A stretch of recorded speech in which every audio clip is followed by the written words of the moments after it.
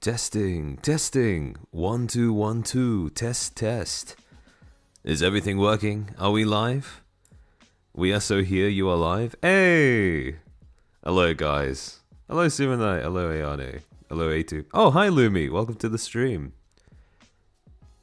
Hello, Azahara. 2025 will be the year of the rapid fire app exclusive corpos. I can totally feel it. You and I are thinking along the same lines.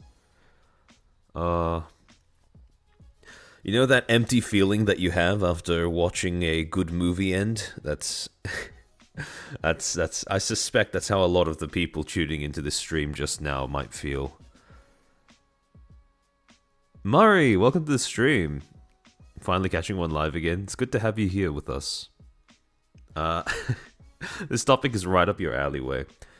For those who don't know, Murray Shinaide, he makes great dissections on just breaking down why failed corpos failed, especially the little black corpse that nobody really gets to pick up on because of how quickly they come into existence and then burn out. Hello, Mr. Chair. Hello, Lurker. Ooh, yeah. Going onto Twitter right after the stream ended was a bit of an experience. Just seeing everyone start posting about how they were going to end it all.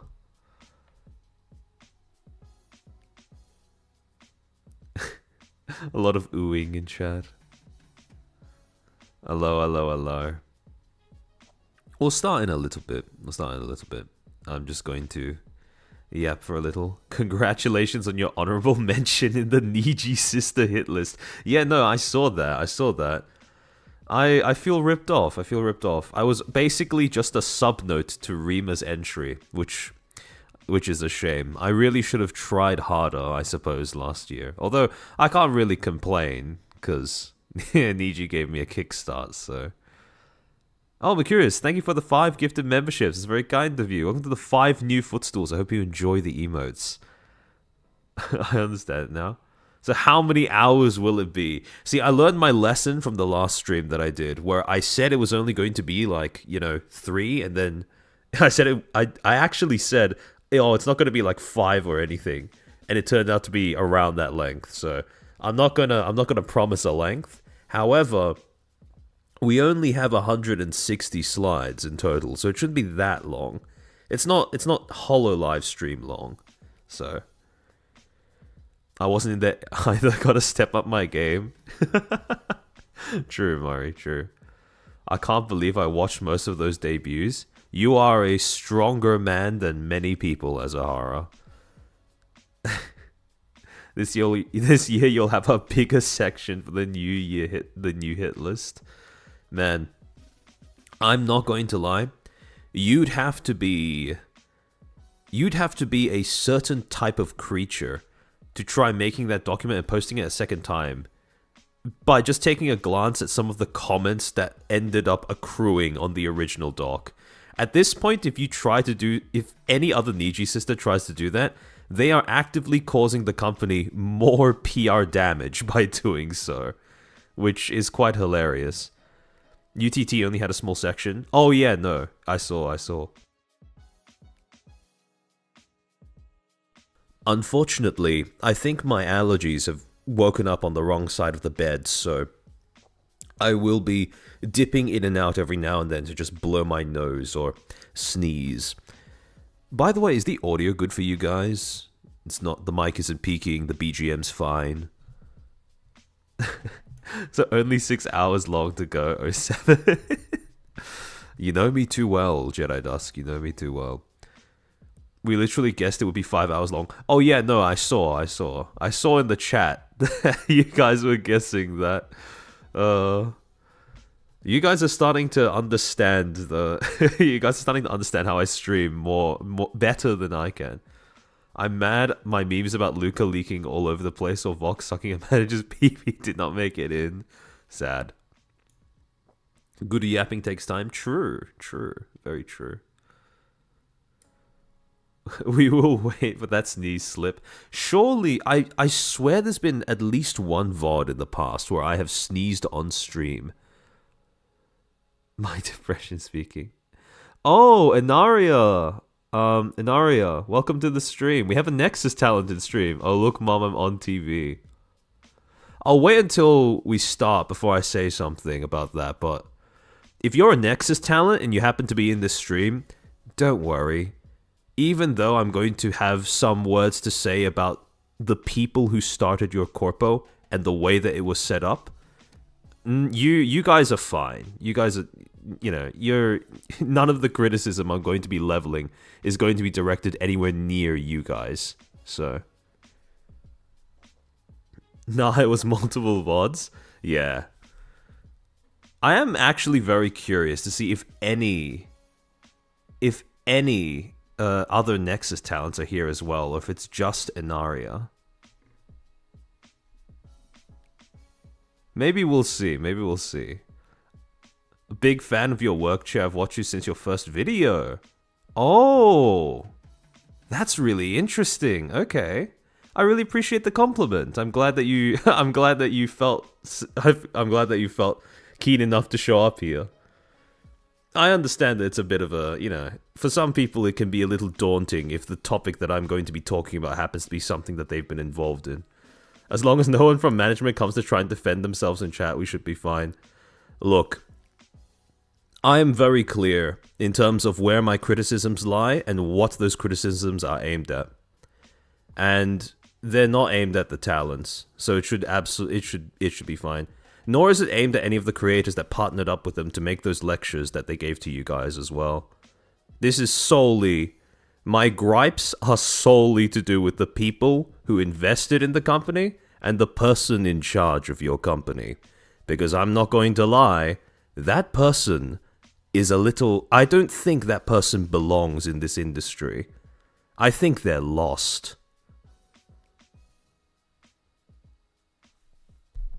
Make a VTuber agency where each talent is a different undergrad title and give classes. That would be a very funny idea. That would be very interesting. Who was Nexus again? Don't you worry, Potato King. We're going to remind you once we get around, I don't know, about a third of the way through. Somewhere around there. Maybe a quarter of the way through. What happened yesterday? Oh, yesterday... Under the Tea covered some of the Bond Live drama. Now, I'm not going to lie, until we get some sort of statement out of management or Peter himself, I'm keeping my eye on the situation, but it is in terms of the way that it was publicized over here on the EN side, not the JP side, holy, it's a mess. It is absolutely horrendous. In terms of the overall lack of consistency between the different statements. Potato King, don't worry about it. Well, I mean, actually, I'm curious.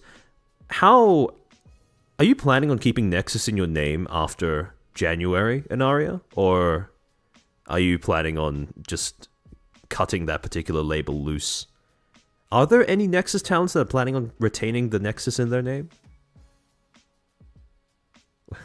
Ready for the slaughter. Hope the talents are fine. Remind me, isn't this the agency you're supposed to work inside of? Oh, we'll get to that in a second. Baku Naruto, don't worry. Oh, every now and again you come across an idea that someone has when they turn up into this industry and they think that they're God's gift to VTubing, and you just have to take it behind the shelter. Really, you have to take it behind the shelter and gently, close its eyes, give it lethal injection, etc., etc. Probably not. Okay, that's understandable, to be honest. But, yeah. Sorry, give me a second. I'm going to clear my nose preemptively.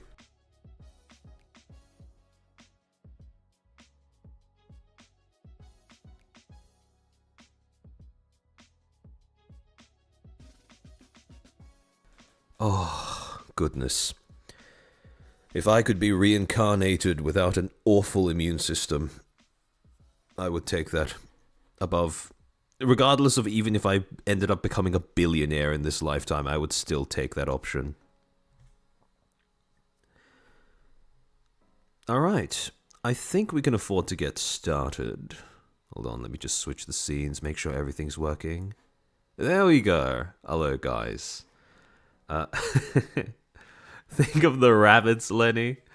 Me at Nexus. Alright, so, before we start this stream, as usual, few disclaimers. First, I am going to be very critical of quite a few people over the course of this stream. However, as usual, do not attempt to harass or contact any of the people I mention or bring up over the course of this stream in any way, shape, or form. Just because I criticize something does not mean that it is a license, nor is it an endorsement of any sort of attempt at harassing them. Second, all text, videos, and images shown during this stream are included for the purposes of critique and or commentary, and is thus protected under fair use. Third, dates may be affected by time zones. I live in Australia, that's a given. And finally, I'm going to be narrating everything on screen. Also, just to reiterate the thing that I said a few minutes ago, all of the critiques that I'm going to be leveling in this stream are not going to be aimed at any of the talents at Nexus, not going to be aimed at any of the creators that partnered up with Nexus to deliver their seminars or their lectures or whatever it is they wanted to call them. This is solely going to be aimed at Nexus's upper management, their investors, and their figurehead. So, before we actually get into talking about this whole spiel to do with, dissecting corpos, especially the ones that have gone under during the course of 2024, because there have been a lot. I want to make sure that we're all on the same page when it comes to the words that we're using to describe these business entities. So, first, to clarify, when I refer to a corporation, what I am referring to is, quote, a legal entity that is separate and distinct from its owners. Under the law, corporations possess many of the same rights and responsibilities as individuals. They can enter into contracts, they can loan and borrow money, they can sue and be sued, hire employees, own assets, and pay taxes. The shareholders of a corporation possess limited liability, a term which means that while they may profit through dividends and stock appreciation, they are not personally liable for any of the company's debts. A corporation can be created by an individual or a group of people. And I stole this definition basically word for word from Investopedia. Now, the reason why I've bothered to include this info dump on what a corporation is in the way that I'm going to be referring to it is because of the fact that in VTubing, we have slang terms like corpo that may muddy the waters a little bit. Because when people use the word corpo, it tends to be an informal term that may refer to a legally recognized corporation, but is also sometimes misused to refer to just a company, which, in contrast to a corporation, is a legal entity formed by one or more individuals to engage in and operate a business. The owners of a company might not be legally distinct from said company. That's what separates it from a proper corporation. Now, it's important to note that in the case of Nexus, they are a corporation and not just a company. This will become relevant in a bit. So, like with a lot of my other streams, we're going to start with a little bit of a history lesson. But this is going to be different. This is going to be a history lesson that stretches all the way back to the inception, or what some people would argue is the inception of VTubing proper. On the 19th of October, 2016, a YouTube channel by the name of AI Channel was created. Now, just over a month later, on November 29th, 2016, this channel would release its first video, a small clip titled Creating a Twitter Account. A few days later, December 1st, this channel would release its first proper video introducing the main character, titled Self-Introduction, Nice to Meet You, I'm Kizuna Ai. And from this moment, a legend was born. Kizuna Ai is what many people recognize as being the first proper VTuber, the inception point from which this industry managed to popularize itself and sprout forth starting from around this time period. Now, a lot of people joined the VTubing industry post-2020 because of the pandemic and the subsequent events that happened afterwards. But prior to that, most people trace back VTubing as an industry, as a content genre, back to this. And this was immensely popular. Just over a year later, on December 18th, 2017, Kizuna Ai would already be celebrating the fact that she had managed to gain 1 million subs on her main YouTube channel. That is a monumental achievement that still stands even today. Trying to get 1 million subs on a YouTube channel within a year is a gargantuan task and a monumental achievement. Her audience was growing rapidly. This was someone who appealed to fans that spoke all sorts of different languages, came from all different parts of the world. You had EN fans, Thai fans, Chinese fans, Filipino fans, Japanese fans. Basically, every single part of the globe that you could consider might be interested in this kind of content. However, thing is, it wasn't just audiences that were beginning to notice her growth. It wasn't just audiences that were beginning to notice her popularity. See, Kizuna Ai was managed, as you would probably predict, by a company by the name of Active8. Now, small blurb that they've included on their Crunchbase profile. Active8 is a content development company that offers virtualization, metaverse production, 3D model creation, and event sponsorship services. And on that same webpage, which you can still access to this day, there are 4 employees that have been collated in that same space. 2 of them being the founders, or CEO, a man by the name of Masashi Nakano, I hope I said that right, and Takeshi Osaka, and 2 other members of Active8's board, or 2 executives, a man by the name of Jay-Chi and a man by the name of Yuichi Sejima.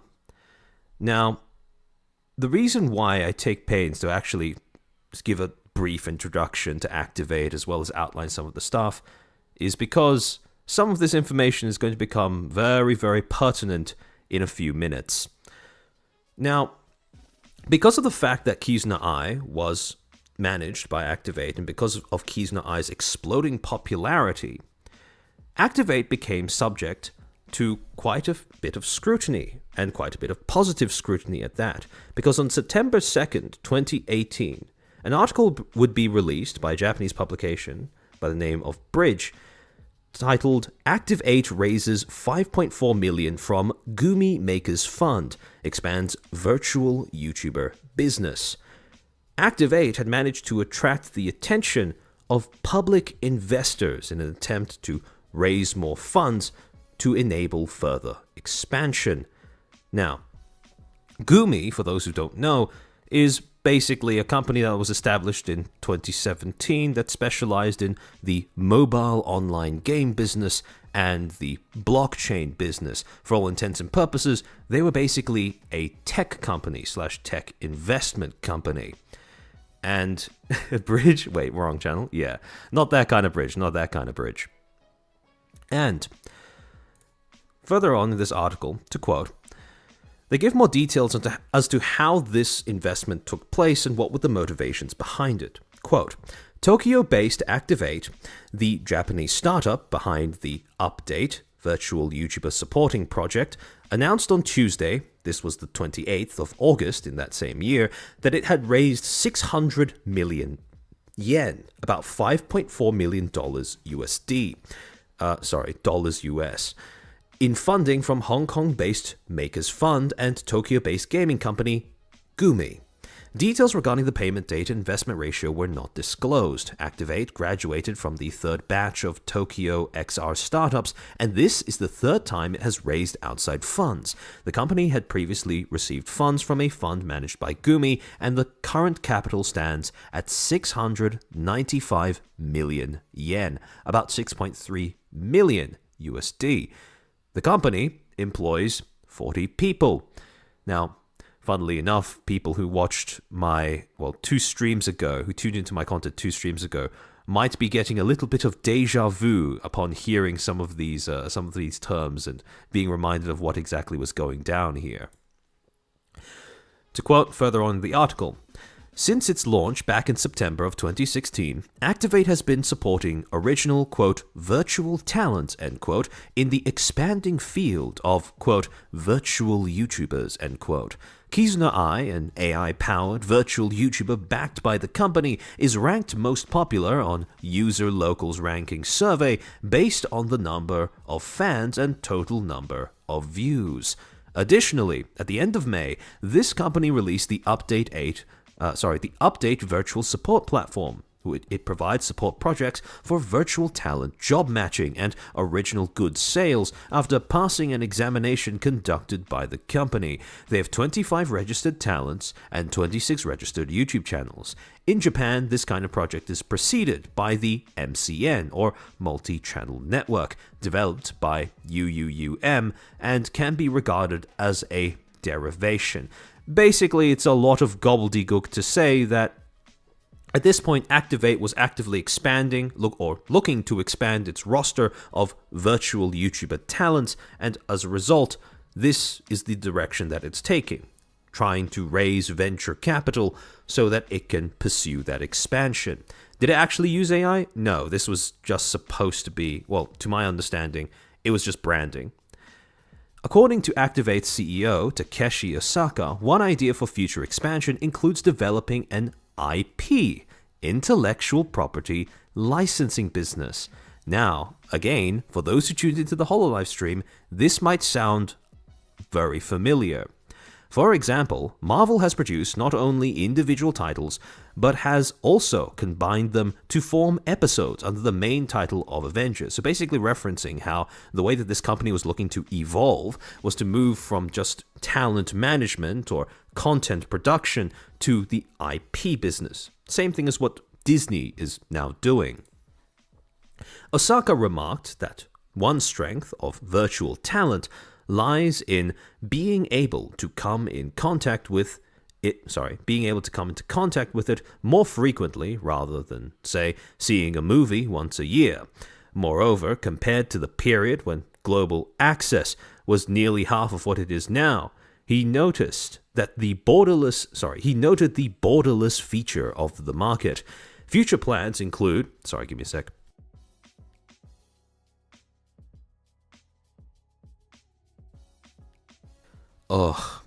There's an exodus coming out of my nose as we speak.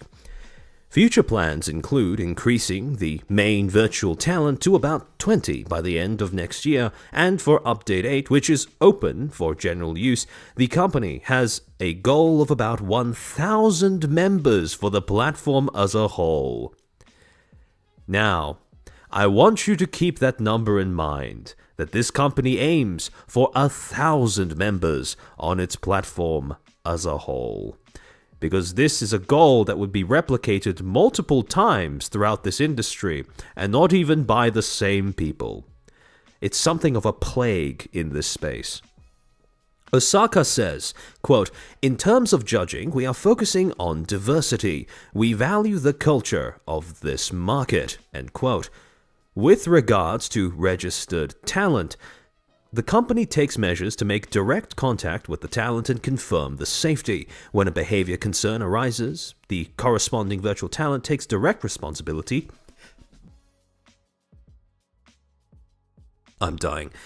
Takes direct responsibility, and a platform it will take and as a platform it will take action according to the code of conduct. The funds raised this time around will go towards strengthening human resources in order to accelerate the company's virtual talent entertainment activities. So even way back in 2018, the Accelerate meme, the 1,000 Talents meme, both of those things were still around. It's just that they weren't very popular, jokes at that point. Now, thing is, when people first heard of this, they didn't really think much of it. However, to give you an idea of what Gumi's mindset was in choosing to invest in this company, in Activate. You need to go back to June 8th of that same year to a transcript of their financial results presentation that they published, well, for the public's viewing, in which one of the sections they start talking about their interest in the content development business, specifically in the VTuber business.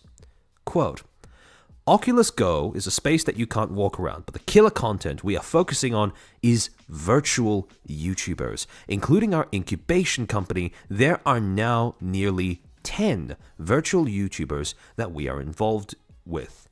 So basically at this point, what they're looking to do is start snapping up as many companies that are, well, that possess the IPs of a bunch of popular virtual YouTubers, well, to as large an extent as possible. They are basically trying to break into the market by throwing money at stuff. To go on, although it is not often mentioned in the world, virtual YouTubers and VR/AR, basically virtual reality slash, I believe alternate, is it alternate reality or something else? Sorry, give me a sec.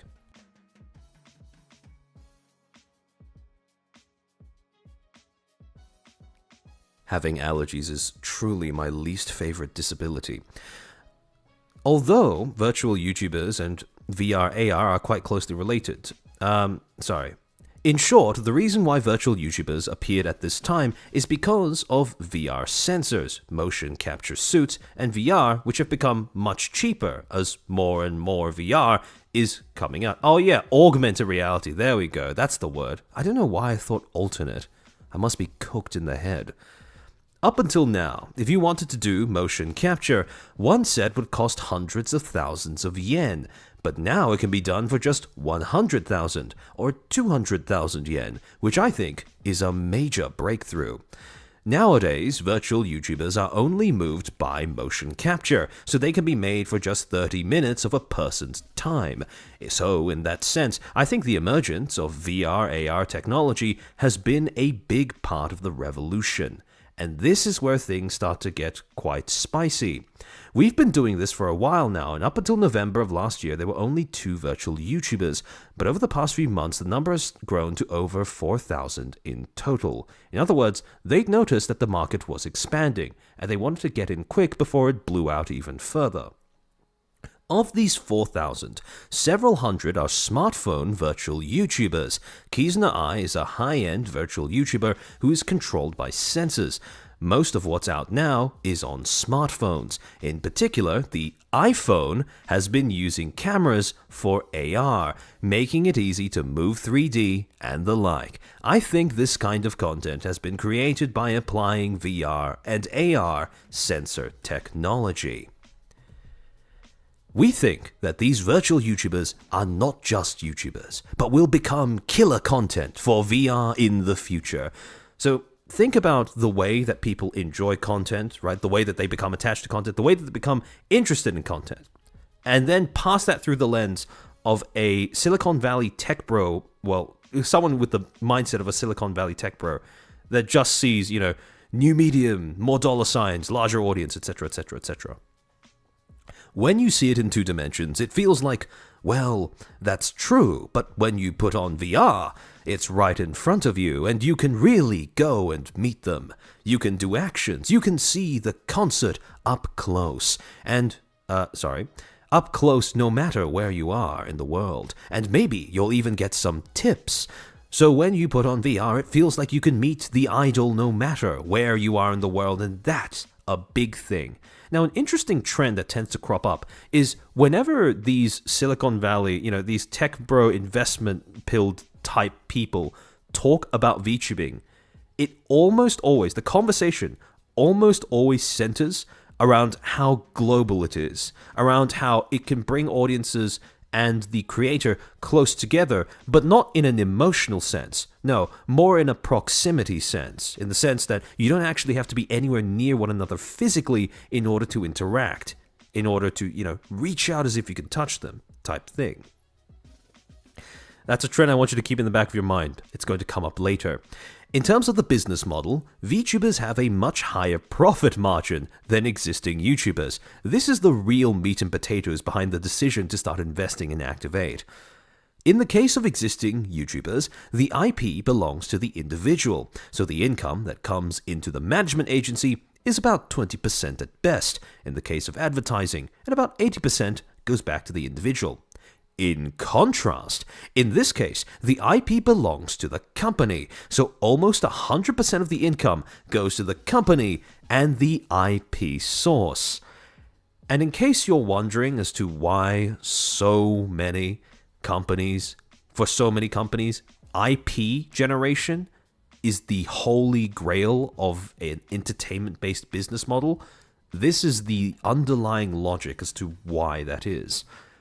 In terms of secondary use, while for existing YouTubers it's limited to merchandise and t-shirts for virtual YouTubers, in addition to that there could be some anime, games, in-game collaborations, and even merchandise such as dolls. So I think there's a pretty wide range of possibilities.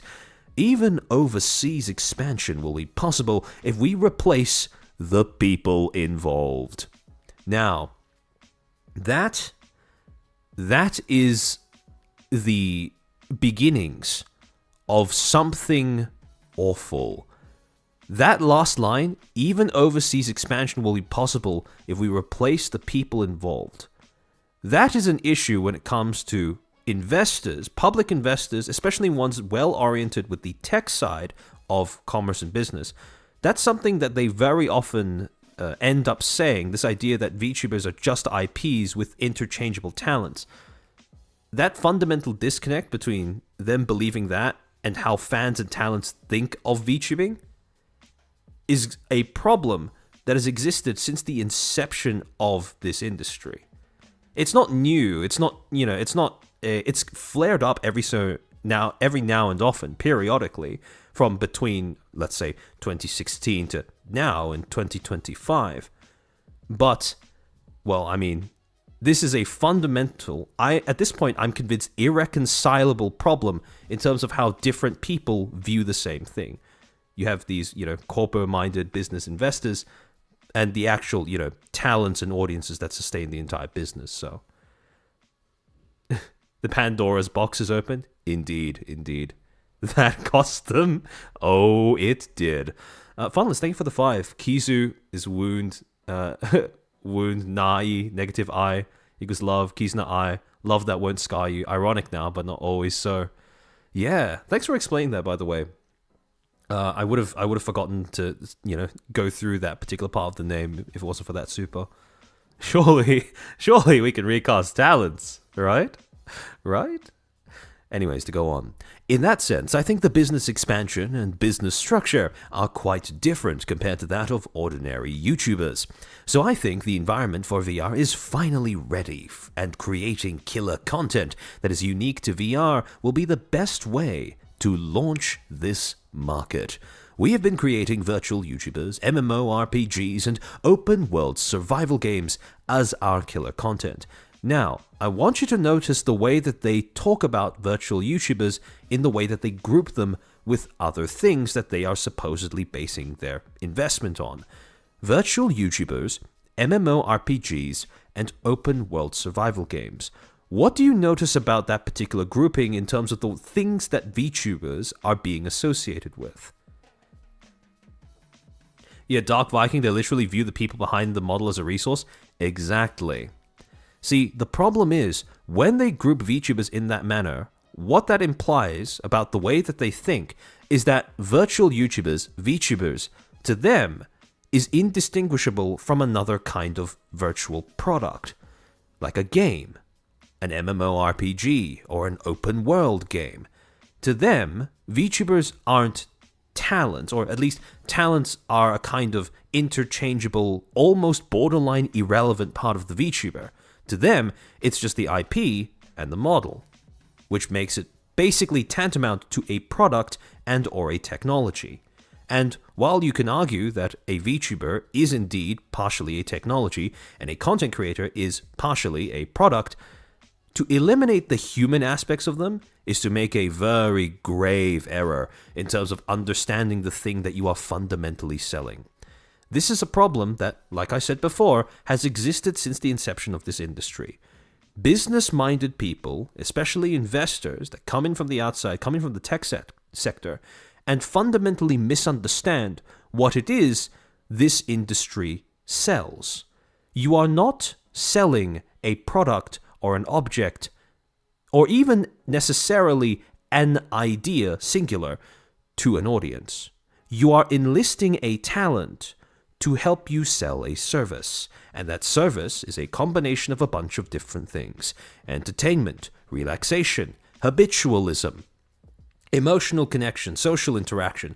All of these things and more are the things that you are selling, and they cannot be sold as a neatly gift-wrapped product. And they require constant maintenance, because should you lose the talent, that VTuber is no longer going to be a full VTuber. They're not going to be able to function. And this is something that so often people forget when they try to break into this industry. Sorry, give me a sec.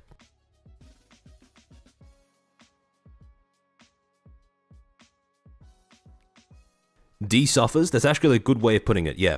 They are literally seen as walking merch. That's a great way of describing how this perspective of VTubers ends up reducing it to basically that sort of one-dimensional, cynical thing. So, the end of this section goes as follows. What we have done so far is to believe that the VR AR market will come in 3 to 5 years. Now, to their credit, they were pretty on the ball with that prediction, although not for reasons that I assume that they were able to anticipate, and that the winning companies will be VR first and AR first. Now that bit's a little bit more debatable. We have worked with colleagues around the world through the PDCA cycle to discover things that cannot be done without this through open innovation. So basically just your stock standard technobabble about how the future is bright and we get into it via innovation, investment, etc., etc. You know, buy, that kind of thing. Now, as I kind of started to go into there, the thing that a lot of these companies, that a lot of these business people don't realize is that a VTuber has, roughly speaking, two main components that make the VTuber a distinct entity. First, pretty obviously, this is the thing that everyone sees, the virtual model itself, right? However, the second part is the talent. And to you or I, people who watch VTubers, people who even are VTubers, this is pretty obvious. However, the thing is, what people don't tend to understand, who come in from the outside, especially with with more cynical motivations, or want to, participate in this industry purely to make money off of something, who want to grab an IP more than they want to grab a, person, is that what audiences become attached to is necessarily a combination of these two things, not just one, not just the other. And the reason is because both halves offer different things. For example, with the virtual model, broadly speaking, a virtual model will encapsulate things like escapism, expression, and performativity. It is the tool that facilitates a certain kind of performance, whatever kind of performance that the talent behind it chooses to create. Now, sorry, give me a second. Azahara, nowadays VTubers have 3 components: model, talent, and their old Fansly account. That's probably going to be that might be a topic for a future stream, but yes, we have been innovating over the past 4 years. Adamelek, thank you for the 5,000 CLP. Even back then, there was a shitstorm with another JP company called Game Project, Game Boo Project, where they changed the actors and actresses for the VTubers. Oh yes.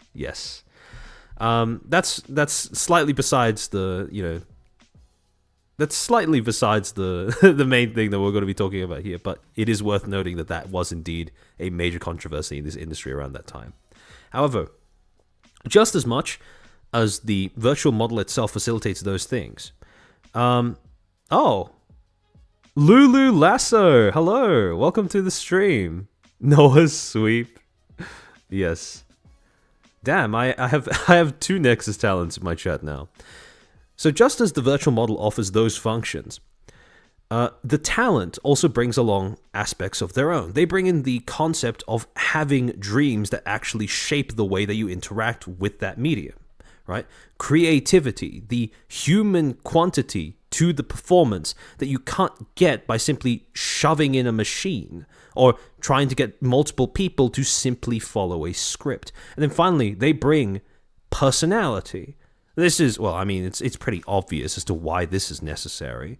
But without that, the VTuber model just becomes this empty shell, this tool, this thing that is really hard to form an emotional attachment to. And as a result, when you combine these two things, when you combine these two sets of traits and aspects and values, now you get a combination of captivation, the union between escapism and the human quantity of dreams, self-expression, which is not just, using the model to express yourself, but using the model to express yourself in a way that is unique to you as a performer, and immersion. This union between the performer, the talent getting immersed in their role, and the audience being able to be immersed in the performance. The thing is, you need both of these components in order to have all of these things. And when we think about why Kizuna Ai was able to capture the hearts, minds, and eyes, I should say, of hundreds of thousands of people across the globe, to understand how that happens, you first have to understand why viewers engage with content. And this all ties back to a concept that I've brought up on my previous streams called uses and gratifications theory, or UGT for short. It's a very simple concept. Basically, every time someone engages with content, they don't do so accidentally. They don't do so unconsciously. They always do it for a reason. Now, the reason could be something that they don't consciously or deliberately think about every single time they engage with the content, but it is always for a reason when they do. Now, according to UGT, the different needs that engaging with content fulfills fall into roughly 7 categories: relaxation, habit, escapism, trend chasing, self-expression, companionship, and social interactions. Understanding which of these needs your media meets for your audience is crucial to understanding why your audience even engages with your content. And the thing is, when it comes to VTubing, there is a very specific set of these needs that are quite commonly the source of an audience's interest. Yugure, thank you for the 10 gifted memberships. Welcome to the 10 new footstools. I hope you enjoy those those emotes I have for you in chat. When it comes to VTubing, this is my personal opinion, but based off of this list of 7, the 4 that I would say are the most commonly emphasized in terms of why audiences enjoy engaging with this medium and the creators in this medium are escapism, self-expression, companionship, and social interaction. And the funny thing is, I'm not the first one to try to apply things like UGT to VTubing as an industry, try and understand it. People have been writing academic papers, full 100-page dissertations about, how this industry works, especially over the past 4 years, where it's become really, really popular. And one of these papers that I want to reference is something called VTuber Concept Review, the New Frontier of Virtual Entertainment. Written by a bunch of academics, I'm basically just going to say Cesar Valente Fiera et al.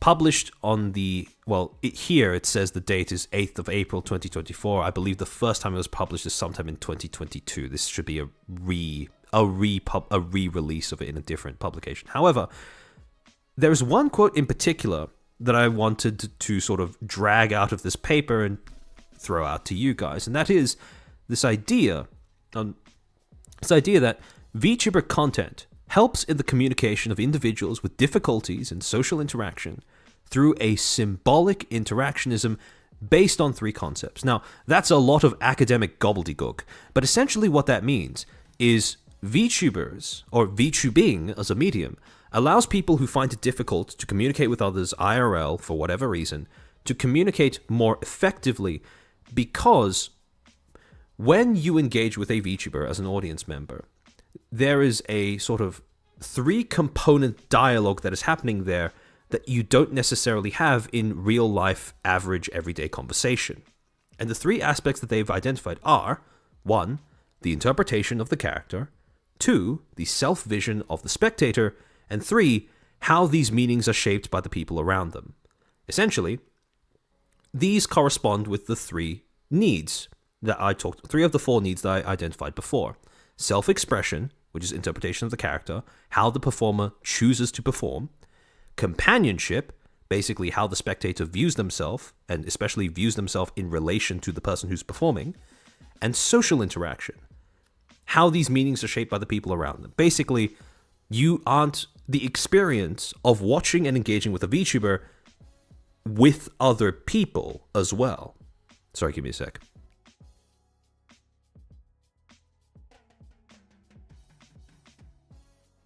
And so when you break it down like this, you can start to analyze the relationship that develops, the connection that develops between VTubers and their audience even further.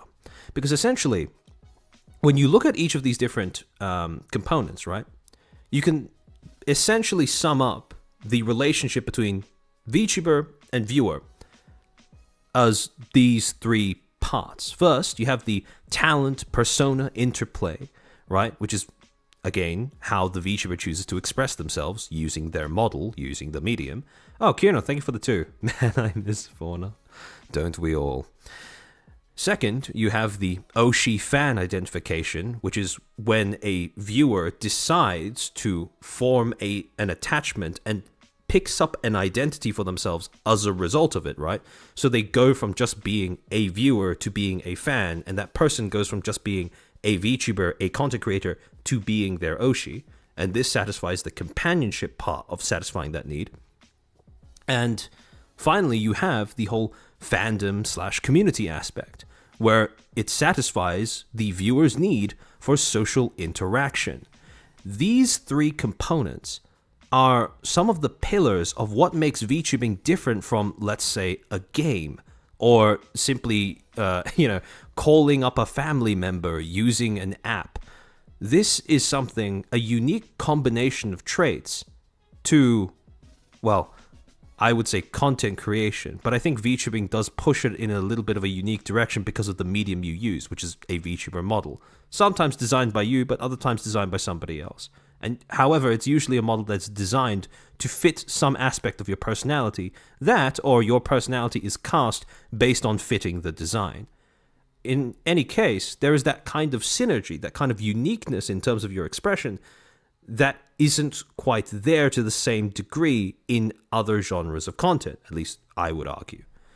And when you put all of these things together, right, when you put together the talent persona interplay, the Oshi fan identification, the fandom or community aspect of this relationship between VTuber and audience, you get the final umbrella thing that VTubing as a medium is built off of: escapism. And this is the thing that makes VTubing VTubing. Because at its heart, as a medium, VTubing is built on a very simple concept. Who you are online does not have to be tethered to who you are IRL. That's it. It's not really, when you really boil it down, that is pretty much, I would argue, the core principle of VTubing. And this is the thing that a lot of these companies don't seem to understand. Because the thing that made Kizuna Ai fascinating to people, the thing that made Kizuna Ai lovable to people, was the fact that she didn't have to be a person. She definitely wasn't an object, but she was this thing that you could enjoy for a little bit, that you could be part of a community that enjoys for a little bit, and for that period of time, you and her escape from the world together. That is a part of VTubing as a medium that for some reason investors, business people, etc., all seem to struggle to grasp. And when they fail to grasp it, they make grievous errors, like, for example, assuming that if you simply separated the two components of a VTuber from one another, it can still function fine. Q, May 25th, 2019, when Kizuna Ai would post a video onto her channel titled, "If I say there is 4 Kizuna Ai's, will you believe me? Number 1. Now, as you can probably tell, although it's a little small in that screenshot, this video did not exactly go down very well. The like-dislike ratio isn't, gargantuanly mismatched, but it is quite significant in terms of the fact that a not insignificant part of it, a pretty sizable chunk of it, even if it's still in the minority, were composed of dislikes. And when you looked into the comments, the top liked comments were all different variations of a similar sort of thing. I mean, you can probably tell that a theme is developing when I start reading them out. Max Vegetable, the darkness that all started from here, 1.1k likes. Machirika 4562, it would have been better if there were more characters who help other Kizuna Ai instead of numbers 1 and 2. It doesn't make sense to viewers that they have the same model but different voices. 2.3k likes.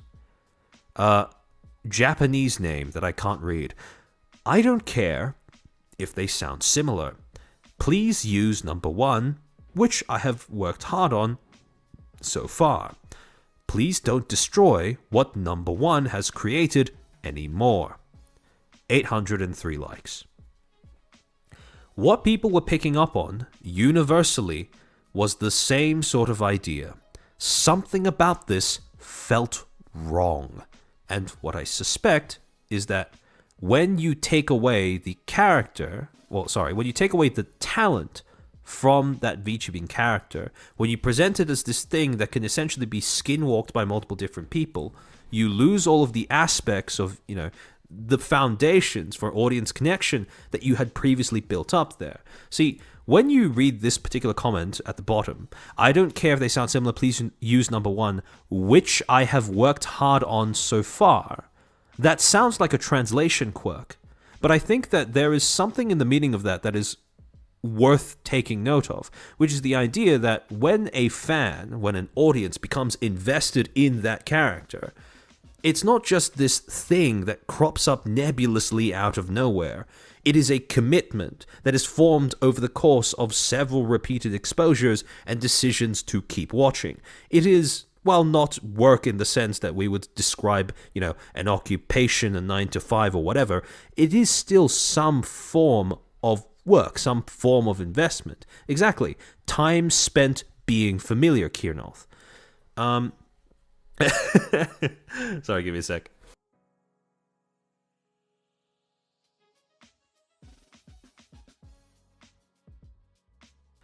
Eddie, Kizuna Ai's numbers are just her split personalities manifested. Yeah, no, I understand, but at the same time, while this was all going down, especially in the first reveal, a lot of fans were really bothered by that decision. Fun listing for the 5. Kizuna Ai's boss took inspiration on a popular anime from the time, Kizumonogatari, A Tale About Wounds, and forgot the premise of her name.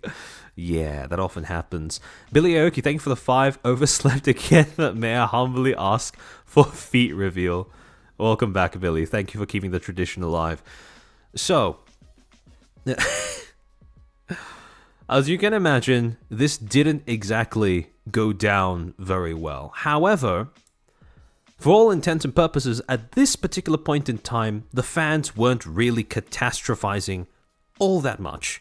They were catastrophizing quite a bit, but it wasn't to the point where people were starting to feel like they couldn't continue supporting Kizuna Ai all that much.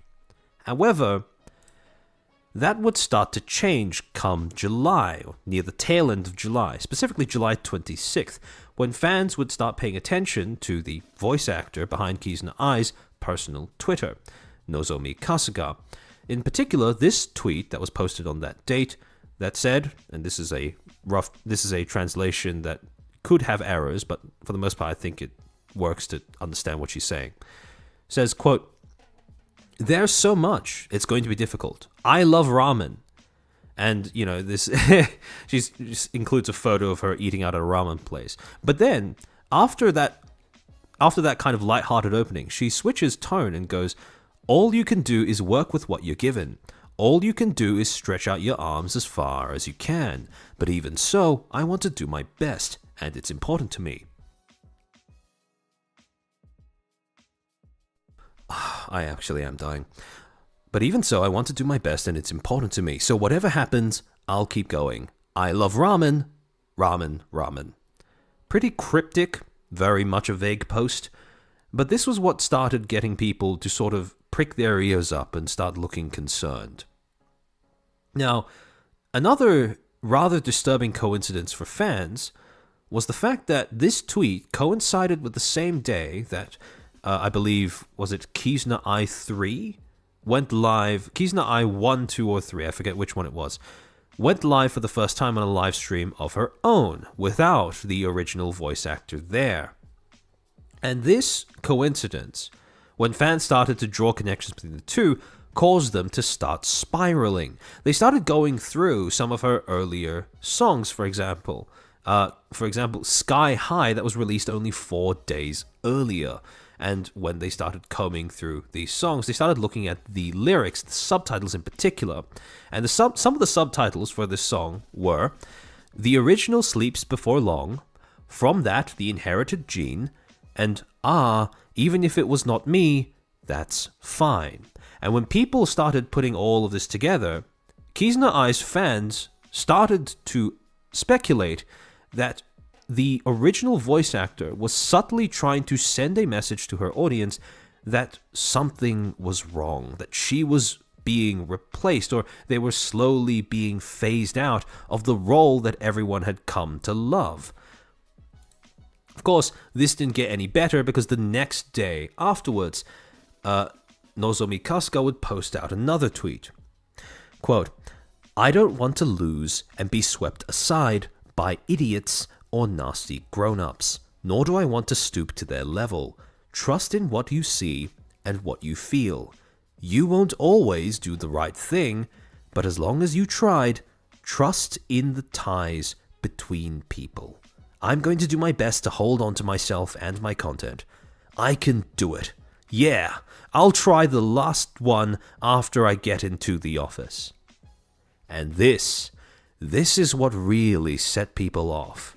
Because at this point, people basically took it to mean that there is absolutely no doubt about it, something is going catastrophically wrong behind the scenes. Some sort of resentment exists between the original actor of Kizuna Ai and potentially some of the executives that were currently at Active 8. It's not a rat when she's literally giving you the rat in her Twitter post. Exactly. This is where it kind of departed from just vague posting. Because there is no "I love ramen" at the head and tail end of this. This is, as far as I'm concerned, quite explicit in its implications.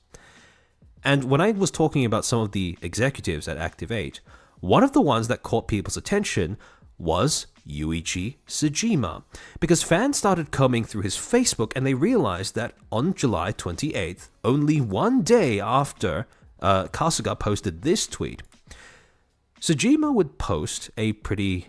Again, he would start engaging in the vague posting too, on his personal Facebook. Quote, "The view of responsibility in dealing with things is so different that we can't say one thing at a time.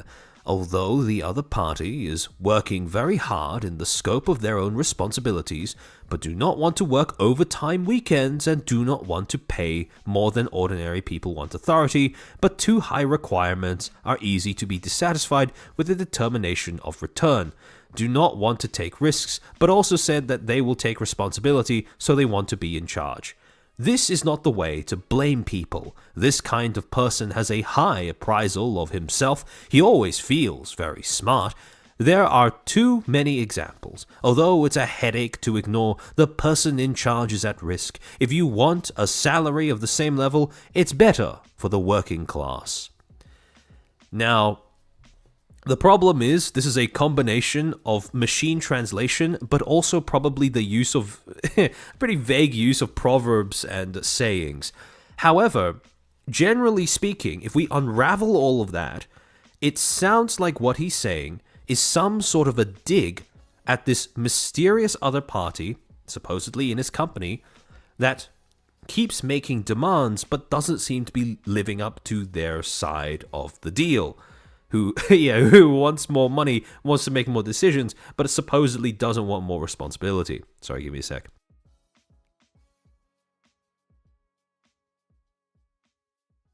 Now, this post was originally spread amongst the fanbase of Kizuna Ai by a user called Komichiaya.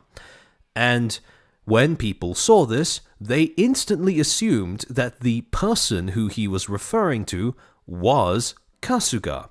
I wonder why. However, later on, Komichiaya would come out with a follow-up post saying, supposedly, no, calm down, stop speculating, he wasn't referring to Kizuna Ai's voice actor. We never got any sort of confirmation or indication as to who or what this exec was referring to, but at that particular point, that was the tenuous end of that.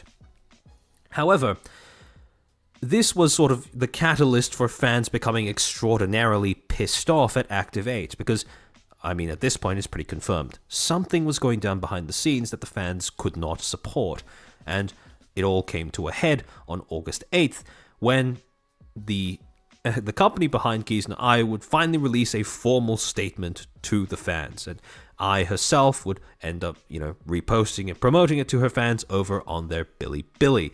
So, this is a machine translation of the statement, specifically the first part of the statement, which has more to do with, people speculating about things rather than just content plans.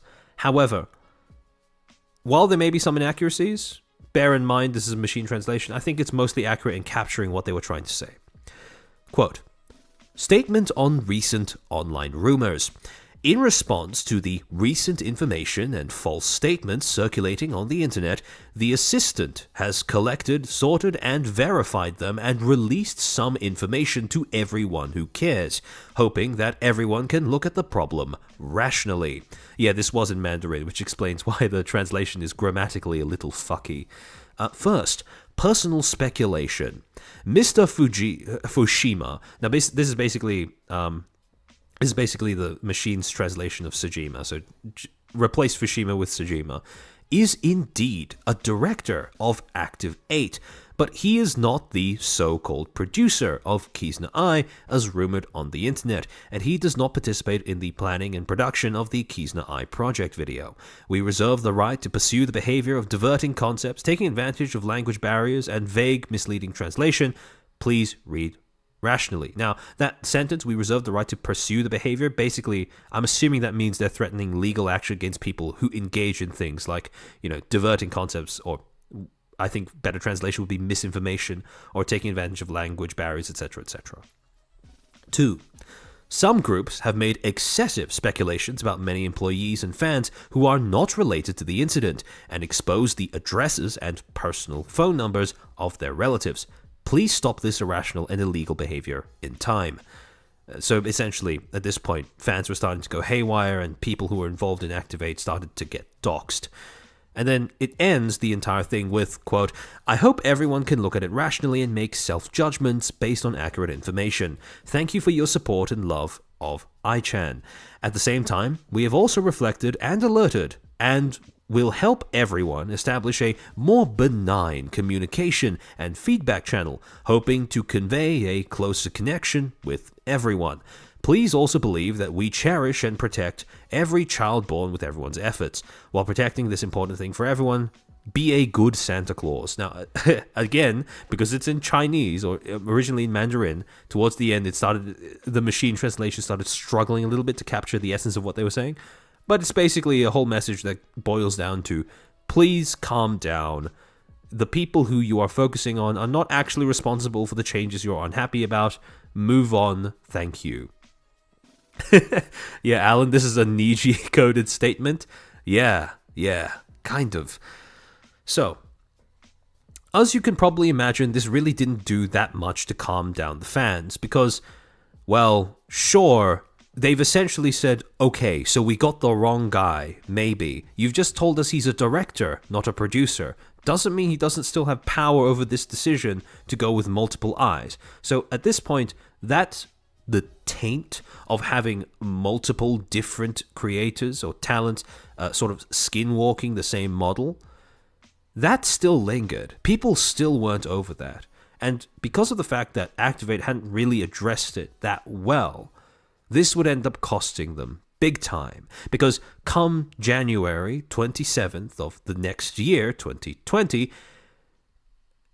the news would come out that Activate, over the course of 2019, had lost a massive chunk of their revenue. Now, it wasn't just due to this controversy. There were other factors involved as well. However, I don't think a lot of people would argue when I say that this controversy probably played at least some role in this. Quote, this article by GameBiz titled Activate, which supports virtual talents such as Kizuna Ai, reports final deficit of 675 million yen for fiscal year ending August 2019. Activate's financial results for the fiscal year ending August 2019, third fiscal year, showed a net loss of 675 million yen. Retained earnings were at a loss of 720 million yen. Sorry, give me a sec.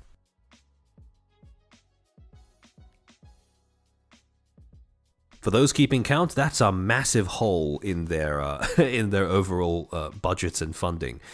The company's main business is producing, planning, and managing virtual talents. It is running a project called, quote, Update 8. Oh, sorry, Update. I keep saying Update 8 for some reason. In which about 50 virtual talents, including Kizuna Ai, participate. In August 2018, the company issued a third-party allotment of new shares for about 600 million yen, with Makers Fund and Gumi as underwriters. Now,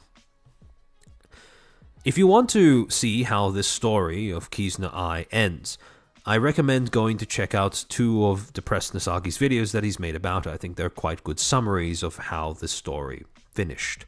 The two videos are Why Kizuna Ai's Channel Stagnated, and the newer one, which is The Downfall of Kizuna Ai. For all intents and purposes, I'm going to end my retelling of the story here. However, when you consider this whole controversy to do with Kizuna Ai, the things that made her lovable as a VTuber, the things that the investors coming into the company that managed her misunderstood about her appeal, there are three main lessons that can be taken away from this entire debacle.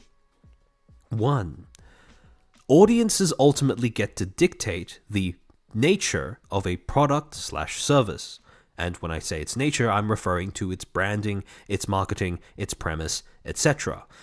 And the reason why audiences ultimately get to dictate this is because their demand is the source of its viability.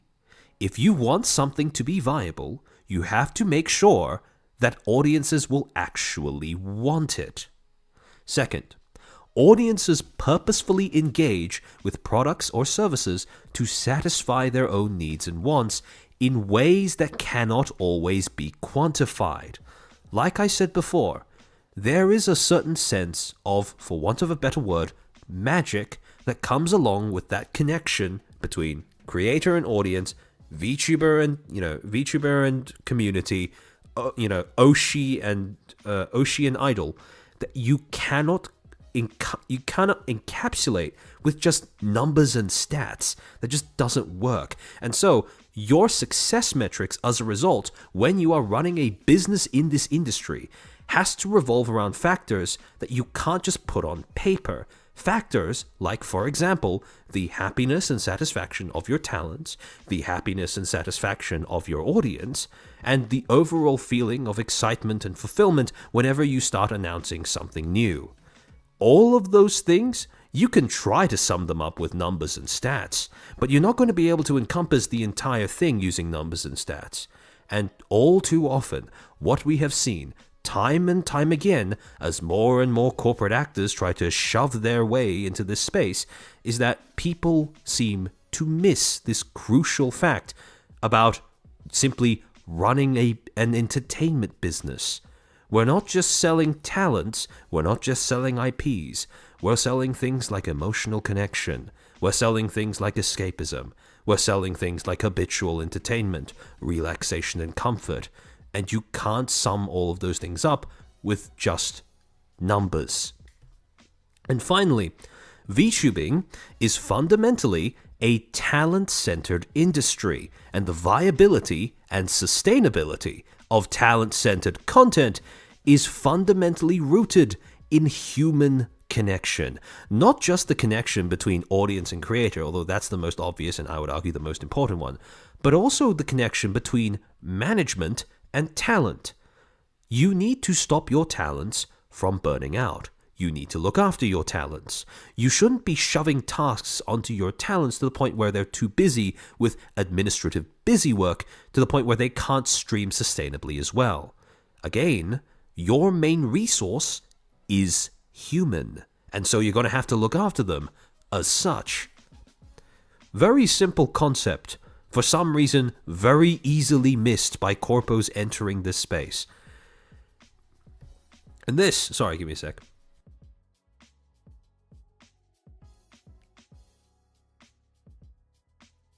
For any Nexus talents to show up, or maybe, are still here, I apologize. You're going to have a lot of me dipping in and out of the audio. This isn't usually what I like, I promise. I promise. But this brings us then quite neatly into our discussion of today's main topic, today's star of the show. That being Nexus, the VTubing agency that cropped up at the beginning of last year, or a little bit before that. Now, a lot of people, a surprising amount, honestly, from my perspective, don't seem to know or remember what Nexus is. And for those people, allow me to assist you in recalling what this company was known for when it first opened. To my knowledge, and by looking at how people reacted to this corpo when it first blundered onto the scene, there are two main things that people know Nexus for. First, people know Nexus as the company that opened by trying to debut 27 talents over the course of only 3 days. So this takes shotgun blasting to a whole new level, which generated a lot of buzz on r/VTubers. I believe sometime, I think halfway through April or thereabouts. Quote, a new agency, Nexus, is debuting 27 talents within 3 days. They are streaming on an exclusive app, and the agency is expressly set up as a battle royale between streamers. We'll get to exactly what that means in a second. But also, when these talents debuted in the announcement, the announcement post on Twitter, people also started commenting when they realized that, hold on, the app that they're debuting on doesn't just work on any device. Such as this post by Crony VTuber on Twitter, stating the app is not available on Android, with a screenshot of a notification from the app that says, AnyLive Android user registration. Thank you so much for your interest in AnyLive. We know you are probably eager to test out AnyLive, and we feel the same way as well. That's why our development team is working hard to prepare the Android version for AnyLive. In other words, this was an app that didn't work on Android. It only worked on iOS. I believe there was also a way that you could use it via browser. Although, if any Nexus talents are in chat, feel free to correct me on that. Now, the second thing, though, that Nexus became infamous for was how the concern that was raised upon realizing this by general VTubing audiences was then hand-waved away quite passive-aggressively by the CEO himself via social media. Now, to those in my comments of my previous community post when I was announcing this stream, I want to apologize to you guys, because when I corrected you saying that, oh no, it wasn't Harry that lashed out at audiences, I was misremembering. It absolutely was Harry lashing out at general audiences who were expressing concern. Oh, for fuck's sake. Quote, I will go poke all the people who want to criticize Nexus just because you see the number of talents and new platform. smiling emoji. You'll never know what we're working on, and I won't forgive people who just want to be a blocker of industry growth. Smiling emoji, smiling emoji. And then you had some people who were coming in with some quite justified concerns. For example, S1 Juice, or S Juice. 27 debuts across 3 days on an obscure proprietary app that requires you to sign up for it by filling out a Google Doc form.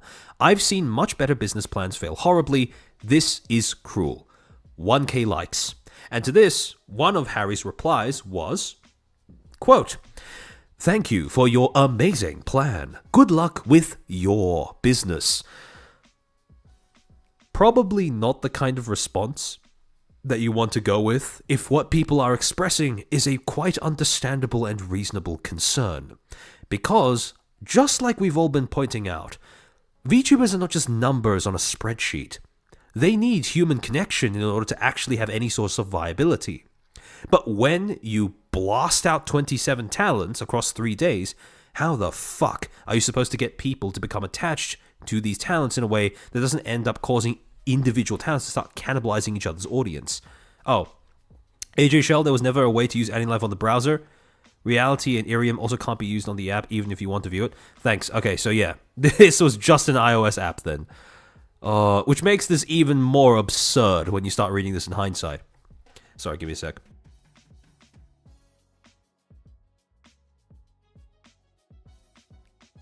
When I talk about people who come into this industry thinking that they're God's gift to VTubing, this is what I mean. Another user by the name of Higgslock15. I can't help but feel like you're setting up the talents for failure with this. Having 27 talents at pretty much the same time is actually insane. This is going to turn into a battle royale of talents having to fight against each other for viewership. You're competing with yourself. To which Harry, Nexus CEO, states, "Glad to get criticism from a dummy account with 0 follower!" And the funniest thing was, after this, when you started seeing him replying to these comments with what I can only assume to be ChatGPT responses. Because not even a few, not even a full day later, he would reply again saying, "Hi, Higgslock. Please allow me to apologize for what I just said here. Although what we are trying is different from other agencies, our goal is and always will be to help our talents be successful. I just didn't want any negative impressions on our talents as they work very hard, etc., etc., etc., etc." Now, I don't think I need to state the obvious, but up until this point, literally none of the negative attention is aimed at the talents. It's all aimed at this colossally shitty idea to debut 27 of them, 9 a day, on average, over the course of 3 days, on an app that up until this point, nobody uses. That is what people were angry about. That is what people were concerned about. And this wishy-washy attempt to conflate the two things, that criticisms of his business model and criticisms of the talent, that slimy little sleight of hand, yeah, that's that was a classic sign, a little bit of foreshadowing as to what we would end up witnessing as this, what I can only describe as experiment, ended up going on throughout the rest of 2024. Now, a little bit of a spoiler alert. As you can probably tell, and those who were around when I was talking to some of the Nexus talents in chat will know, Nexus, as a company, hasn't lasted very long. It cropped up, announced its presence at the beginning of 2024, and on December 10th, so, well, a few days ago now, Nexus announced that it was going to be ceasing operations as of January 31st, 2025. While the chapter ends, we are offering talents the option to retain Avatar IP rights and continue as independent VTubers. Thank you for supporting them as they embark on their next journeys. Now, undeniably, letting the talents keep their IPs, massive W.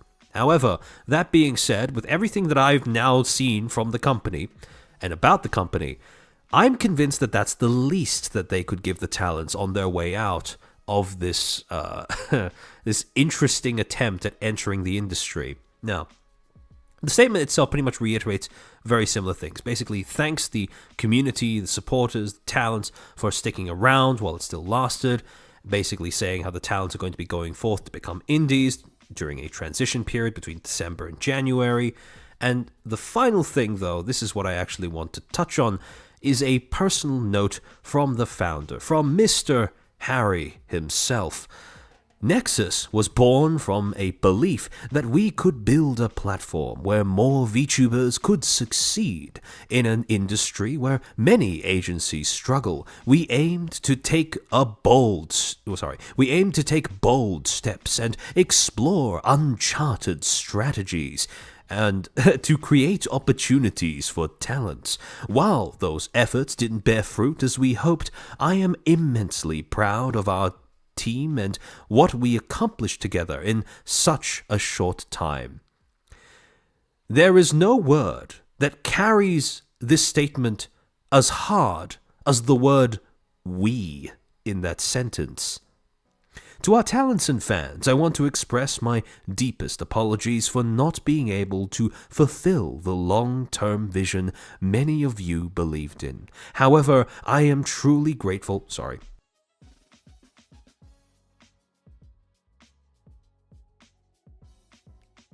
Ugh, my intolerance to bullshit kicked in. Sorry, my bad. I'm truly grateful for your support and believe in this journey. Watching our talents grow and seeing the incredible community that formed around them has been one of the most rewarding experiences of my life.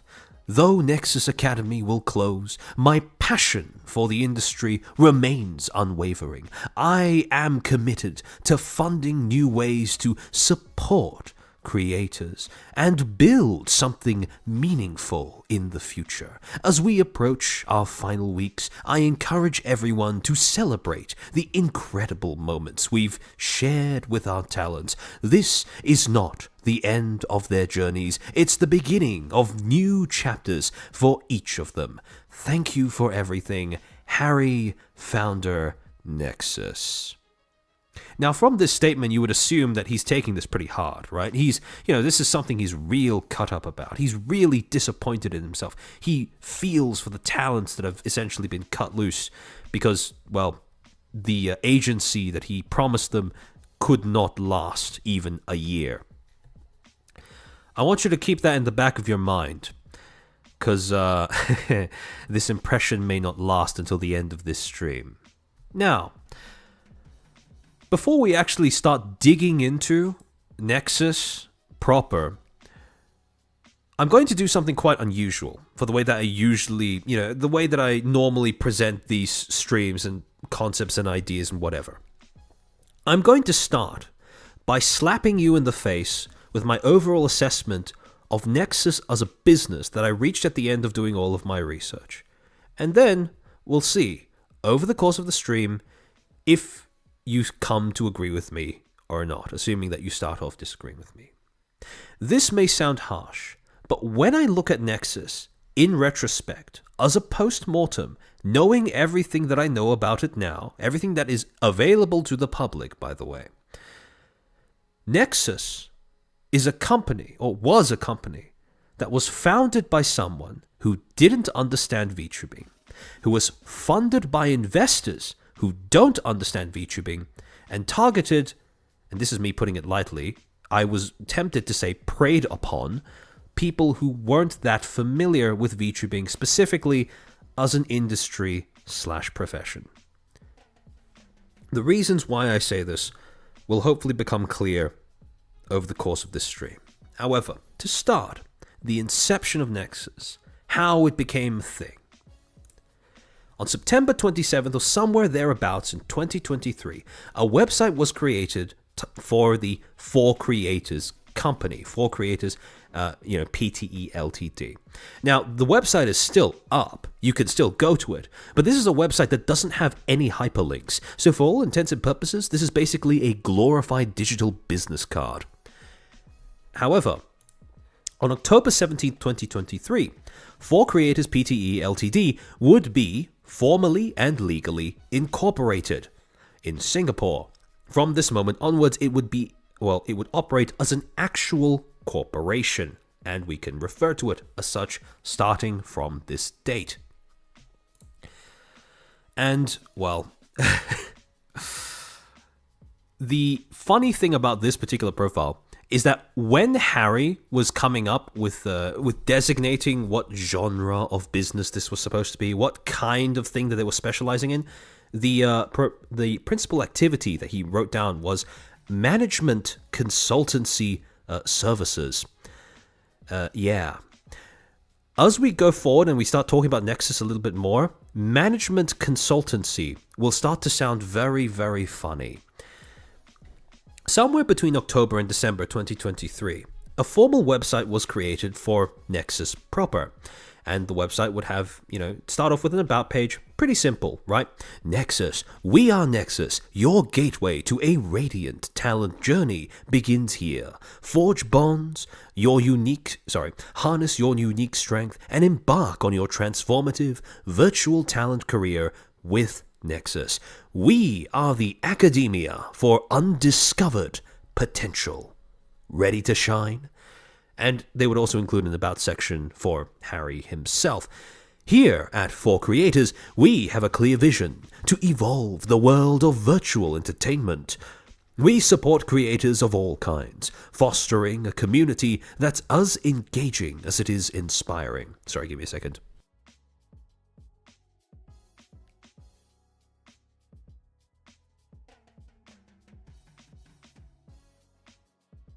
Ugh.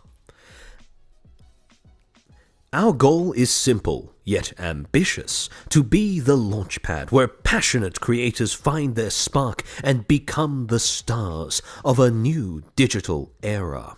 As the founder of 4Creators, my aim is to create opportunities for creators to shine on a global stage. We're on this journey together to not just chase the future, but to craft it with our own hands. Welcome aboard. Let's make entertainment that excites the world together. Now, I'm not going to comment on the Orwellian mixing of metaphors in that entire thing.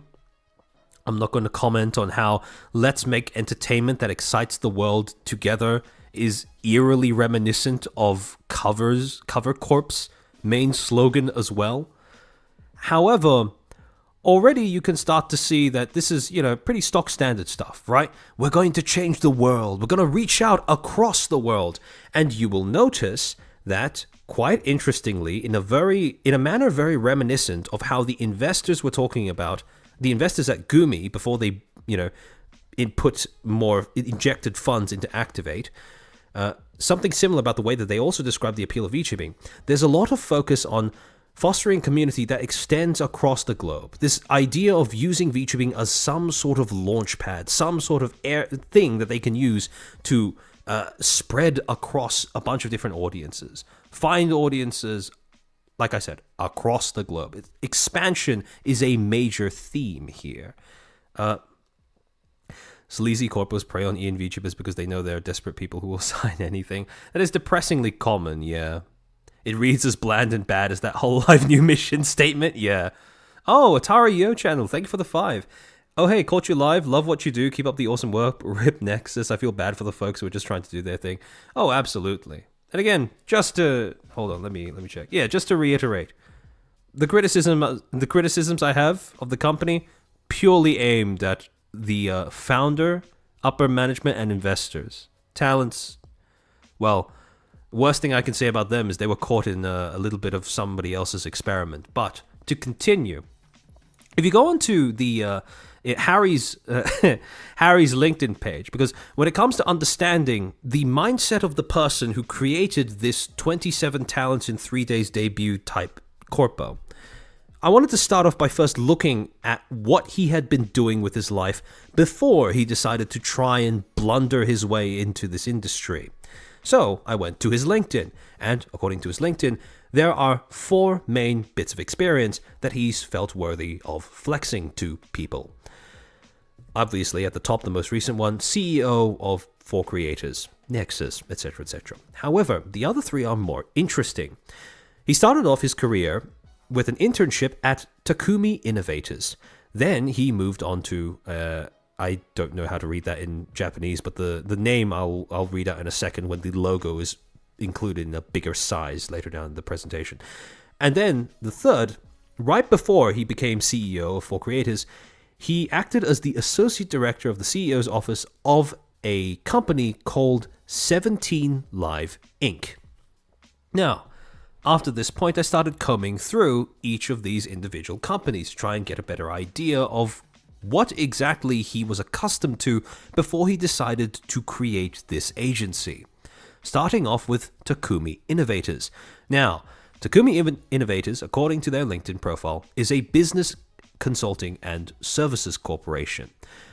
Their About Us section states, quote, Takumi Innovators is the only Japan-China startup and innovation support platform. It provides various services to help Japanese venture companies start up and succeed in China. It has already supported many Japanese venture companies in their Chinese startups and provides a wide range of one-stop services such as fundraising, partner development, talent discovery, manufacturing, sales, media exposure, marketing, legal, tax, and accounting in China. It also provides innovation advisory services to accelerate innovation for large Japanese and Chinese companies. It plays a part in realizing open innovation between large companies and startups through services such as acceleration programs for large companies, hackathons, pitch events, learning expeditions, and startup scouting. Basically, this is a Japan-China startup industry. It's basically just an entire business that revolves around getting venture capitalists to meet one another, interact with one another, and accelerate each other's businesses. Very interesting starting point, but I think, it explains quite a bit of Harry's attitude coming into this industry. But as we go on, you might start to notice this starts to become a little bit of a trend. The second company that he worked at was Meetaps Holdings. Their LinkedIn About section describes them as the following, quote, with the advance of digitalization, sorry, give me a sec.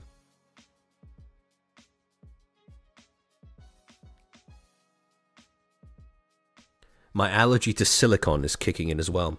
With the advance of digitalization, we are able to recognize values unseen to the human eye, such as time and space, as data, and the birth of new technologies such as artificial intelligence and blockchain are already beginning to change the nature of economy as we know it today. Our mission is to make full use of these growing technologies to unearth the most effective uses of their value and create a brand new economy.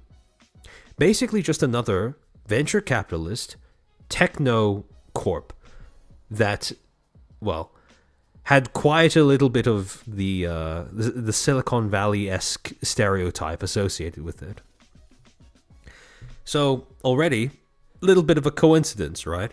And then finally, and this was the one that was most interesting to me, Harry then finished completing a stint at 17 Live Inc. Now, the way that their LinkedIn profile describes them is that they are a technology, information, and internet company. So basically, another tech company. You will notice that prior to entering VTubing as an industry, Harry's experience extensively and exclusively revolved around venture capitalist startups and tech companies.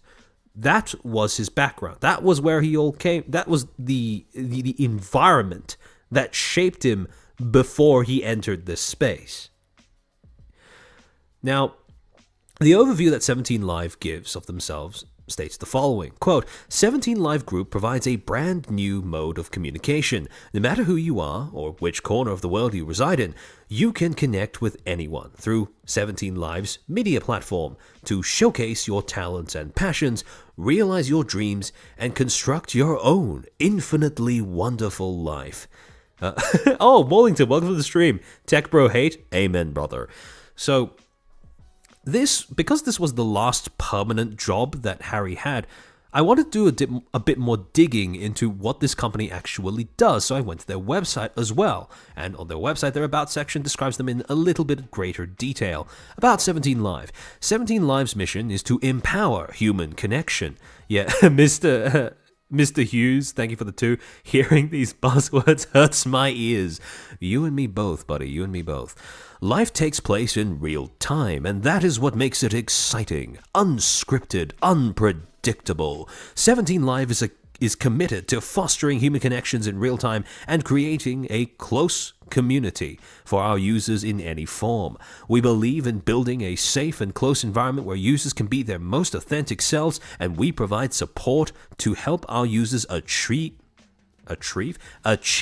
their dreams in life. Today, 17 Live has over 550,000 global monthly active users and over 87,000 contract streamers. The 17 Live app is accessible globally in 133 regions on App Store and 137 on Google Play. In addition, we also operate the Liver Commerce service, Order Pally, and Hands Up, and the social audio platform Wave. 17 Live is also a pioneer of V-Liver live streaming, enabling real-time interaction between users and virtual characters, creating an innovative experience and fostering a thriving community. 17 Live core values: respect everyone, focus on goals, and break the norm. I think we're starting to see where exactly Harry got the idea for Nexus. Because this was something I could really start to stick my teeth into. What annoys me as an engineer who actually works for a living is these people get paid more than me. Yeah, because ideas are expensive, Morlington, and they're expensive. They don't have to, ideas don't have to work to be expensive, surely, right? Characters, very dehumanizing. Exactly. See, just reading through that, you can start to see where the problem comes from. When you start viewing streamers and talents and creators as just these sort of resources, these things that can be shuffled around between different websites for the purposes of accruing an audience, right? And I went to check out 17 Live, the app, the platform. Basically, I would describe it as a sort of Asian version of Twitch, right down to having booba streamers on the front page as well. So if you just click to it, pretty similar layout, pretty similar format to the way that everything's going on, pretty similar UI. You have, you click in on individual stream, you have a chat, you have viewers, you have events, you have a gift box, streamer growth plan, streamer profile on the side, etc., suggested page.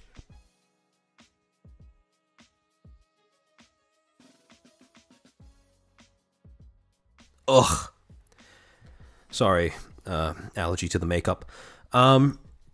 In addition to that, you also have, your usual most popular tabs, most recent tabs. Almost all of them are filled with, attractive women. And you will notice there you have one VTuber amidst all of the flesh posting. Two VTubers among all of the flesh posting, and 1 or 3 pets, apparently. But all in all, pretty stock standard stuff, right? If I were to encapsulate 17 Live as a platform, I'd say, okay, I can see why this would make you interested in starting a platform, right? I can see why this makes you interested in getting into the live streaming business in particular. However, that's not the only product that 17 Live manages. Another product that they have is something called Wave, another app, another live streaming app that that states the following about their the main services that they provide, right? Chat and make friends. Live voice broadcast, go live, find your community, find new friends. So basically just an alternative to the 17 Live app that can be used more easily via phone, I would assume. But for all intents and purposes, I don't really see much difference between the two. However, the last app that they mentioned and the last app that they manage is something that I found a bit more interesting. Hands Up. Now, basically what Hands Up is supposed to be some sort of consultancy website that hands out advice and allows, startups who want to become businesses that operate through live streaming, that gain viability through live streaming, advice on how to make their businesses viable, how to make their businesses profitable.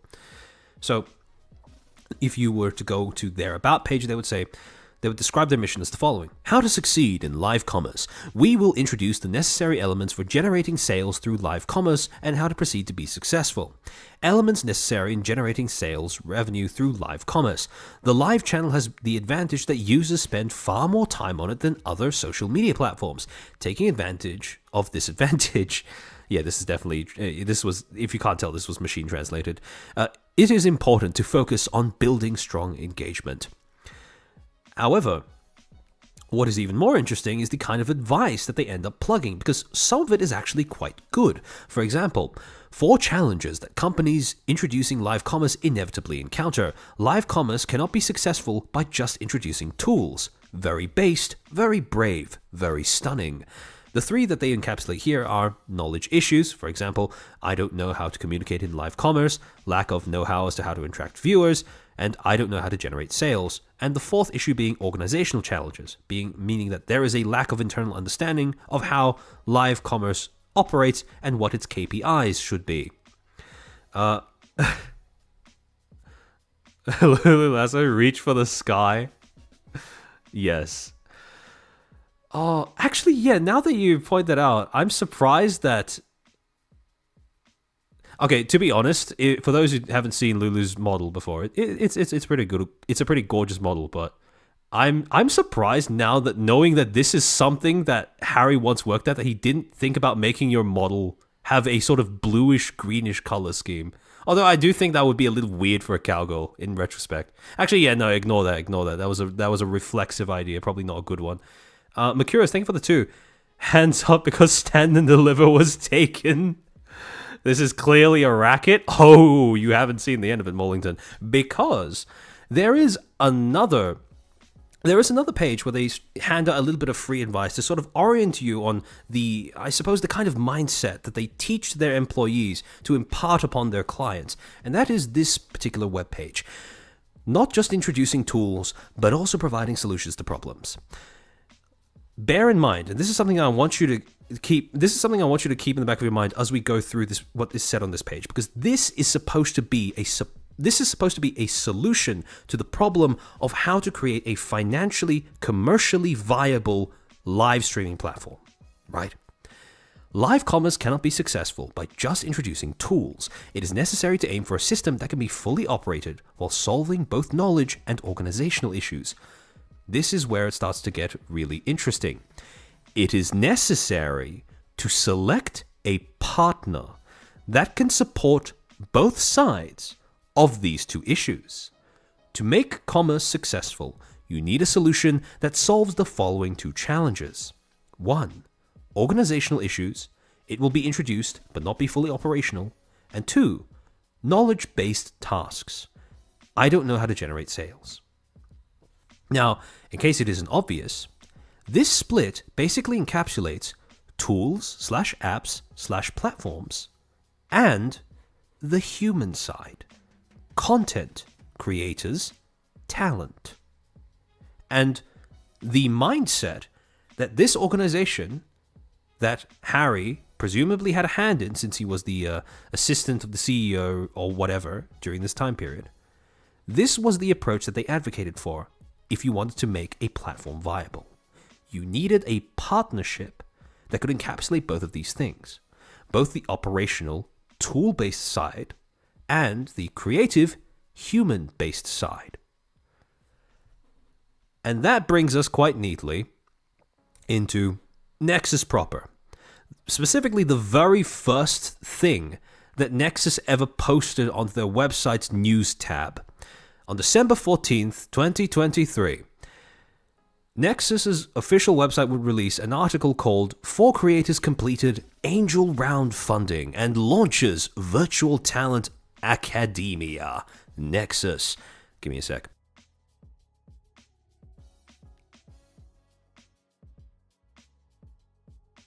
This reads like a self-help book. Yeah, those circles. Yeah, so those 2 circles, I would assume, are supposed to be some sort of Venn diagram. Basically, they're just supposed to encapsulate the idea that you need both of those things. Pretty bad, visual representation of that. Although I don't really blame them. Well, I do blame them, but I can understand where it comes from, since this is presumably made by a bunch of suits. So, the reason why I want to focus on this article, and just to explain right, what these articles are, over the course of this stream, I'm going to be focusing on 3 articles that were published to Nexus's website. This one about completing angel funding, launching Nexus, which was released on February 24th of 2024, and finally, what is virtual talent academia, which was released on March 18th, 2024. The reason why I'm focusing on these 3 articles in particular is because these were all the articles that came out before the first wave of Nexus was formally announced or teased on their Twitter. Armchair is doing his best to gag, not to gag every time he reads academia. Yeah, it's a learned behavior. The Dragon Princess was so cute. Yes, I agree. It was a bit of a shame that it never came to fruition. Or at least not under the umbrella of Nexus. Now, the thing about each of these 3 articles is that this is a tool that we are taught to use in media degrees, specifically in the PR units of our media degrees, when wanting to generate hype for a business, when wanting to promote a business or some sort of commercial endeavor.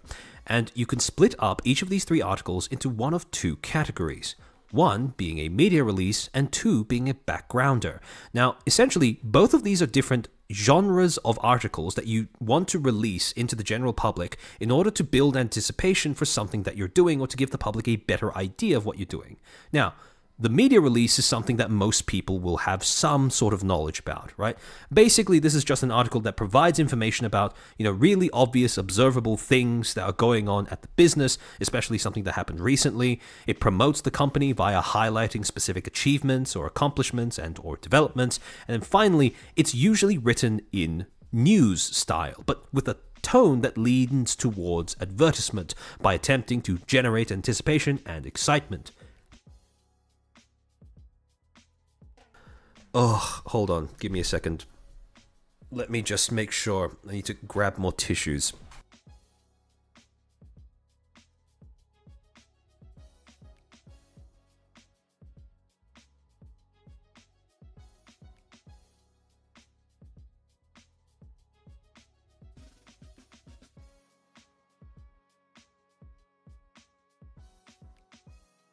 The furniture is dying, and I'll end up becoming a shrunken and shriveled head by leaking out of my nose.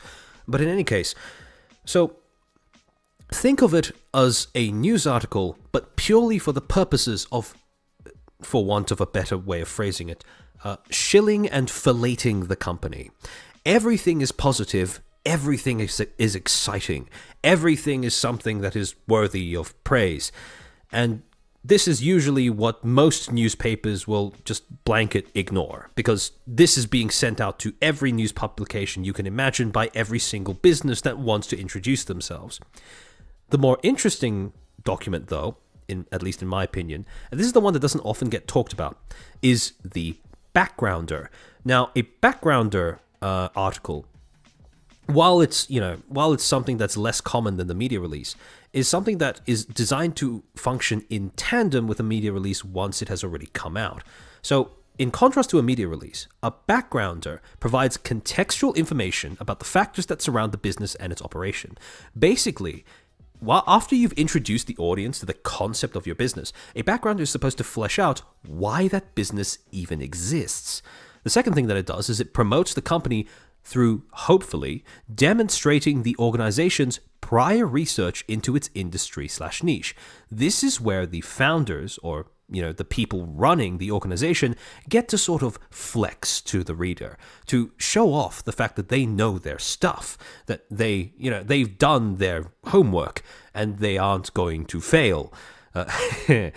One of these things is a bit more prominent than the others when it comes to Nexus. Usually written with an authoritative and or objective tone by framing discussions surrounding the business while anticipating and answering audience queries. Now, very often, the way that a backgrounder will be written is following some kind of almost Q&A type structure, where all of the subheadings will be some various questions that the founder or creator or leader might assume the audience has, and then it will slowly try to answer all of those questions over the course of the article. And finally, it is also usually written in news style. However, it focuses more on bringing the audience up to speed with what kind of knowledge the founder has by speaking technically, explaining concepts, providing justifications for business decisions, etc., right? Yeah, basically this is showing off their due diligence, right? It focuses on the industry, the organization, the development of a service or product as a whole. This is a bird's eye view of the existence of a company, essentially. And when you are trying to promote your company, it makes sense to have both of these documents out in circulation, because just as you want people to be aware of, major achievements of your company, you also want to make sure, especially when you're just starting out as a business, you want to make sure that your audience feels secure in the knowledge that you actually know what you're doing. And this is where we circle all the way back to to the angel investor, the angel investment round article that was released on December 14th by Nexus. All of these articles were written by Harry, to my knowledge, as well, so something else to keep in the back of your mind. Give me a sec.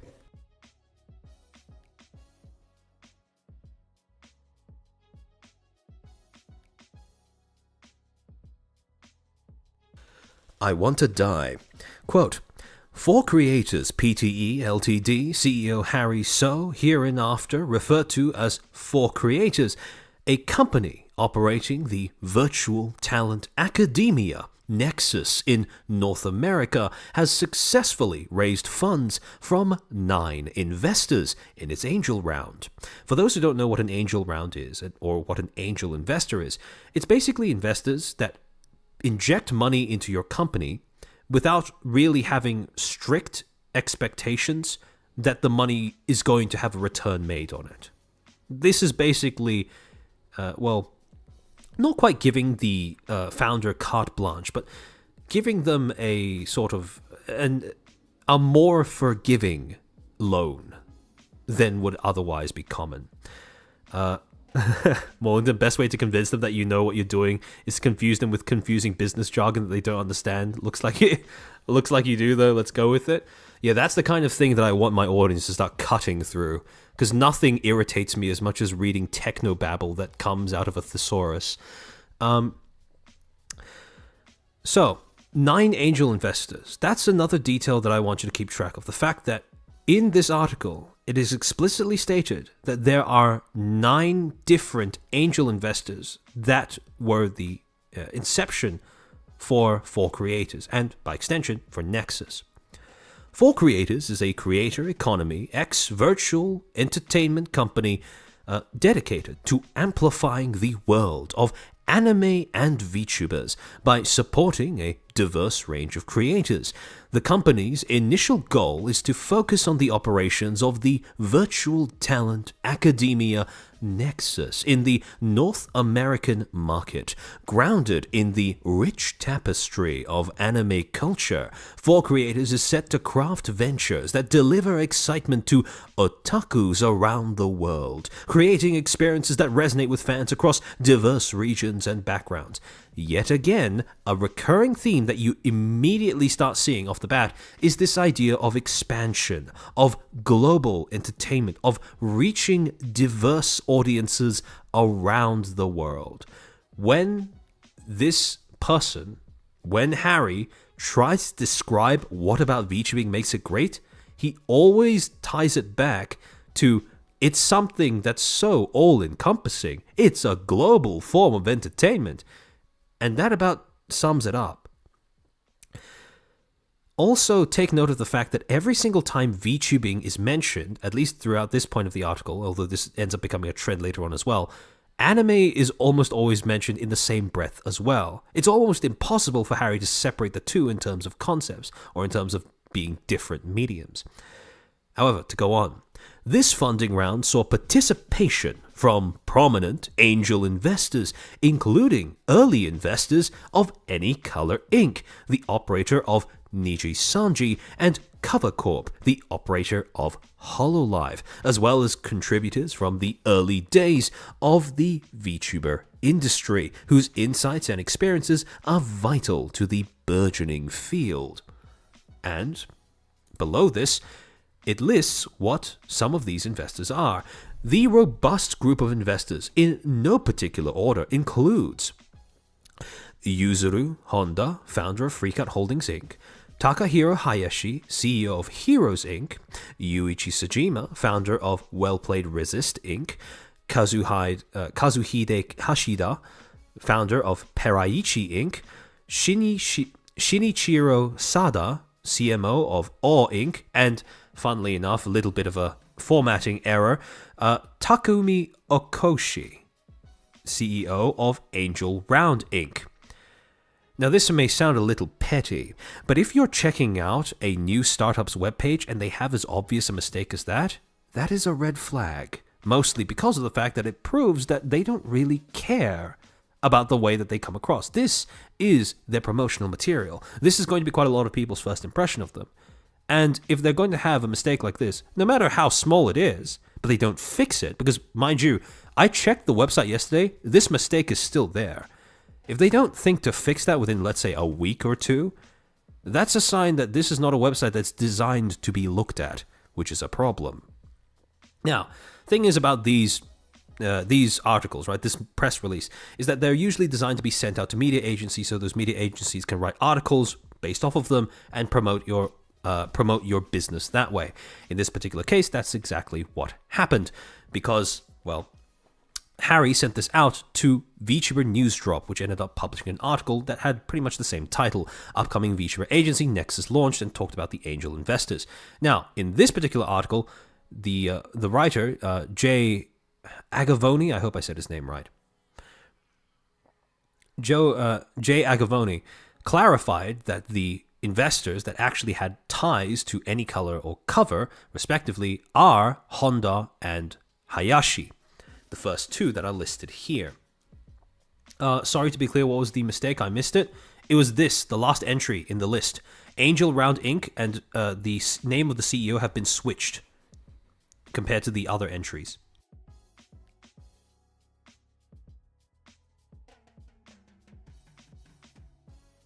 I'm going to take a quick drink, because otherwise I'm actually just going to dehydrate myself purely through my nose.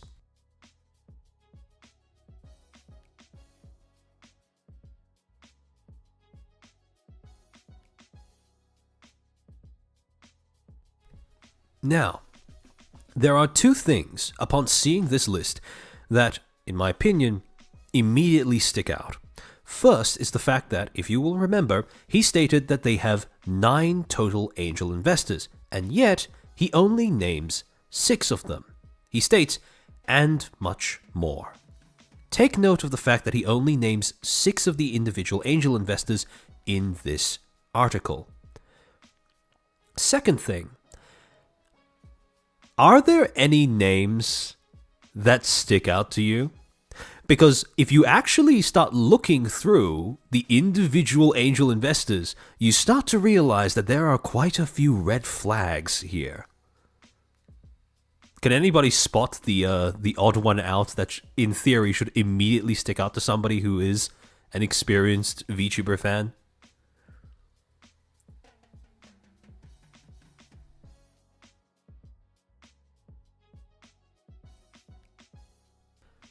Question is Angel Round itself the investor? Oh yeah, no, this is a company called Angel Round Inc.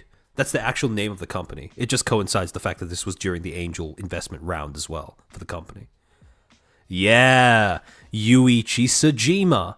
That's the exact same name as the exec that got into hot water during the Active 8 scandal with Kizuna Ai. So I went to check because it was a possibility, since it wasn't listed here, that he was previously an exec at Active 8, right? I wanted to check to make sure it wasn't just someone with the same name. So I went to LinkedIn. I searched up their name, Yuichi Sejima, to see what was their employment history, and to confirm there was a profile that had the name Yuichi Sejima, and they did indeed have founder of Well Played Resist, as part of their employment history. So this was the guy that he was talking about, that Harry was talking about among the, the angel investors round. However, right below that entry, you can see Activate is a part of it, which confirms that this is indeed the same executive that was part of the entire Activate Kizuna Ai controversy. And that's where we start to get into a little bit of a problem. Because remember, Harry is trying to start a VTubing corpo. Presumably the audience would be people who watch VTubers. Why the fuck would you try to promote your burgeoning VTubing agency by announcing that one of your angel investors is behind one of the worst scandals that ever happened in this industry? Now, granted, that scandal did happen, around, 5 years ago or so, but it still is quite prominent in the memory of a lot of experienced VTuber fans. So the fact that he would include this as a good thing, albeit he maybe had the presence of mind to not include the fact that he was a former exec at Activate, the fact that you view this as a selling point is already a sign that you don't seem to have a very great understanding of the kind of people who you're targeting, the kind of people who make up this industry. However, Yuichi Tsujima is not the only red flag amongst this entire list, because you also have Heroes and Or Inc. Now, on its face, you might not really see them as a problem just by judging the name, especially if you don't know what the companies are. But it's when you start looking into what those companies actually do that you start realizing, holy shit, why would you put this in a public document aimed at VTuber fans? Because Heroes is an AI company. According to their About page, they state, quote, Heroes will create the AI revolution and the future. In order to achieve this goal, we are a group of technology-first professionals who pursue technology with a passionate spirit of intellectual inquiry, study and improve each other, and continue to work on creating new value. Sorry, give me a sec.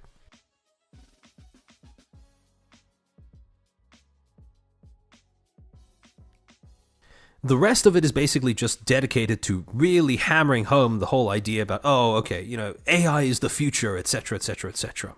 The thing is, this may sound bad, but Or Inc. is arguably even worse, because Or Inc. is not just about AI, it's about creating AI influencers.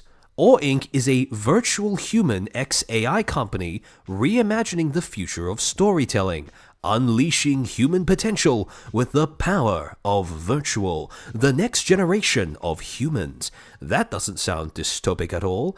We are a virtual human ex-AI company, reimagining the future of storytelling and unleashing human potential.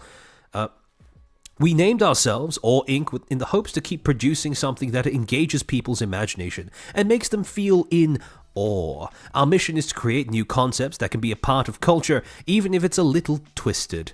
It's quite funny that they choose to include that in their actual bio. We hope to share our message and get people thinking.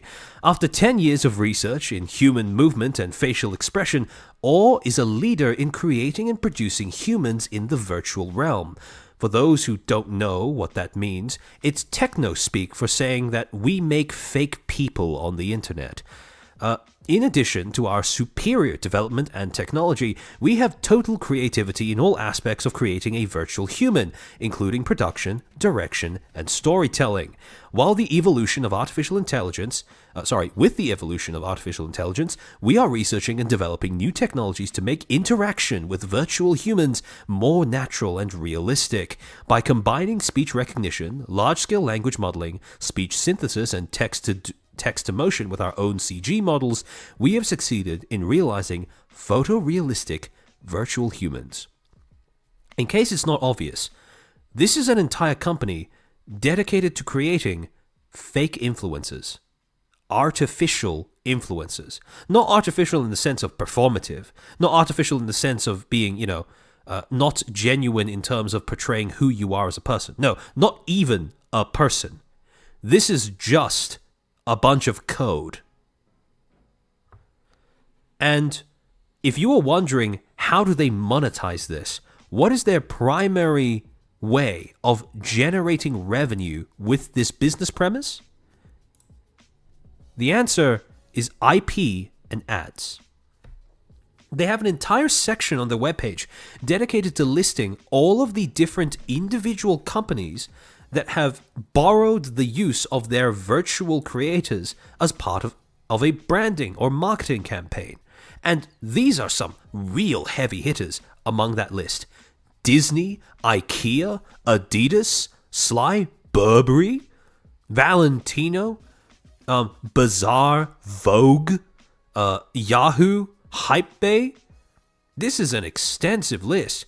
However, I can't help but notice that the main product in this tech company is not talents, is not creators, it's IP. And so, right off the bat, 3 out of 6 of these listed angel investors are people who, realistically, if you understood your audience, you wouldn't want to disclose. Because while I don't agree with people who simply say that all AI is evil, or all uses of AI are horrible, or morally reprehensible, or whatever, you should know, if you are looking to start a VTubing company that caters to an EN market, that among the EN VTubers, among the EN VTubing space, the word AI is radioactive. So the fact that you would include these two things in your promotional article, your press release, the first article that you release out on your webpage, that tells me quite a few things. But chief among them is the fact that you don't seem to know your audience. Now, granted, this actually forms the first red flag that, well, going forward. So what I've noticed, right? What I've noticed when it comes to the way that people usually dissect corpos, myself included, is when we dissect corpo failings, it tends to be a kind of a scenario where we focus on harnessing the ability of hindsight, retrospective analysis, in order to understand what went wrong and to understand how it went wrong. However, the difficulty with examining things retrospectively is that hindsight is 20/20, but it's often really difficult to convert the things that you learn when looking back on something into predictive lessons that you can proactively use in future in order to avoid the same pitfalls. So, what I've decided to do is condense some of these retrospective red flags into actual red flags that people watching this stream can sort of retain, note down, whatever, and use going forward into the future. And from this, one of the red flags that I think people should pick up on when evaluating whether a startup is actually going to sink or swim is apparent inexperience with and or ignorance of the history and popular attitudes of the VTubing industry. If you don't know that people in this space hate AI, if you don't know that Sejima was an executive on Activate during one of their greatest scandals to do with the first widely recognized VTuber, you're not equipped to be here. You might just be lost. However, when we go on through the other companies as well, they're not nearly as controversial, not nearly as bad. For the most part, they're quite tame. For example, Freakout Holdings is basically a digital marketing firm. Quote from their About section, sorry, give me a sec.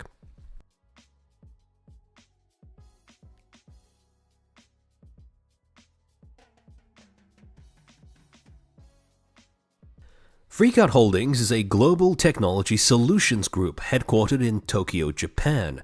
Established in October 2010 with a focus on advertising and marketing technology industry, Freakout Holdings transitioned to a holding company structure in January of 2017. The company has since evolved into a tech solutions group across the fields of ad tech, martech, HR tech, and fintech. Basically, it's a tech company. When you move on to Angel Round, now this one is it falls under a trend that's starting to become real old real quick. So if you go to Angel Round, you go to their About section. and you hit translate on their about section, look at the way that they describe themselves as the following: the choice of entrepreneurship.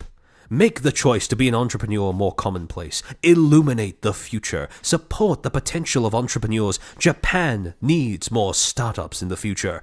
Angel Round is a fund that supports promising entrepreneurs who want to try new things in the digital field. We specialize in angel rounds and provide support for business operations and development. We not only want to help entrepreneurs realize their dreams, but also brighten the future of Japan. Come create the future of Japan. Yeah, corpo slop babble, basically. But the long and short of it is, they are a company that is exclusively dedicated to lending out money to entrepreneurs and encouraging entrepreneurs to make more startups. In other words, this is a company that operates in the startup industry, the industry where basically you just need to try to execute a business idea. Your business doesn't actually have to be viable.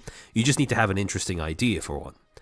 Entrepreneurs must be the main players in everything. The world today is becoming more and more uncertain, and irreversible changes may occur. In this environment, Japan is promoting the development of startups as a national policy, aiming to grow into a startup powerhouse. Now, the thing is, when you hear the word startup being spammed as if it's a good thing, usually what that just means is that the idea, the product is the idea, is ideas. They don't have to work. They don't have to be viable corpos or businesses. They just have to be ideas. When you talk about the startup business, you're talking about the idea business. Entrepreneurs are at the center of this. The dreams that entrepreneurs build are their own and no one else's. We're going to find some reason to doubt that going forward. There are various stakeholders in the startup ecosystem, and their intentions and thoughts are intertwined. Matters that should be decided by entrepreneurs are sometimes decided by the will of the stakeholders, but this is a big mistake. After all, who needs stakeholders when you have big ideas? Well, that's not actually what they say, that's just me being sarcastic. Entrepreneurs are at the center of startups, and their decisions should be given top priority.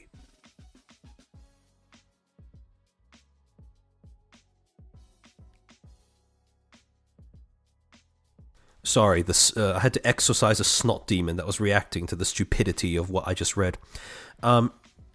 With that in mind, we founded Angel Round Co. Ltd.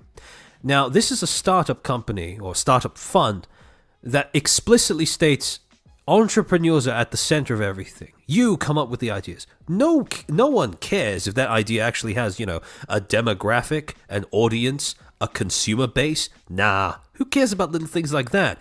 If it's a good idea, we're gonna throw money at it. And that's exactly what they did. The last company, Peraichi Inc., basically is just a web creation service, right? Helps you make payment services, set up apps, set up various websites, etc., etc. It includes a course that teaches you how to make things on the internet, make web pages, etc. And they also say that they have a membership community called Peraichi Supporters, where you can consult about any issues related to website creation. Now, when you sum up all of these, you start to realize something. None of these companies seem to have anything to do with entertainment. Oh, well, with the exception of Mr. Yuichi Sejima. But aside from him, every other investor from every other company specializes in technology first and entertainment as an afterthought at best. All of this is basically just tech and startups, and that's pretty much it. And this is where we start to get into a little bit of a glaring problem. Because I am willing to bet an arm and a leg that for the overwhelming majority of these suits, they don't understand how to run a talent-centered business. Because that's not the field that they work in. They all come from tech. They all come from the startup industry. They don't come from talent management. And so, here's where I want to get into another concept that I've talked about in previous streams. I want to bring it back just so you understand exactly how I'm dissecting this particular article. And the concept that I was talking about is the concept of framing. Now, for those who didn't tune into prior streams, don't blame you. Framing is essentially the process or the practice of selectively drawing attention to certain aspects of a person, situation, or problem, especially when done at the cost of neglecting or deliberately obscuring all others. And the thing about press releases is that if you want to understand what they are designed to do, you have to examine how they try to frame the company. For example, let's look at this section. The opening of the article when Harry wrote about how, the angel investors just completed that particular funding round, right? So if you look at what is emphasized, what is focused on, what your attention is being directed at in these two paragraphs to open it up, the first thing that you are told to focus on is 9 angel investors. The fact that they had 9 angel investors that managed to see some sort of value in this company and so dumped their money into it with no expectation of return. In business, that's seen as a good thing. Now, the second thing that this article tends to emphasize right off the bat is the idea that some investors had early holdings in Niji Sanji and Cover Corp. And I mean, the reason why they emphasize that, pretty obvious. They just want those names, those big names in this industry to be dropped in there so they can lend more legitimacy to this endeavor. However, the interesting part is looking at what is omitted or what is obscured.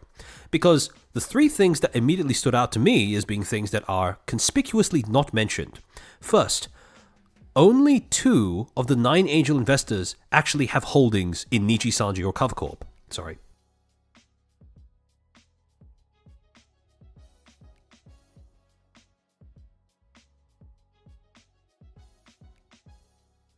Tomahawk, I never understand where the money comes from in the startup industry, not caring whether it's an idea or not. Where's the ROI? The ROI comes from the occasional idea that does blow up into a massively valued company.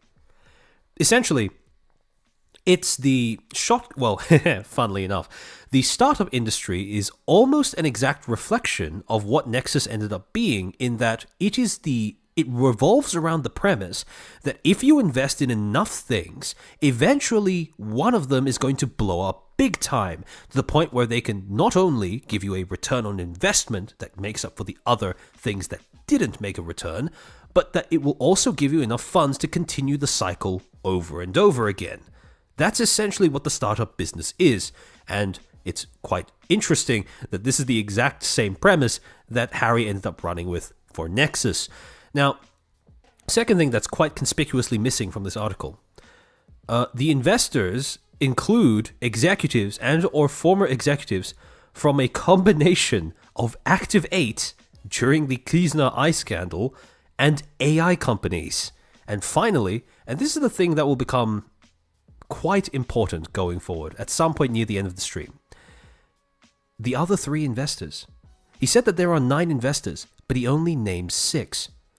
Who are the other 3, and why have they been left out? All interesting questions that we will come back to later on.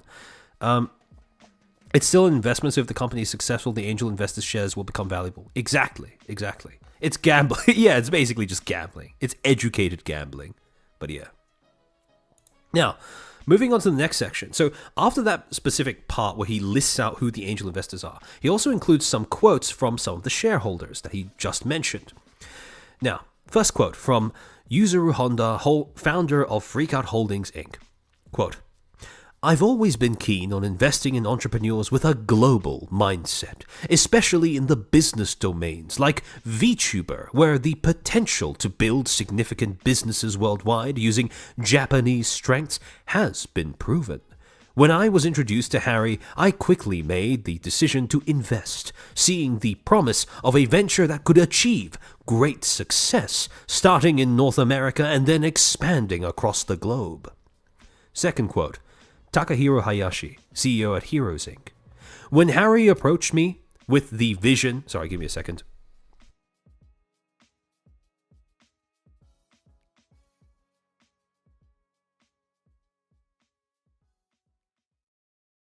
I'm dying. Okay. This all feels disgusting. That makes 2 of us, Asahara. When Harry approached me with the vision to create the next generation of heroes, stars, like in My Hero Academia, interesting name drop, I felt a deep connection to my own early days of founding a company, and it inspired me to invest. Leveraging Harry's career experience and innovative technologies, I am excited to see the challenges that Nexus, a virtual talent and VTuber academia in the North American market, will take on. And then finally, a quote by Takumi Ukoshi, CEO at Angel Round Inc. 2 paragraphs. Quote, I believe that an entrepreneur's sensibilities are refined through numerous setbacks and decisive moments. Harry once made the tough decision to withdraw from his passionate business venture.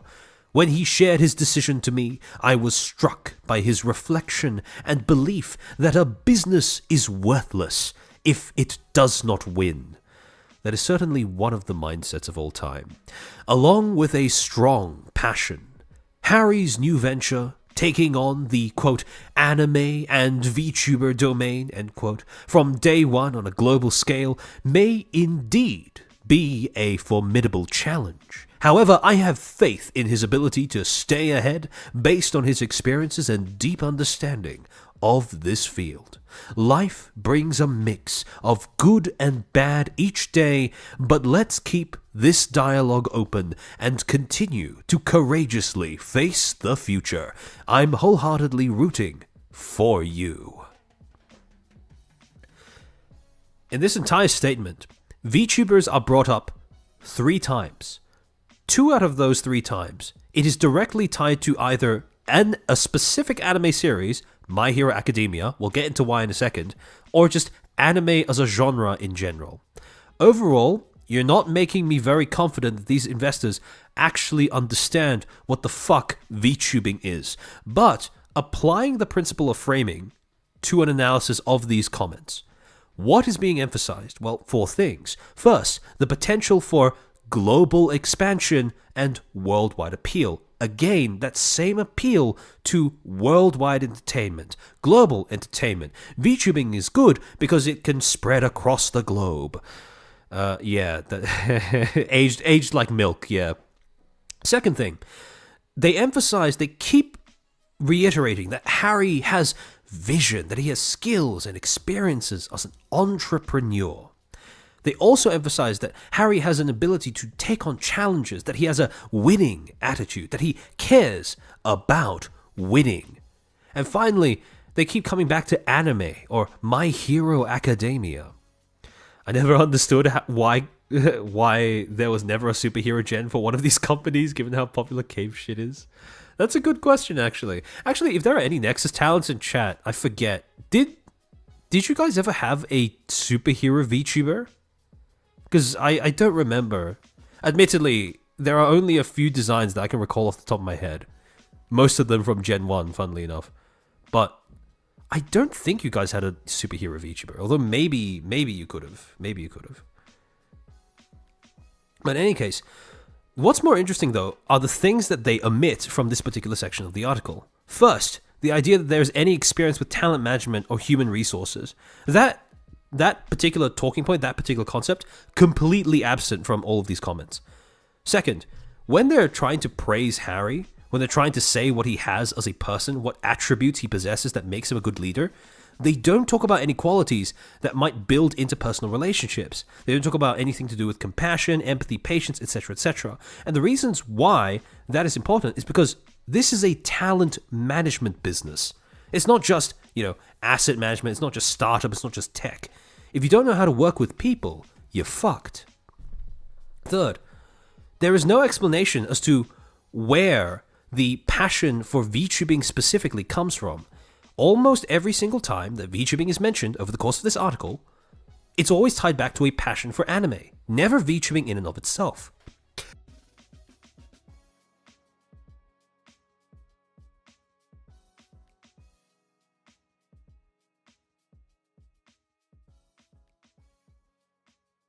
Yugure-chan, because there are none? Yeah, that's what I suspect as well. And finally, They don't ever mention that VTubing is a medium that is distinct from anime. Not once. Almost every single time, they either bring up VTubing without expressing any sort of understanding as to what that is, or they tie it back to anime. Now, there's two more sections in this article. The first is a comment from Harry himself, and this is where we start to see a real sort of where we start to see the root of the problem, or some of the roots of the problem. Quote, sorry, I just need to blow my nose again.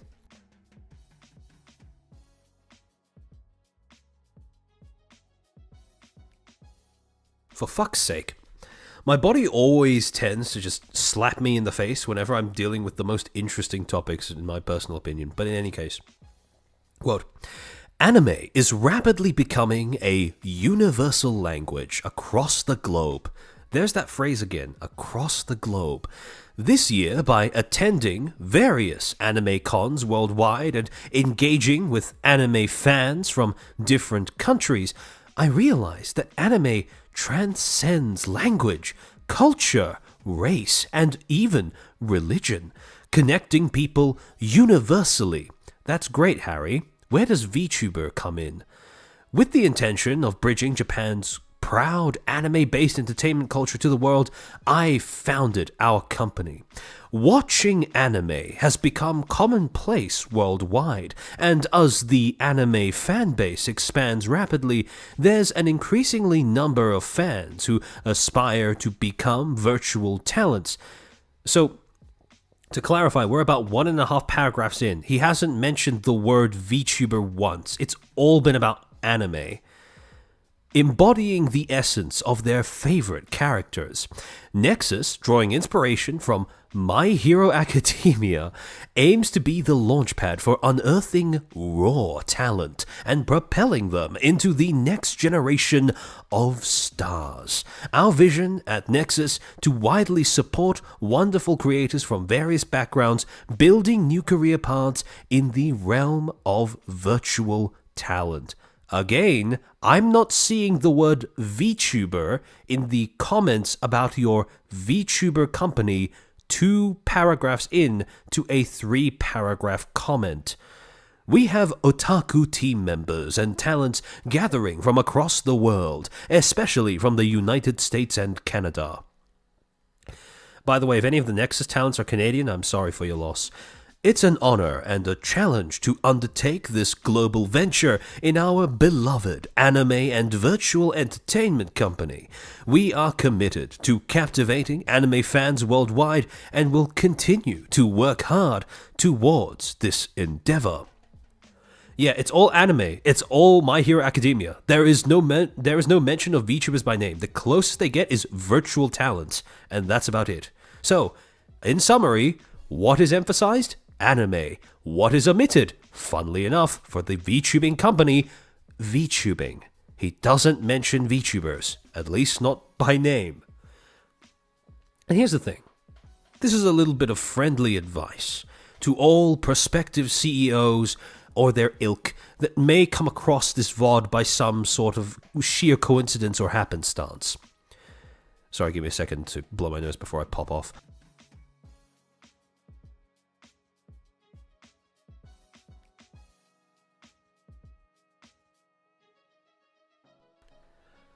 I don't give a shit about the fact that you like anime.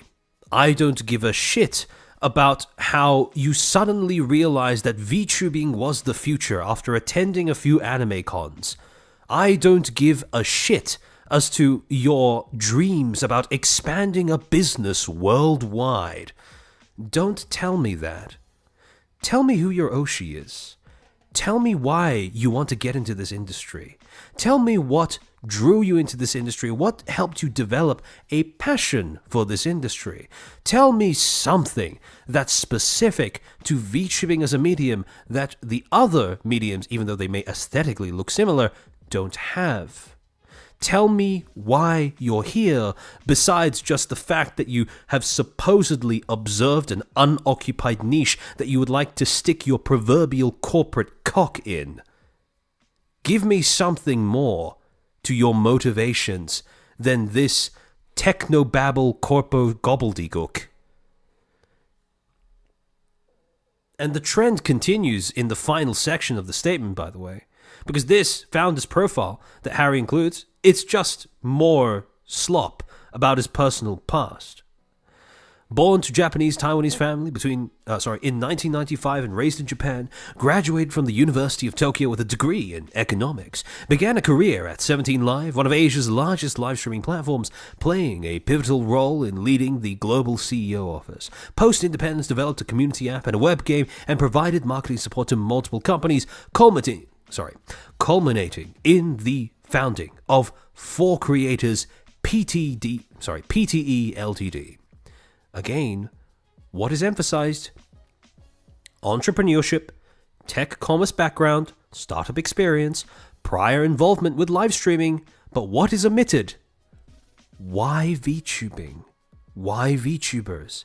I get that you attended a few anime cons, I get that you're a big fan of My Hero Academia for whatever reason, but why VTubers? Why do you want to start a company here? Because if anyone's starting a company in this industry for the purposes of making money, I have a bridge to sell you, my friend. Makira's Olgas, thank you for the 5. Get into the VTuber model, Shinji. Harry, probably, yeah. Honestly, you should have replaced MHA with Bible Black. That would have certainly been one of the marketing strategies of all time. Oh, Scully Michael Ore, thank you for being a member for 5 months. Holy shit, that's an old footstool. Thank you for sticking around. But yeah, this then brings us to the second red flag of things to look out for when you're considering whether a startup actually has legs. That the attempts to express a personal understanding of the main medium heavily relies on metaphor and or comparisons with other entertainment mediums. In other words, if you are ever looking at statements from a founder of a VTubing company, or if you're in a situation where you are talking to the founder of a VTube company and they can't articulate why or what their understanding of VTubing as a medium is without having to compare it to something else, that is a sign that that person does not actually understand the medium. That is a sign by extension that the person doesn't actually understand the industry. And as a result, that their decisions as to where this industry is going, how they can leverage a presence in this industry, is going to be a little lackluster at best.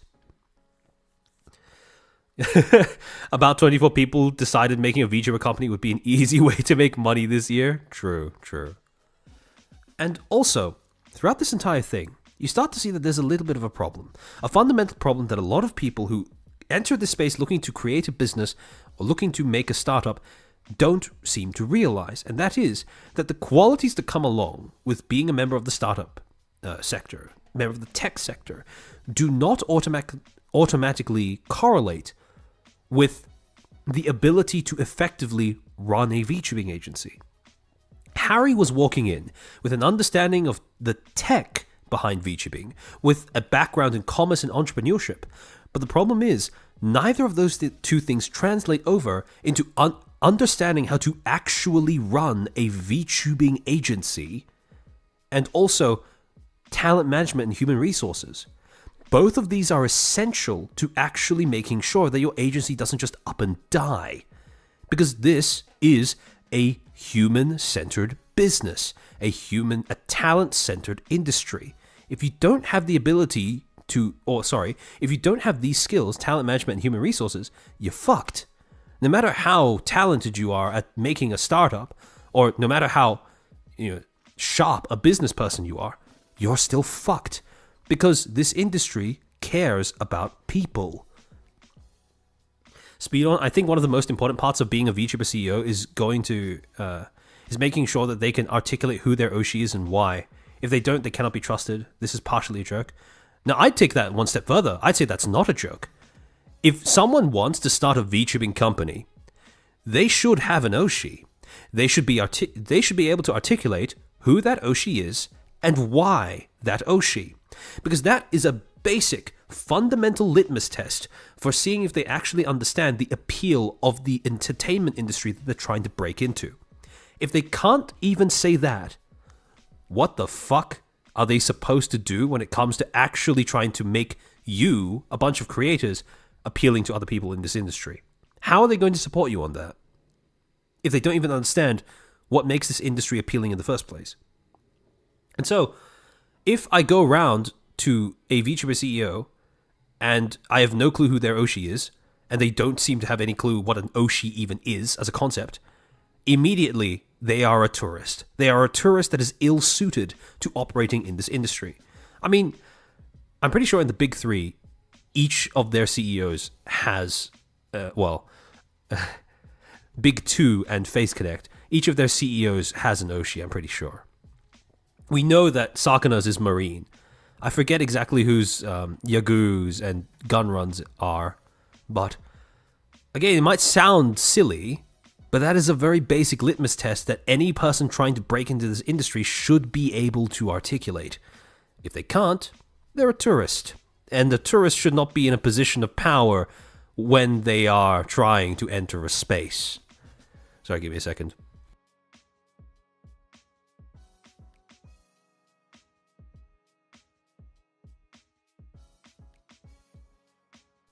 Yagu's is Subaru? Oh, okay. That's cute.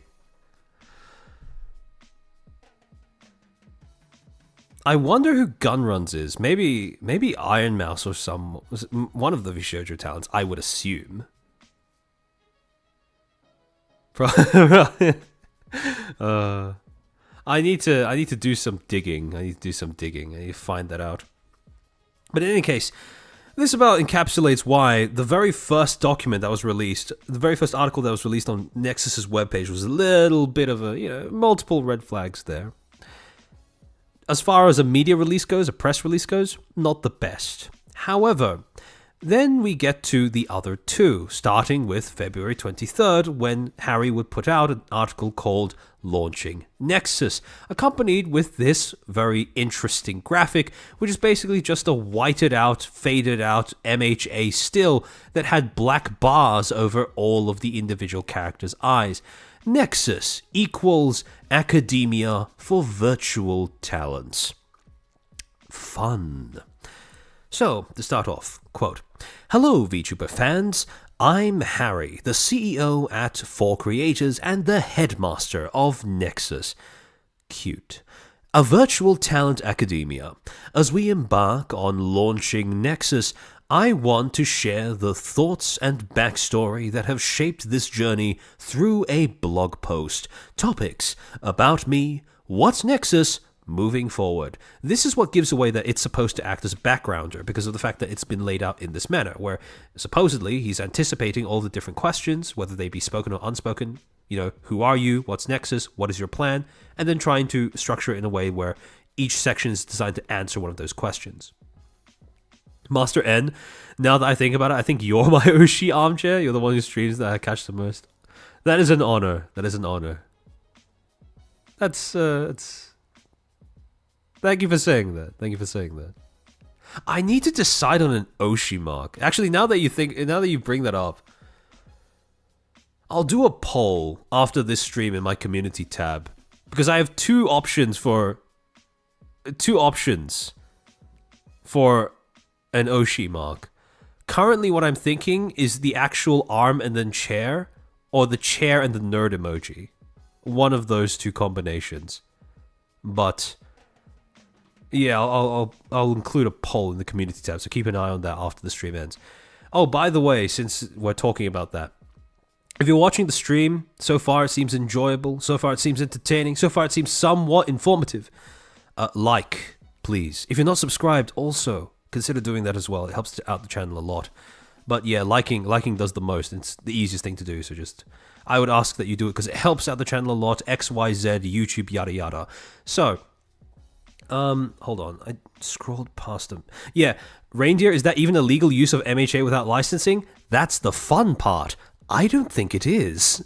And I don't know if Harry ever did try to get proper licensing to use MHA imagery on his website before actually doing this. So, on the off chance that the makers of MHA see this, it is entirely possible that he's going to get fucked. Sunglass chair. That's a possibility. No, reindeer. We're not putting feet in the Oshi mark. No. Oh, Lumi, TBH. I agree. You're also my Oshi. I watch you most because you're live after I stream. Also, I want to work on researching more what I cover topics. Do an amazing job. Oh, thank you. That's really sweet. All right, I'm gonna move on before this starts to get too sappy. But okay. So the first section of that document about me, where he starts talking about, again, giving his background, trying to give his entire backstory of his life so that you understand how he ended up here.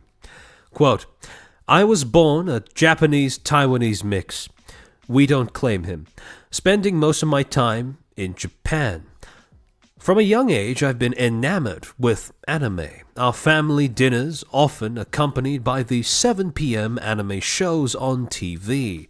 During my student years, I obsessively aimed to be the best in both academics and sports, believing that excelling in studies and landing a job at a prestigious company was the key to happiness, a notion I now find somewhat ridiculous. Good to know that he is a reformed robot. My turning point came after entering university in 2015, a pivotal year when the term influencer began to dominate public discourse. This was shortly after Amazon's acquisition of Twitch in 2014. Sorry, give me a sec.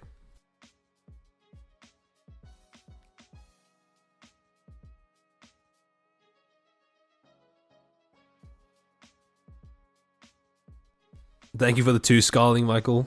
Ore. You'll show your feet to your audience demands it more, haha. Not quite, no. We are saving that for a higher sub count than what we have now.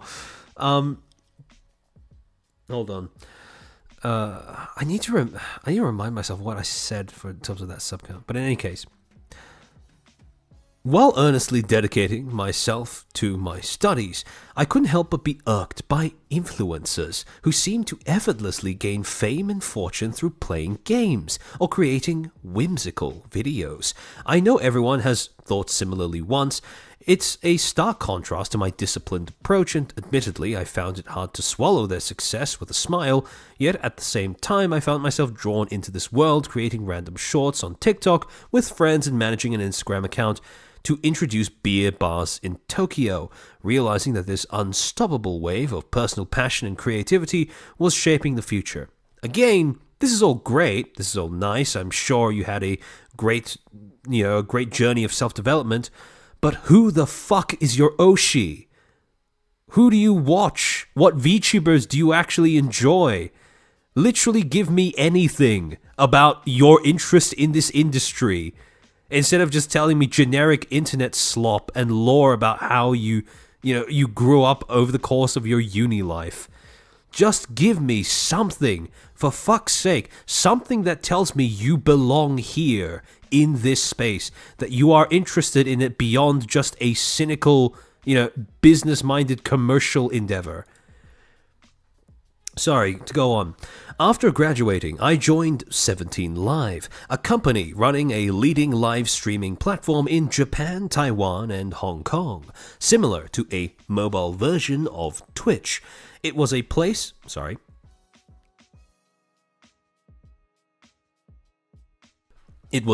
where thousands of streamers, both virtual and real, men and women, pursued their dreams through streaming. Spending 3 years as a CEO assistant, my desire to support creators globally grew, leading to the founding of 4Creators, a company for creators. Wow, how genius, how stunning, how brave. Among various creators, I chose the VTubing area because it aligns with my interests and strengths. Being a fan of anime and having spent long time in the streaming industry naturally led me to VTubers, brackets, Gachikoi, end bracket. After spending about half a year attending anime conventions in the USA and Southeast Asia in 2023, speaking with VTubers and agencies, my desire to support creators interested in VTubing globally strengthened. This led to the foundation of Nexus.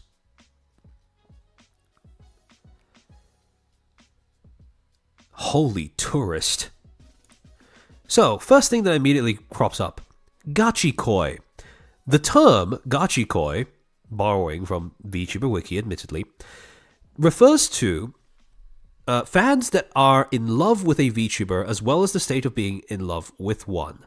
The term originates from Japanese idol communities. In what way is his use of gachikoi grammatically or even conceptually something that makes sense there? Being a fan of anime and having spent a long time in the streaming industry naturally led me to VTubers. Brackets, gachikoi, as if everyone who gains an interest in VTubers instantly becomes a gachikoi. No, that's not what the term means. That's not how it works. And on top of that, when he's describing his reasons for becoming interested, his reasons, okay, fine, I understand. I was interested in anime, then I became interested in VTubing. But the way he describes it, he spent 6 months going around to a bunch of anime conventions, and then afterwards decided, oh yeah, this VTubing thing seems kind of neat. I'll do that, thank you very much. Let's start a business in that section. So, what the fuck? This is stolen valor. This is no VTuber fan, and yet I want to remind you, Oshi, nowhere in sight. The term, not even mentioned. Surely if you're even going to just drop in a word for the purposes of pretending that you're familiar with the industry, you would choose Oshi instead of gachikoi. What the fuck were you thinking when you wrote this part of the article? What exactly were you aiming for when it comes to this? And not even just that though.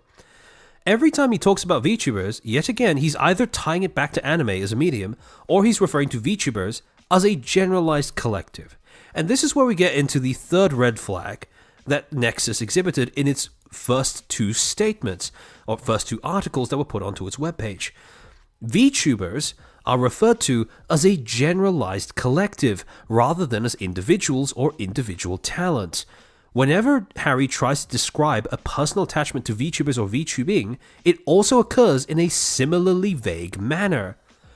Thing is, the reason why this is a red flag that's worth keeping in the back of your mind when you're trying to evaluate the viability of a new startup in this industry is because, fundamentally, you want to make sure that your startup, your company, actually understands the assignment. Understands that they are managing a bunch of individual talents, not just this vague, nebulous collective that is, quote, VTubers as a whole. Unless they are capable of recognizing that their main resource, their main objective is to look after individual talents, it's fucked. This is why it's so important that they are capable of doing things like articulating who their Oshi or Kami Oshi is. That's why it's so important that they're able to say, this is why I think of VTubers in XYZ way as individual talents or creators, not just as this, like I said, nebulous collective. It's just such a... People who've watched me for a while will know my opinions on tourists, but yeah. Zuli, I blame Iron Mouse for making it seem like a tool rather than individuals. Yeah, I understand why a lot of people will level that particular criticism at Iron Mouse, to be honest. Because the way that Iron Mouse has been trying to promote VTubing to a wider audience has had that side effect, intentionally or not. But yeah, in separating from VTubing from its subculture, you inevitably end up portraying it as just a tool, at least to some degree. Hold on, give me a sec.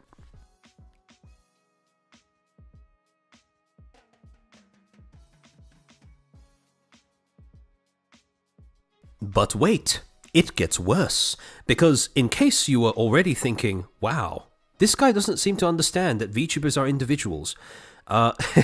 When he talks about how he wants to treat those that collective as a group, yeah. So, in the next section where he titles, What is Nexus?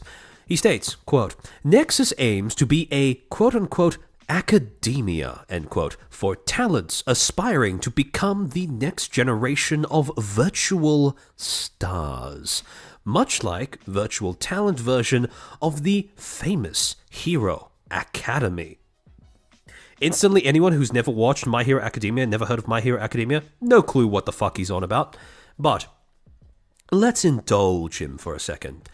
This is a diagram that he has included, right? This sort of triangle thing where at the bottom it states amateur, at the top it states top. Now, generally, I would assume that at the top you would say like expert or star, but no, he just says top. But I would assume that the implication is that at the bottom you have all the talents at Nexus. I almost said Netflix by reflex. You had all the talents at Nexus, right? I assume that the implication is that over time, some of these talents as a collective are going to separate themselves by climbing to the top, and when that small section gathers there, you have your stars, right? That's at least what I assume the implication is supposed to be. But to read out what he's actually saying, quote, "This is a presentation slide that I'm actually using for pitching, or not pitching, for pitch to investors and talents, lol."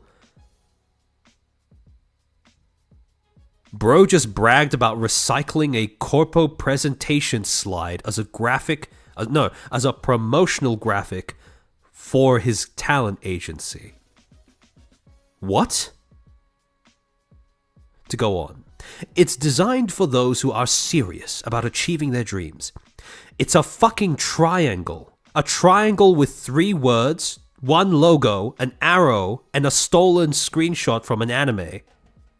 That's the design. There is no design. Where is the design? Drinking game every time Harry mentions academia." Nah, that's liver poisoning within the hour. Offering a place where passionate individuals can meet, learn, and grow by enhancing their unique talents through rigorous training. Unlike typical agencies that focus on a select few, Nexus, due to my background, is committed to helping a larger number of people succeed in the VTuber industry, providing a launchpad for anyone wanting to make VTubing their career. Now that sounds like a great premise. But, we'll see. Already over 20 first-generation members are preparing for their debut with a curriculum based on collective wisdom from VTubers worldwide, aiming to significantly increase their success rate in the vast universe of VTubers.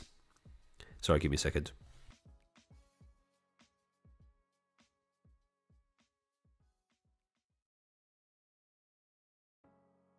Goodness me. Okay. Now, this is where we get into the 4th red flag. Official branded assets and graphics lack originality and or distinctiveness in their imagery. There is blatant recycling of corporate graphics as promotional materials. Now, this may sound relatively minor, but the reason why this is a red flag is because promotional materials, especially when your company is still new to the public, they are supposed to encapsulate your identity as a brand, your identity as a business. And if you're starting off, you don't want your business to only be able to lean on imagery and branding from other franchises, other entities. That is brand death. And if you don't have a clear brand, you don't have a clear business direction. You don't have an idea of what you're doing, at least in the terms of the way that you can express it. This is not branding. This is a slop slide that you've slammed together for a bunch of suits in a meeting room. That doesn't tell me jack shit about what Nexus is. It tells me that you have a thing for My Hero Academia. It tells me that you are capable of coming up with a basic diagram to illustrate some idea. This doesn't tell me what Nexus is or even how it's connected with academia. And this is where we run into a little bit of a problem with even just the basic premise of Nexus as academia. Something I despise when I look through marketing is marketing that is deliberately designed to be misleading by borrowing words and terms for their connotations instead of their meaning.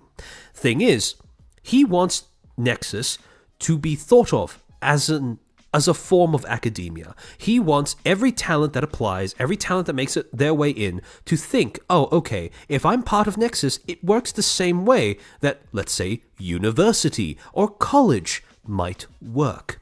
Thing is, one, what does that have to do with VTubing?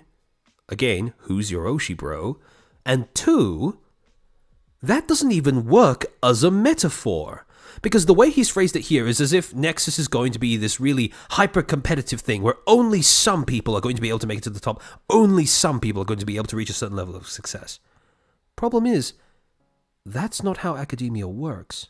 And the difference between the two can be summed up really, really easily with a common proverb that I, and hopefully some of you have heard as well from medical students, especially something that's very popular among medical students in college, at university, medical school, to say. And that is this. What do you call a medical student that graduates from university at the bottom of their cohort? Any ideas? I'll use this as an opportunity to hydrate a bit.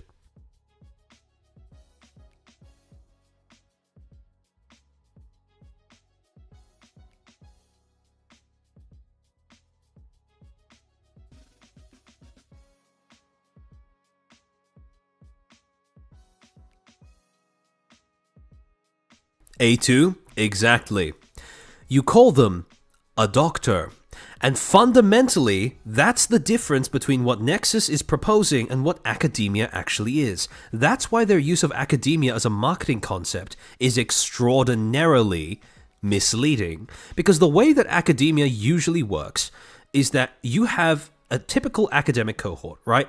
Just in the similar way as what Nexus is implying. It's also kind of triangular in the sense that you will have a small minority that is just innately more able, more capable than the overwhelming majority of that cohort.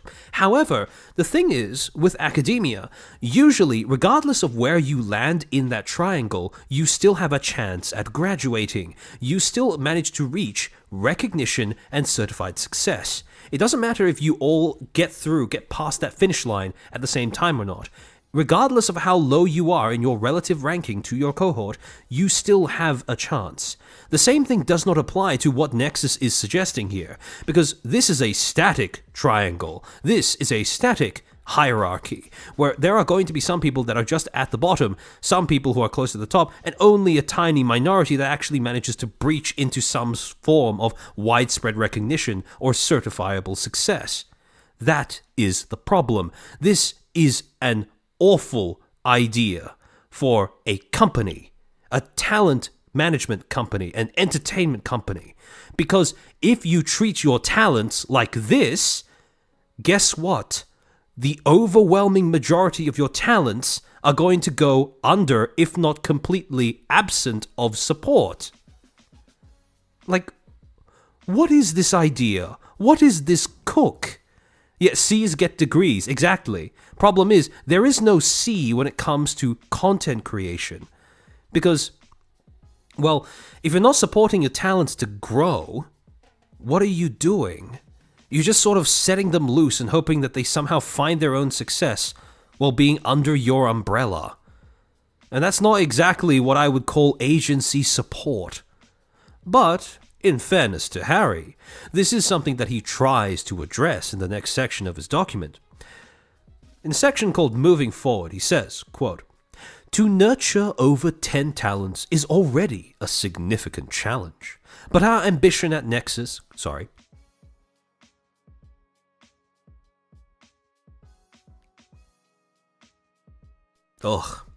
But our ambition at Nexus is to become a launchpad for 100, and eventually over 1,000 talents to realize their dreams.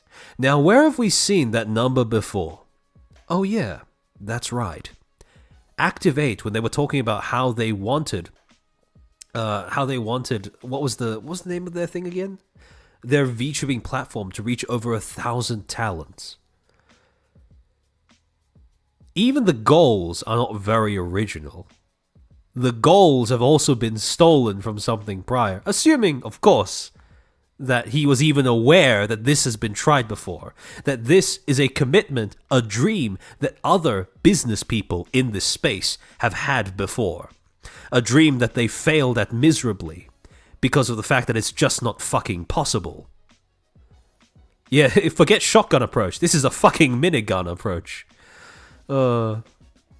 Our immediate focus is to ensure the growth of our current and soon-to-be talents from upcoming auditions. Their various attempts will serve as knowledge for future talents and set them as role models. While there's no universal formula for success, we aim to create an environment that strengthens basic skills while allowing for individuality. The discussion around talent management is evolving. Is it really? Is this how you're going to contribute to a discussion of talent management? By saying, okay, we want 10, we want 100, we want 1,000 on our platform, and hopefully they'll succeed individually, and then we'll use them as cannon fodder, as role model cannon fodder for the rest of the chaff that ends up joining our organization. Is that really the contribution to talent management, the discussion around talent management in this industry that you would like to give? Seriously. Sorry, give me a sec.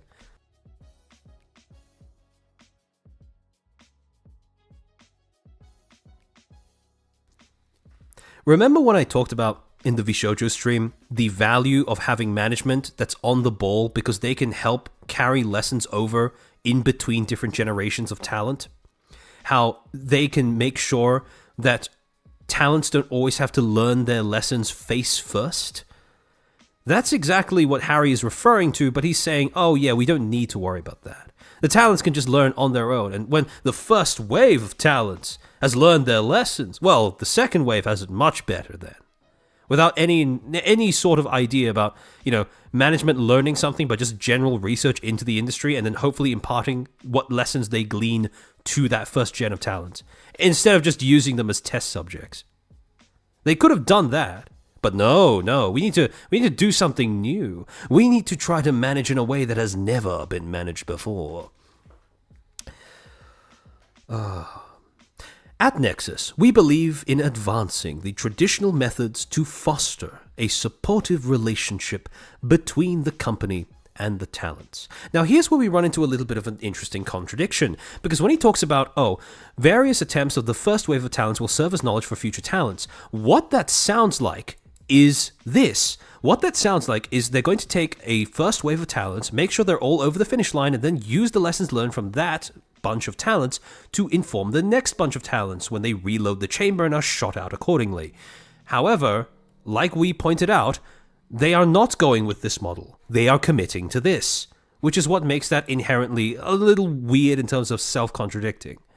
But then he ends the article by saying, we're committed to offering new Oshi experiences. The first time he mentions Oshi in this entire article is right at the end. And he uses it in a way that just sounds so alien. New Oshi experiences for VTuber fans. You don't call them Oshi experiences. They are your Oshis. You offer new Oshis to VTuber fans, not Oshi experiences. The fuck is an Oshi experience?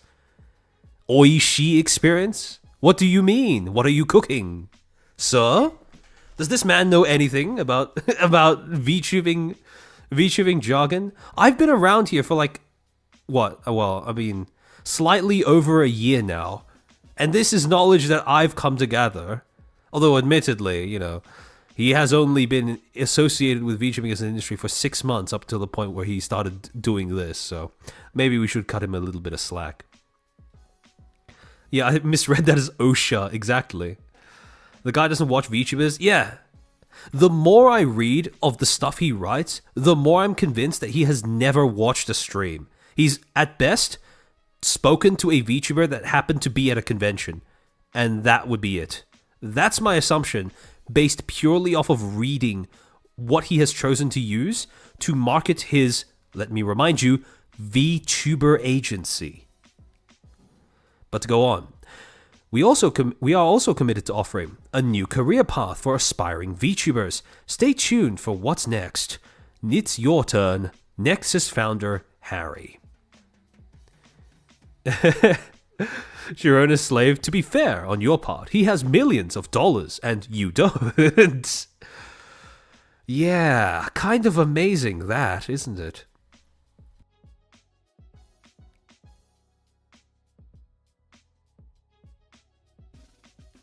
I wonder what I could do with a few 100,000 yen in terms of, startup funding.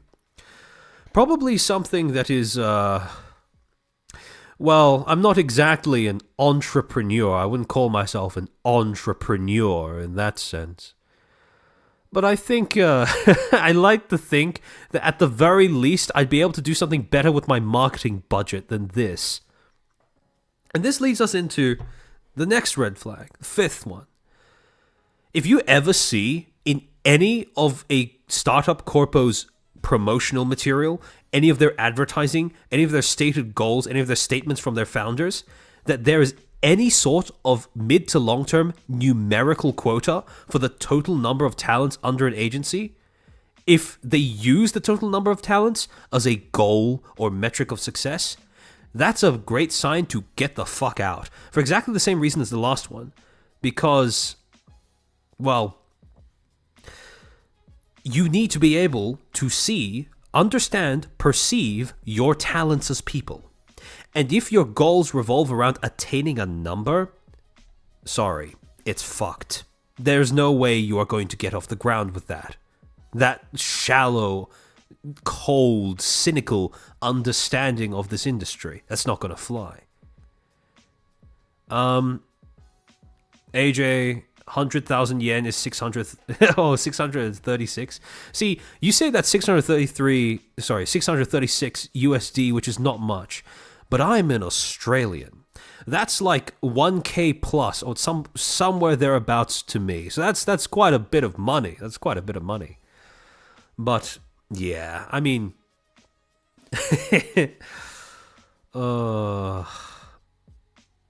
this.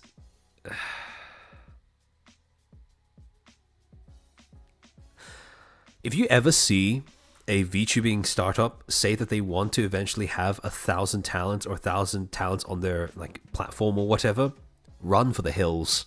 They don't get what they are getting into. Not for a startup, that's true. And this brings us to the final one of the 3 articles that were released initially on Nexus's website. March 18th, the backgrounder called "What is, quote, virtual talent academia?" An excellent question, one that many people have asked up until this point, and one that very much deserves an answer. Ugh. And it starts with this, quote, "I'm Harry, the founder of Nexus. Thank you for your interest in Nexus's first audition. Being our first audition, I was nervous, but I'm thrilled to see the overwhelming interest and numerous questions from so many of you. I've talked about myself, 4 creators, and the vision behind Nexus in a previous blog, so if you're interested, please read it here."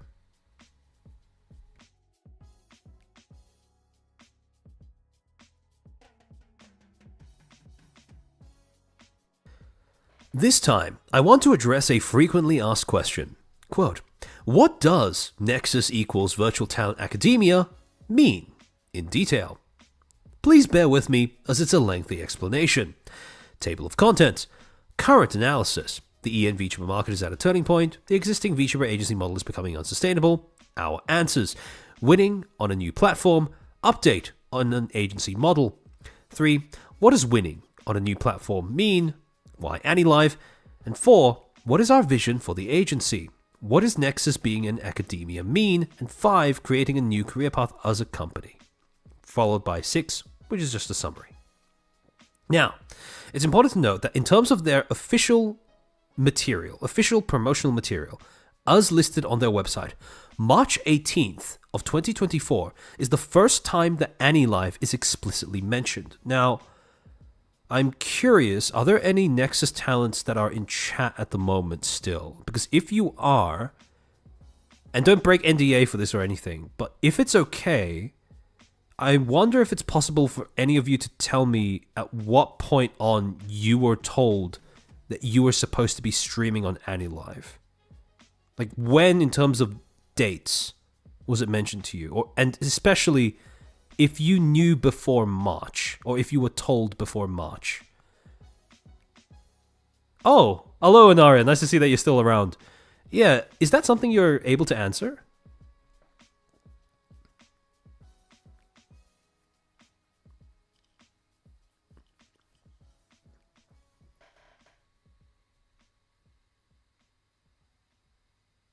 Feel free to tell me if the answer's no, by the way.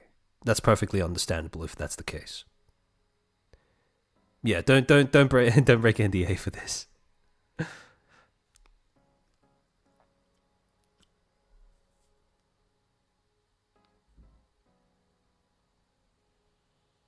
I'll use the break to rehydrate.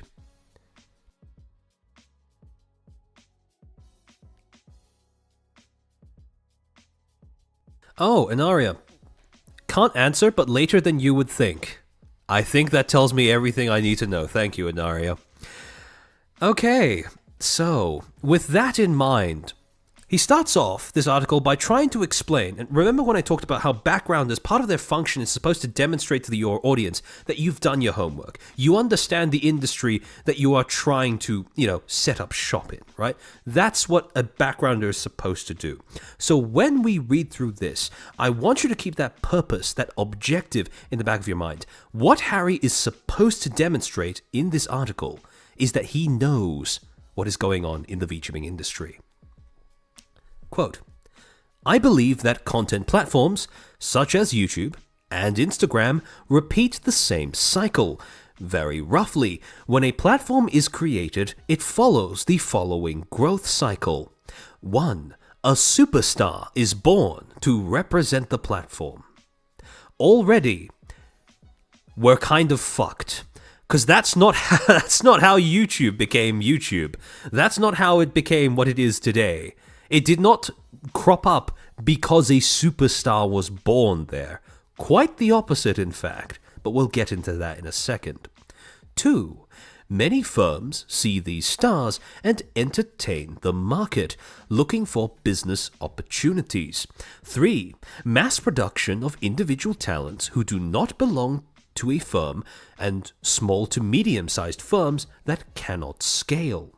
4. Platforms will become saturated and people will move on to the next platform. There are two crucial points in this hypothesis where the entire thing collapses. The beginning and the end. Coincidentally, the two most important parts of a supposed lore dump about the industry. First, like I said, that's not how a platform emerges. You don't just suddenly have one superstar and all of a sudden everyone flocks over to that platform just to watch them and nothing else. No, the way that a platform starts is you need to reach a critical mass of just users in general providing enough material that other users are willing to watch. You need a selection. You need a smorgasbord. You need some sort of experience for people to get when they simply log onto that platform. An experience that isn't just one or two superstars, as he puts it. Now, the last part, the reason why this falls apart, platforms will become saturated and people will move on to the next platform. No, they won't. Where the fuck did you get that from? Viewers on any social media platform, any internet platform, are infamously lazy. Inertia is one of the biggest problems that creators have to face when they're trying to expand out to different platforms, because the core of the problem is that regardless of which platform you're talking about, Twitch, YouTube, Instagram, Kick, whatever, audiences tend to settle. It doesn't matter how saturated the content becomes, audiences aren't going to move over to a new platform. Because At the heart of all of this is convenience. Audiences don't want to have to do shit. They just want to be able to watch stuff. It's very simple, and yet, for some reason, this tech entrepreneur has completely missed that. So, let's break down this diagram that he's also provided as to how this hypothesis supposedly works. Give me a sec.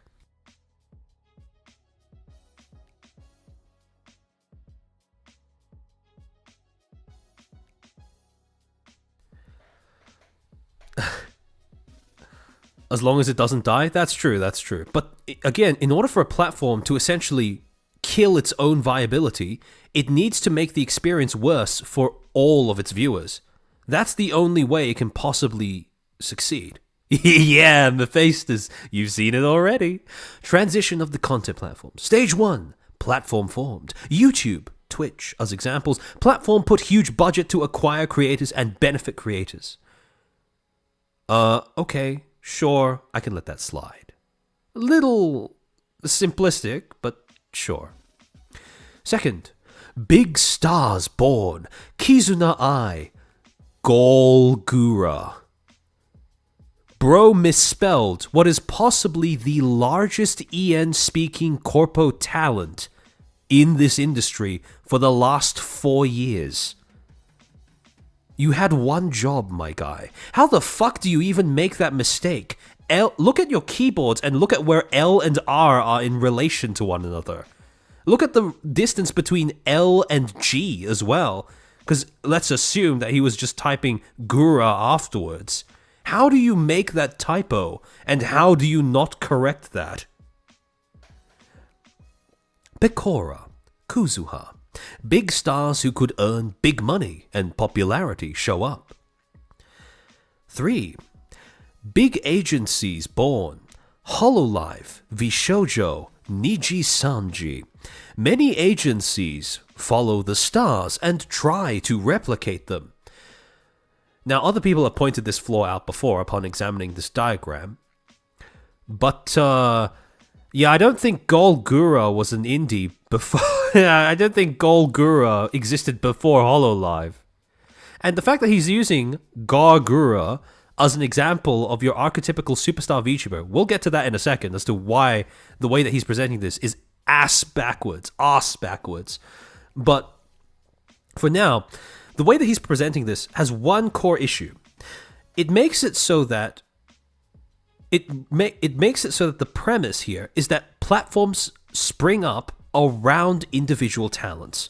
That is the fundamental premise of his hypothesis for how these platforms work. And immediately when I phrase it that way, you should be able to see why that doesn't make sense. YouTube didn't work like that. Twitch didn't work like that. So the question then becomes, why is he framing it that way? Because that's not how it works. If he's worked in tech and especially live streaming before, he should know that's not how it works. So why present it this way? Question I want you to keep in the back of your mind. Then he gets into the long tail. Independent VTubers, middle to low tiered agencies, know-how and tools are shared, competition gets intense, and then finally, new platform, AniLive, Irium, Reality, VStream, Hyper. Move to new platform to become stars and earn money more easily. Now, here's a question for you guys. Who is this hypothesis of VTubing and how internet platforms work supposed to appeal to? Who is the target audience for this specific hypothesis of how platforms work?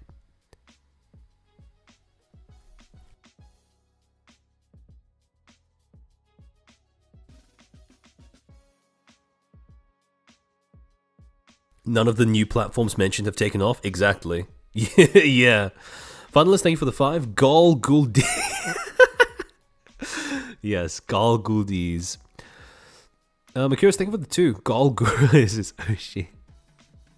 Tourists, boomers, tech bros? Kind of.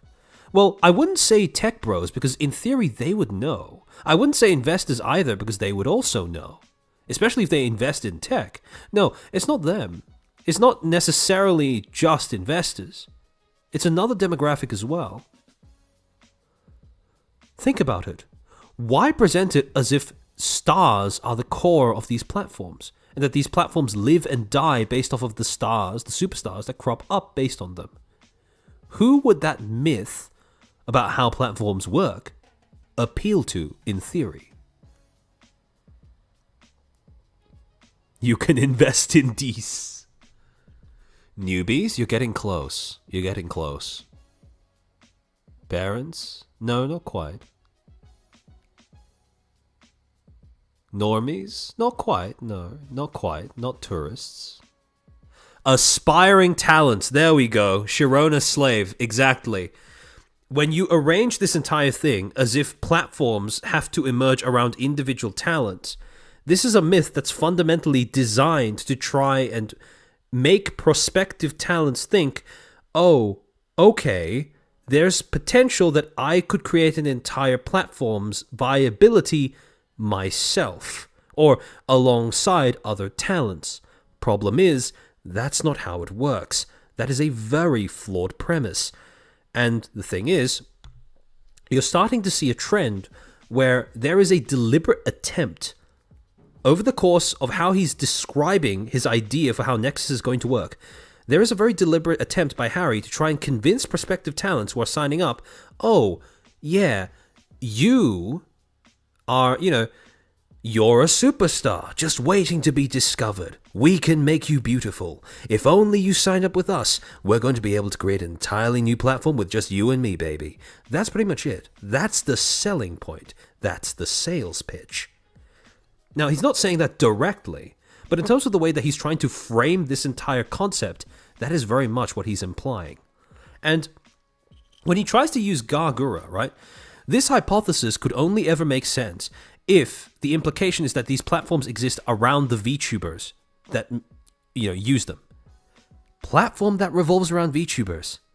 What an interesting concept. I wonder if that's going to become relevant in a second. But one of the examples he gives, Gargura, a little bit of an uncomfortable thing that you're going to need to reconcile yourself with as a talent. And this is going to sound callous. But the way that he presents Gargura here is as if her success is simply self-evident and anomalous. She is successful because she is Gargura, without ever trying to dissect or potentially examine why Gargura blew up to be such a sensation. Because when you consider all of that, there are a lot of factors in Gargura's success. First, Hololive. Hololive is not a no-name agency. At the time that EN's first generation, EN Myth, Hollow Myth was released, Hololive already had quite a bit of pull. Not only that, but the EN audience was not entirely foreign to Hololive either, because Kiryu Coco set the foundations for that to become a thing. Second, Gargura's design. I mean, if you want something that's brand friendly, strong in terms of branding, perfect design. But that being said, Hololive has also had, at that point, years to find necessary talent to make that possible. Third, you can't have Gargura be Gargura without the talent behind Gargura. In other words, Gargura's #1 biggest fan. In other words, if you want a Gargura, one of the essential ingredients is having a Senzawa. And if you don't have a Senzawa, you don't have a Gargura. And this is where this premise that if only you as a superstar came with us, we could build something beautiful together. Yeah, you could, but that something beautiful is going to be limited. Because here is where, and this may sound cruel and callous, if you have a startup telling you, you're a star, baby, we'll make you a superstar, you need to ask yourself, if they're telling you that they can turn you into the next Gargura, you need to ask yourself, am I currently a Senzawa? Because if the answer is no, then one of the crucial components to what they promise, one of the crucial ingredients in what they are trying to make, is missing. There's also one other thing, one other little but crucial detail that Harry doesn't seem to have acknowledged. An environmental factor that may have played into the success of Hollow Myth.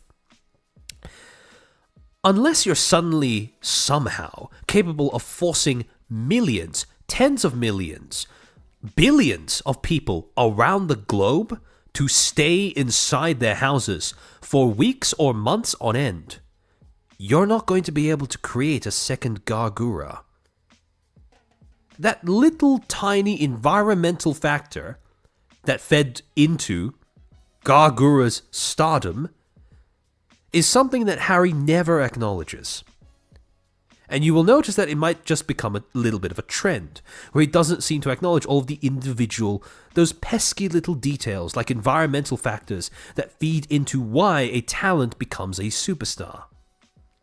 And so, this leads me into the next red flag that I hope more people can absorb going forward. Red flag number 5. When a startup, or the founder of a startup, refers to prospective talents as prospective superstars, or starts putting the onus of the agency's success on the talent's becoming one.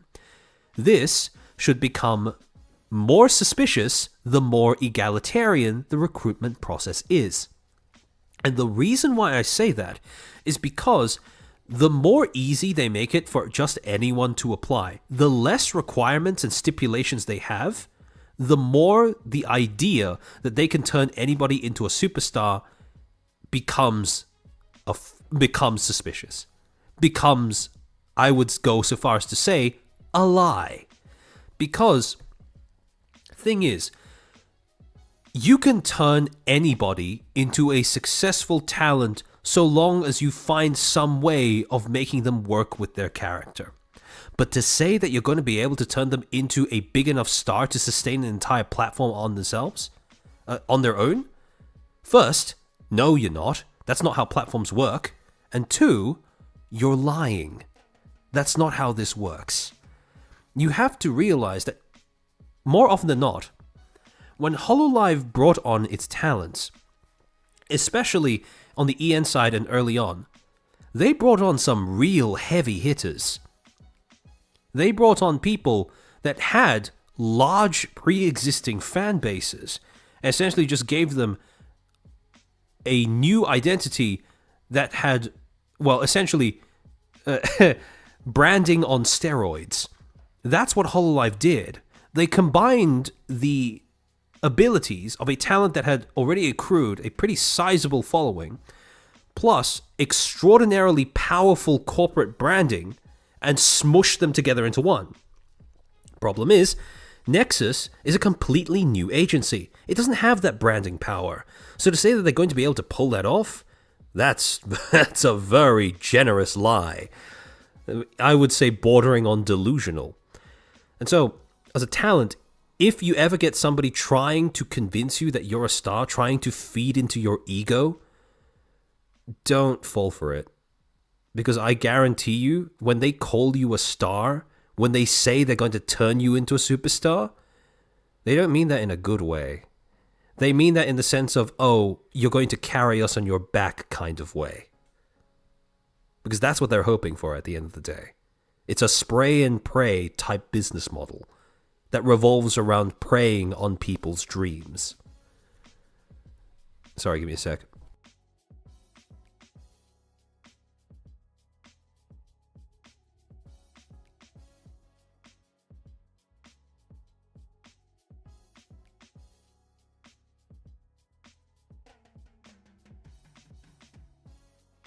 Ugh, that was a lot. Funless, thank you for the 5. Harry definitely went all in on the superstar route in Disco Elysium. Same name as the protag too, Harry. Different last names though. Yeah. FNAF R superstar quote. True. That was a really good one. I try my best. However, moving on. He starts to elaborate on this concept, this hypothesis on how platforms work by trying to talk about how VTubing became popular. And I don't know about you, but upon reading this, there are several flaws in this particular retelling of how VTubers became a thing. Quote, for instance, in Japan's market, where hundreds of people debut as VTubers on YouTube each month, winning has become increasingly difficult. What the fuck? This has led to the rapid growth of V content. That's a new one. V content specialized streaming apps like Irium and Reality in recent years. People wanting to pursue VTubing often start their careers on these platforms, gaining experience before trying larger agencies. This has given rise to a new career path for aspiring VTubers. First, no it's not. None of the platforms you've named, Irium, Reality, AniLive, have gotten anywhere near to even a tiny, infinitesimally small fraction of what is currently on YouTube or Twitch. That's a fucking lie. And second, why are you suggesting that the best way to deal with competition is to give up and leave? What kind of advice is that to prospective talents who have a dream of making it big in VTubing?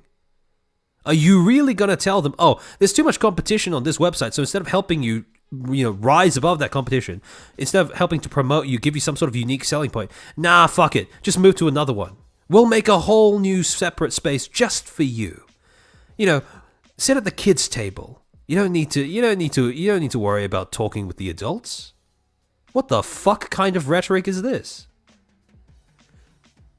And also, if you have a talent that puts all of their energy into growing on a platform that has a massively throttled viewer base compared to the main two, why would you not then let them just simply use that effort on one of the big two?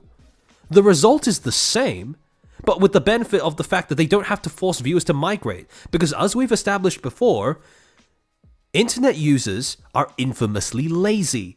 They don't want to move in between different platforms, especially once they become accustomed to one. I know several people who watch VTubers on YouTube who would rather never watch their Oshi again if their Oshi were to move over to Twitch tomorrow. Now, you could make the argument that, those aren't real fans. But the fact remains is that's not an insignificant portion of their fan base. Same thing happens when you go from Twitch to YouTube, because plenty of people really love how when you use Twitch's chat, you have a lot of different ways of engaging directly with the streamer, ways that YouTube hasn't quite figured out yet. And as a result, if a Twitch streamer were to move over to YouTube, they'd lose a significant portion of their fan base as well. So why would you settle for the worst of both worlds by simply migrating your talents and keeping them cooped up on a platform that, relatively speaking, nobody uses? Why would you suggest that that's the new career path forward? It's not, because audiences aren't doing that. The audience behavior does not sustain your hypothesis of how these platforms work. It does not support the hypothesis, sorry. Give me a sec.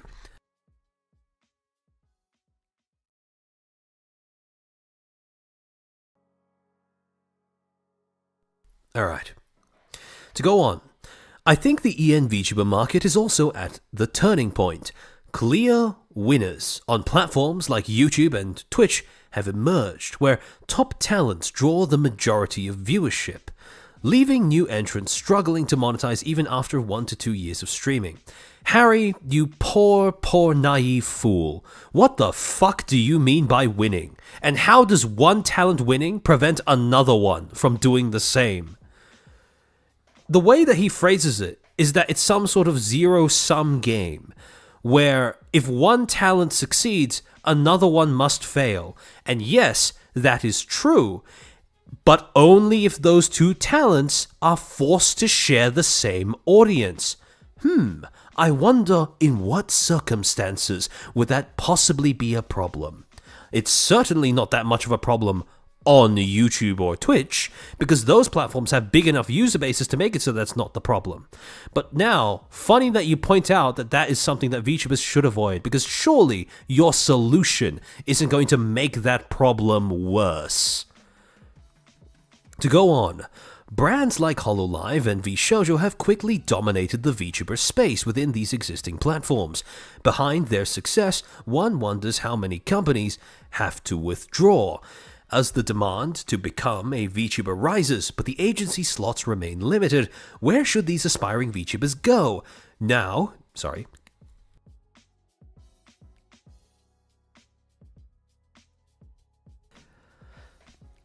new platforms are emerging to carry the torch forward.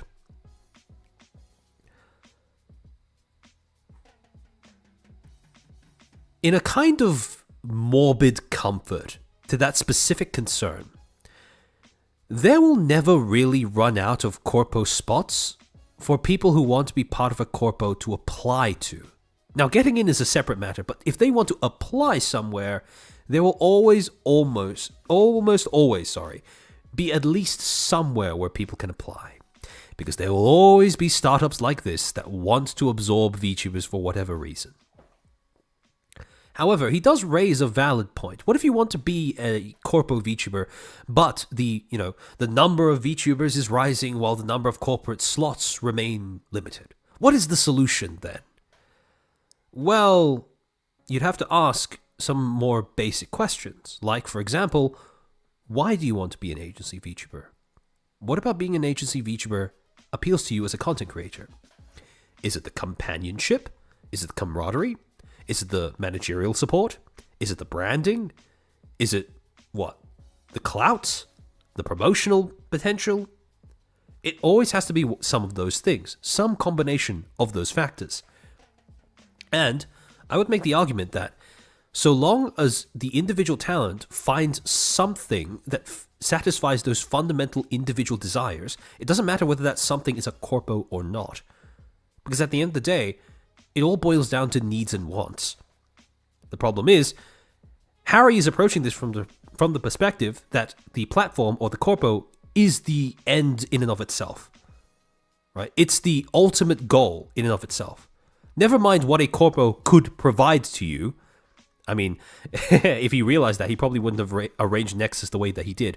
But he doesn't view corpos as if they are this thing that inherently provides a set of desires, fulfills a set of desires or needs for talents, which is why they even want to be a part of the corpo. No, he just views corpos as if they are this nebulous end goal in and of themselves for a lot of talents for some reason. And he just leaves it at that.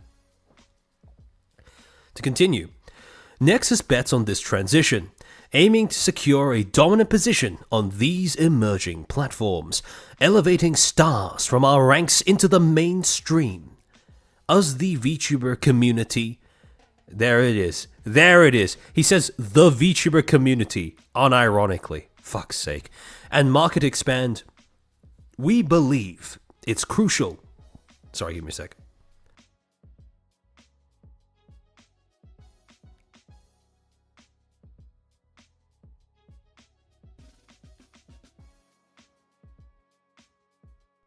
Zvezda, Bibu is a good example of an indie VTuber wanting to join a VTuber agency. Yeah, no, I agree, absolutely. However, the thing is, if you are getting into the business of starting a corpo, you need to be able to identify why talents like Bibu want to join a VTuber agency. Not just assume that joining an agency is a virtuous good in and of itself. Quote, we believe it's crucial to not be confined by existing platforms. Note the language that he uses. He phrases it as if it's some sort of restriction. Well, admittedly, it kind of is if you're restrained to them. However, there's nothing stopping you from multi-streaming, even if you're part of a corpo. And I would argue, if you had any brains as a startup company, you would help to push your talents to multi-stream. That should be one of the perks. That should be one of the support measures that you implement for your talents, not restricting them to a completely separate platform. Confined by existing platforms, but to create new career paths for talents and serving as a launch pad to propel many to success. Which leads us into the next red flag. Red flag number 6. Growth plans, especially initial ones that are centered around non-dominant streaming platforms. In other words, if your solution to competition is to just give up and leave, you don't have a solution, my friend. You have just given up and left. But to continue. The next section is titled "The Sustainability of Existing VTuber Agency Models is Becoming Challenging."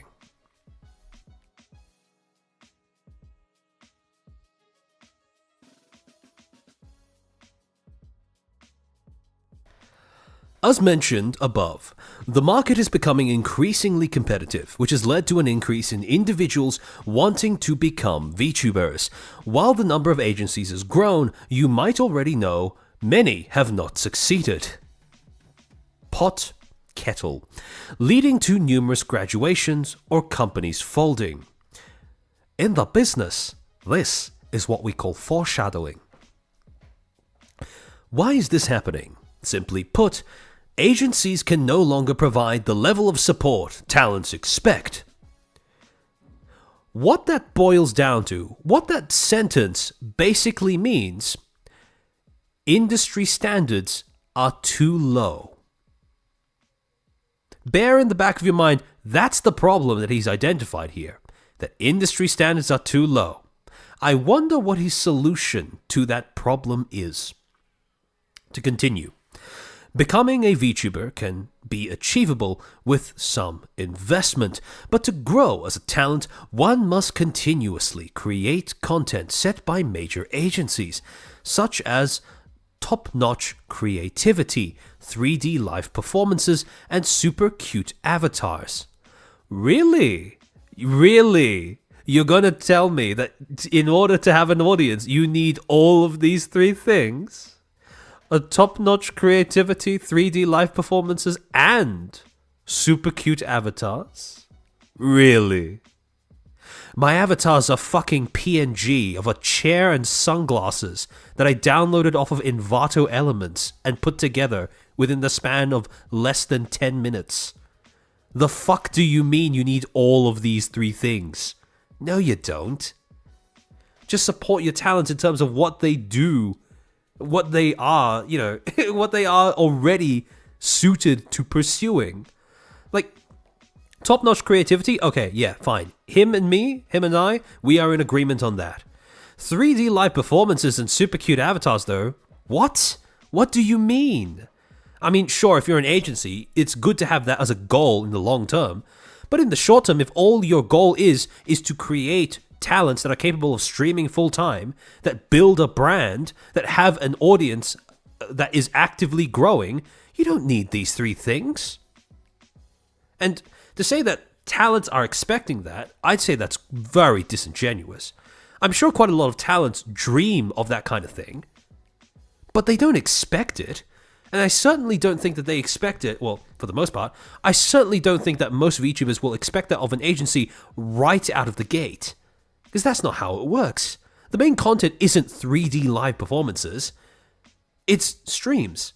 And I'm willing to bet an arm and a leg that for the overwhelming majority of VTuber talents, certainly the overwhelming majority of VTuber talents who signed up to Nexus, they just wanted guidance and support when it comes to being able to start off strong, building a community and streaming whatever it is they wanted to stream to that audience. I'm sure that quite a lot of them dream of participating in a 3D live concert. I'm sure that a lot of them dream of having, super cute avatars that fit the ideal exact image of something in their head. Because I know that they were cast for their roles, and I know the avatars were decided on before they had input. But I'm sure that those 2 things were fine to compromise on. And so all you needed to focus on as a business was making sure they got to the point where they could simply stream full-time. And stream full-time sustainably. That, I'm pretty sure that's all the talents were hoping for. That's all you needed to deliver as well. So phrasing it like this as if every single VTuber talent somehow has these sky-high expectations, no, that's not the case. That's extremely disingenuous. That's not how this industry works at all. The Curious August statement 2 for Chairman's 3D live performance. Oh, it's just, that would be a really funny idea. Just a really funny mental image of like a 3D chair avatar, just like over, like the cushion, like floating and closing, like in accordance with, like in tune with like singing as well. Like, imagine you have all of these VTubers that go onto the virtual stage to, like, you know, dancing and stuff. They're busting it down, sexual style. And then you just have, like, you have a fucking chair just, like, standing there, like, folding and unfolding like a transformer. Yeah, A2, yeah. Oh, someday. Maybe someday. That strikes me as very... that I like that idea. That tickles me. That tickles me. Maybe I'll add that to my list of dreams. Maybe I'll add that to my list of dreams. Purely for sheer meme potential. Hold on.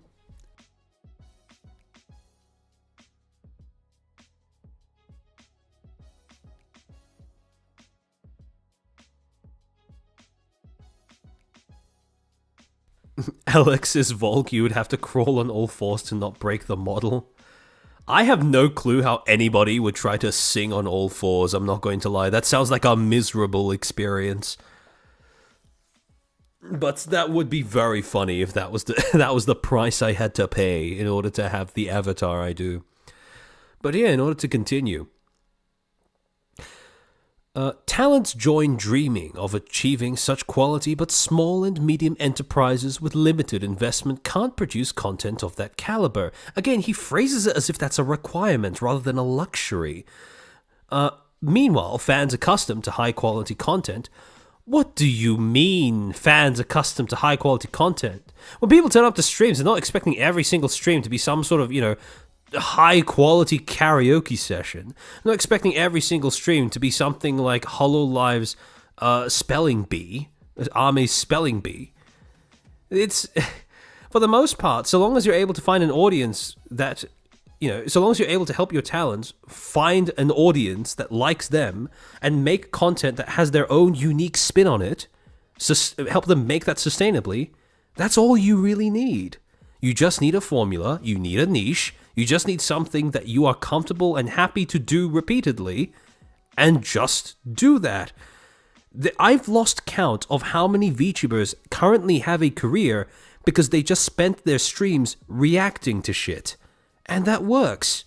That's really all you need to do. I mean, I wouldn't, well... personally, I would prefer if that wasn't as algorithmically encouraged by YouTube. But I mean, it's simply the world we exist in, so bemoaning that is kind of a futile endeavor. And to pretend like audiences have these sky-high expectations where they walk into every stream, no, that's not true. Why are you trying to convince the people reading this article that that's the case? Because it's not. Anyway, to continue. As a result, the gap between what talents expect from their agencies and what the companies actually provide widens. Success is not easy. Simply setting up an agency and launching talents without proper planning won't work. Wow. How wise, how stunning and brave for you to say that. That's very true, in fact.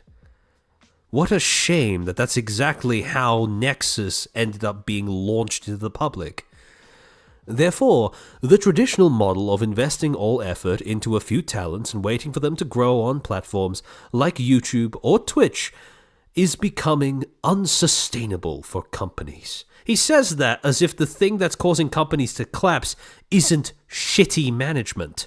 It's not that the companies are growing unsustainable because the audiences aren't there. No, they are.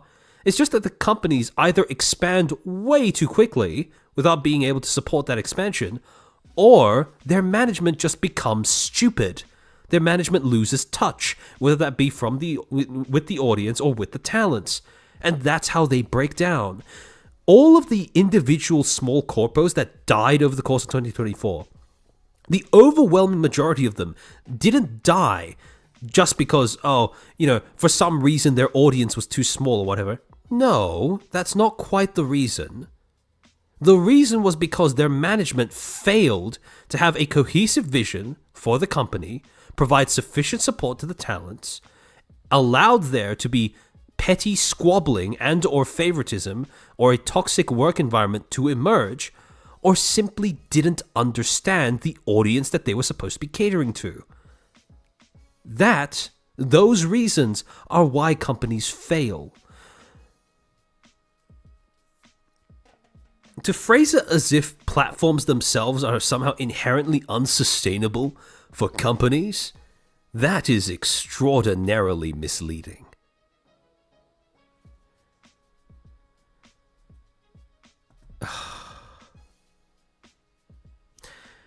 Now, to summarize everything we just went through. So far, you can boil down what Harry has been talking about into 3 observed issues. First, that platforms are saturated. Second, that large corporations dominate platform viewership. And third, that...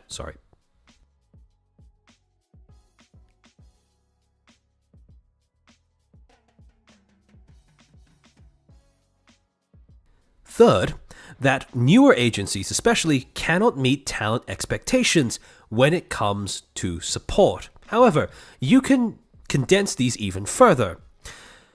You can condense platform saturation into simply market saturation. You can condense large corporations dominating platform viewership as external competition between corporations. And finally, for this last observed issue, you can simply condense that into the issue of low industry standards, right?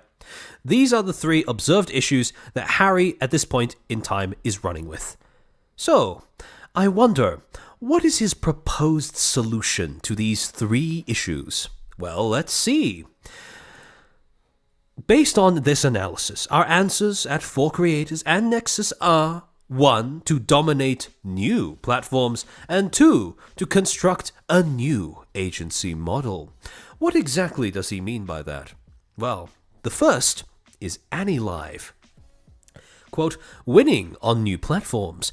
Due to the reasons mentioned earlier, as a company and industry-wide, building a leading position on the next big platforms can ultimately provide more value to talents than struggling on the existing battlegrounds. That's a fucking lie. Because you are gambling. You are adding an extra element of gambling. Because you don't even know if that platform's going to take off. But in any case, Nexus and AniLive are both new and launching, and while some may feel uncertain, this collaboration means a lot. We are interdependent. Nexus's success with AniLive's first talents contributes to AniLive's success, affecting the value Nexus can offer to talents. Although independence from each other is healthy for business growth in the long run, their close cooperation during the launch phase is crucial. By auditioning in partnership with AniLive and maintaining close communication, we aim to create new value. This unique opportunity allows talent to grow on with a promising platform from the start. Joining Nexus now means having a chance to become one of the first stars on a new platform.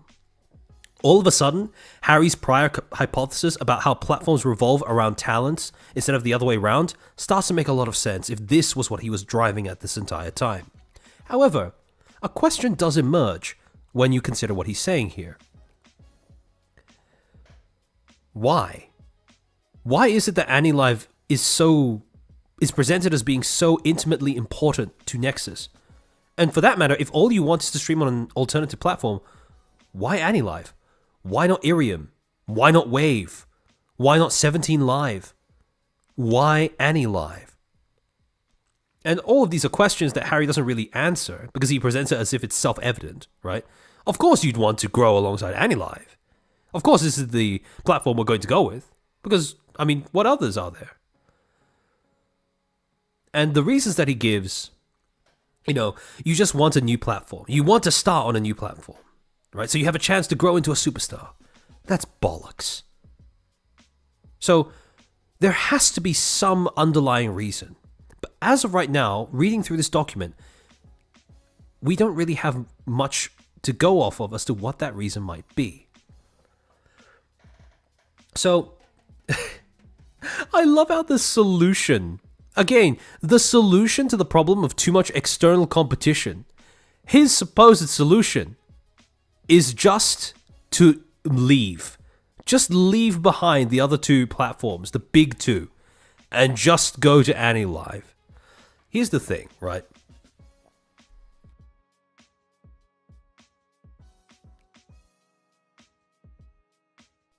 As a creator, you want your audience to grow. You want your audience to grow to a, well, medium to large size, or at least larger than only a small minority, a small concentrated minority of people. The reason is, if you have only 10 viewers, that's not a career. That's not a viable career. Even if you say, oh, that's fine, I can still be a professional VTuber if those 10 people pay me a lot of money. Sorry, honey, you're not a creator in that scenario. You're a glorified, high-maintenance, pricey digital pet. And that's why having a growing audience is important. So you can spread out a little bit of your attention so you're not too dependent on just a few people. So you still retain a little bit of agency over your own conduct and your own content. That's why the move to AniLive is so brain damaged. That's why Harry's decision to do this is so imbecilic. And this is something that everyone who was looking on from the sidelines could tell as well. Because let's take a look at AniLive. Well, if you go to their website, the homepage, right, where they're basically telling you who and what they are, they state, quote, "Welcome to AniLive. We're stoked to announce the launch of AniLive's open alpha version. First off, a massive thank you to everyone who's shown interest and joined our service. We believe in the power of VTubers and the immense potential of anime culture." Yet again, you can't talk about VTubers without also talking about anime. And while I understand that from an aesthetic perspective, while I understand that in terms of referring to it once, in terms of anime being one of the origin points for VTubing as a medium, this constant back and forth between the two concepts throughout all of the marketing for both Nexus and AniLive, that is something that should very much be viewed with suspicion. We believe in the power of VTubers and with AniLive we aim to create a space where more people can embody this potential. Through our app, users can easily start streaming anytime, anywhere, and can also gain continuous support through conversations with their core fans. AniLive team is on a mission to facilitate those amazing moments where otaku around the world discovers own true Oshi. Now, I'm going to chalk that up to a translation error, but again, really weird use of the word Oshi in that sentence. So let's come together and enjoy this incredible otaku journey. Since this is an open alpha version, the current app features and UI are focused on the core essentials, such as streaming as well as gifting features. But don't worry, there's more to come. We're planning loads of improvements and additions down the line, so stay tuned. We'd love to hear your voice through below form. Now, this may sound quite minor, but you always want to be very suspicious, again, of every time there is a grammatical or spelling mistake, grammatical or spelling error on the official promotional graphics or materials for any of these sites or startups. Your insights are super valuable for making AniLive better. Your feedback is a gift. Much love, AniLive team. And it's worth noting that AniLive is an app that was started by Captain, someone who is also famous for being the original founder of Prism Project before he made a quote-unquote exit by selling it on to Sony. Prism Project, by the way, is now defunct. So far we have a CEO, a founder of Nexus, whose extensive experience stems exclusively from tech and startups, and we have another CEO of another platform who also has extensive and exclusive experience with tech and startups, especially since he sold his startup. Now,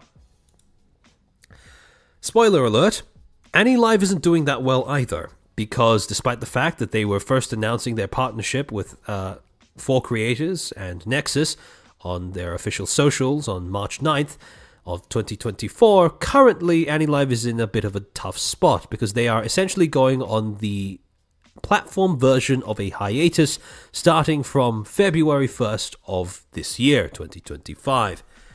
So, one of the biggest gripes that I had with Harry's early explanation of how platforms work stemmed from his misconception as to how YouTube became big in the first place. Now, sorry, give me a sec.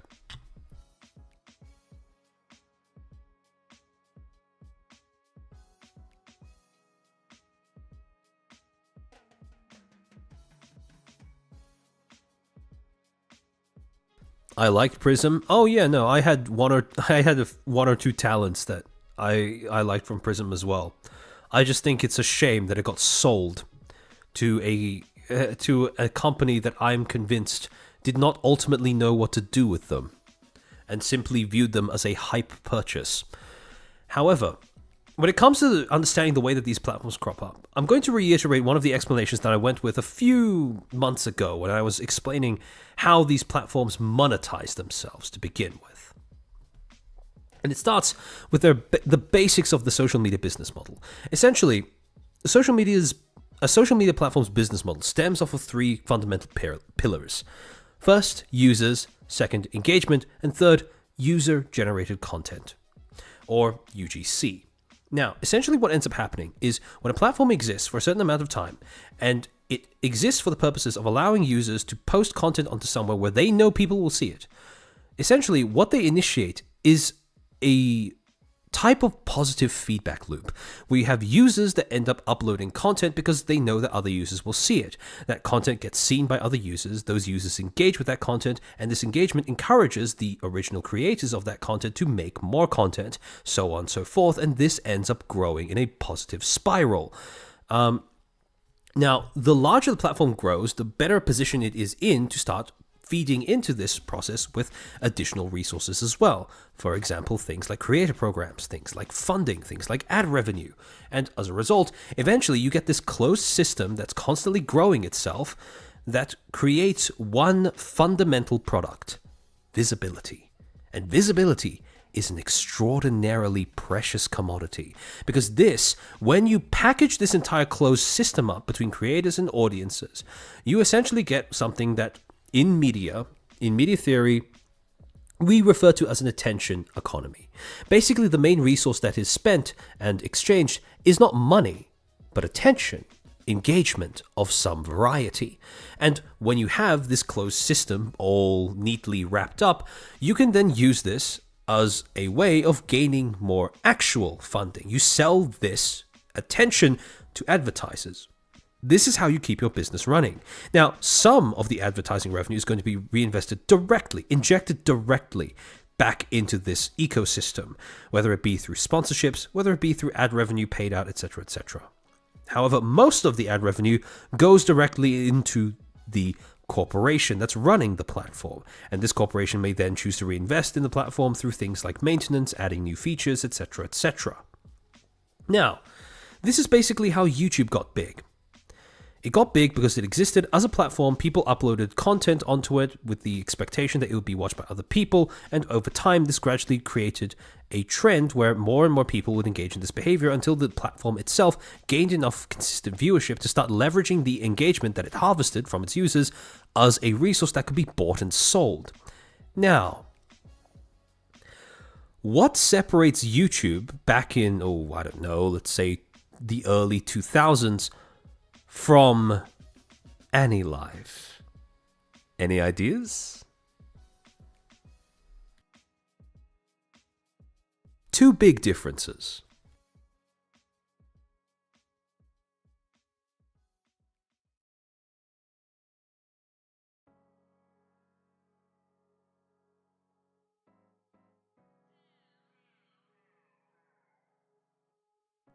Being paid in exposure? Not quite.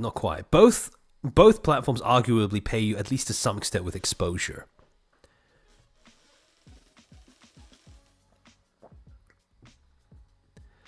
Your typical mental? Exactly. No competition.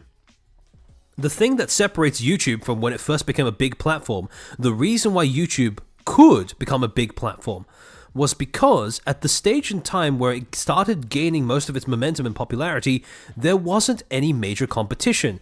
And then, at a certain stage in its development, quite relatively early on, it got bought by Google. And then it had even less competition.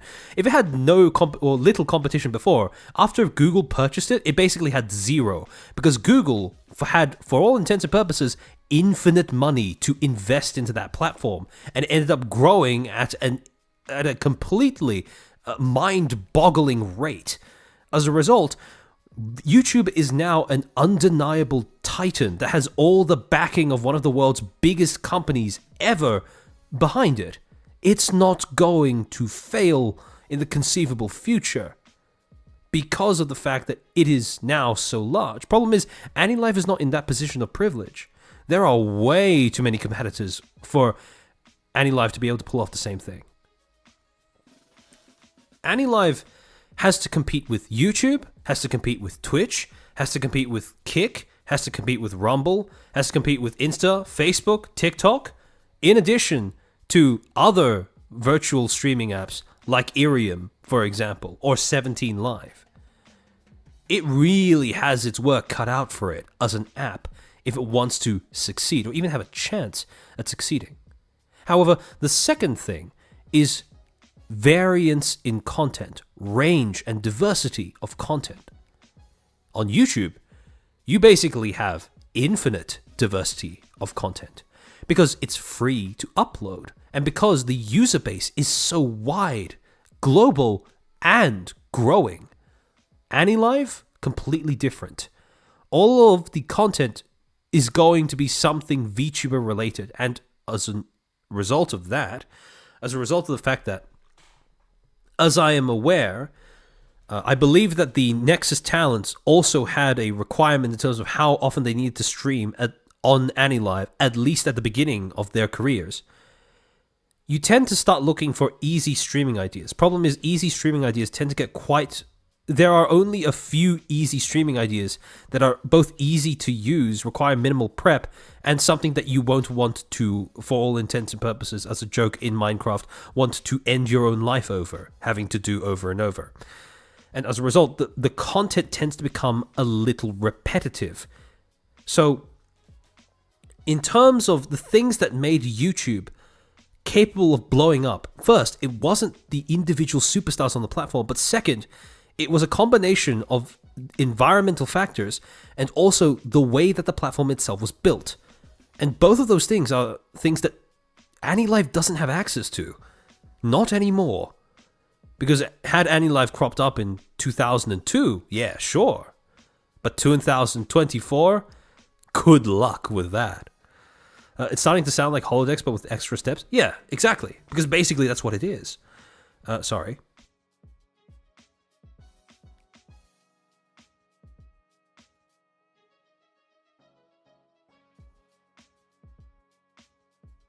Now, to continue, this is where Harry directly addresses the question, why AniLive? Let's see what he says. Quote, "In the transition of platforms I discussed above, it's crucial to have a place where emerging talents can succeed. I believe AniLive is that place for EN VTubers. I'll leave out a detailed explanation of AniLive here, as they will be sharing more about it soon. Thank you, Harry. Very responsible. Good to know that the people who are invested in your agency's future need to go to a whole other webpage for a whole different company in order to see your justification for choosing that company. A justification as unintelligible and unintuitive as it is. However, as indicated by the tagline, stream anytime, anywhere, it's a platform aiming for everyone to easily stream as VTubers, build deep community connections, and monetize their content. Now, for reference, this is the equivalent of saying, okay, why should you do this thing? Look at the marketing for this thing. Isn't the marketing great? That's why you should do this thing. That's the depth to which that explanation reaches. To go on, Streaming from a smartphone app allows for casual, frequent broadcasts, making the talent streams an indispensable part of fans' lives. Again, that's not how it works. Fans don't just miraculously start bonding with a talent. Fans don't just suddenly stumble across an app and then need to use it for their entertainment going forward. It either fulfills one of their needs, according to UGT, uses and gratifications theory, or it fails.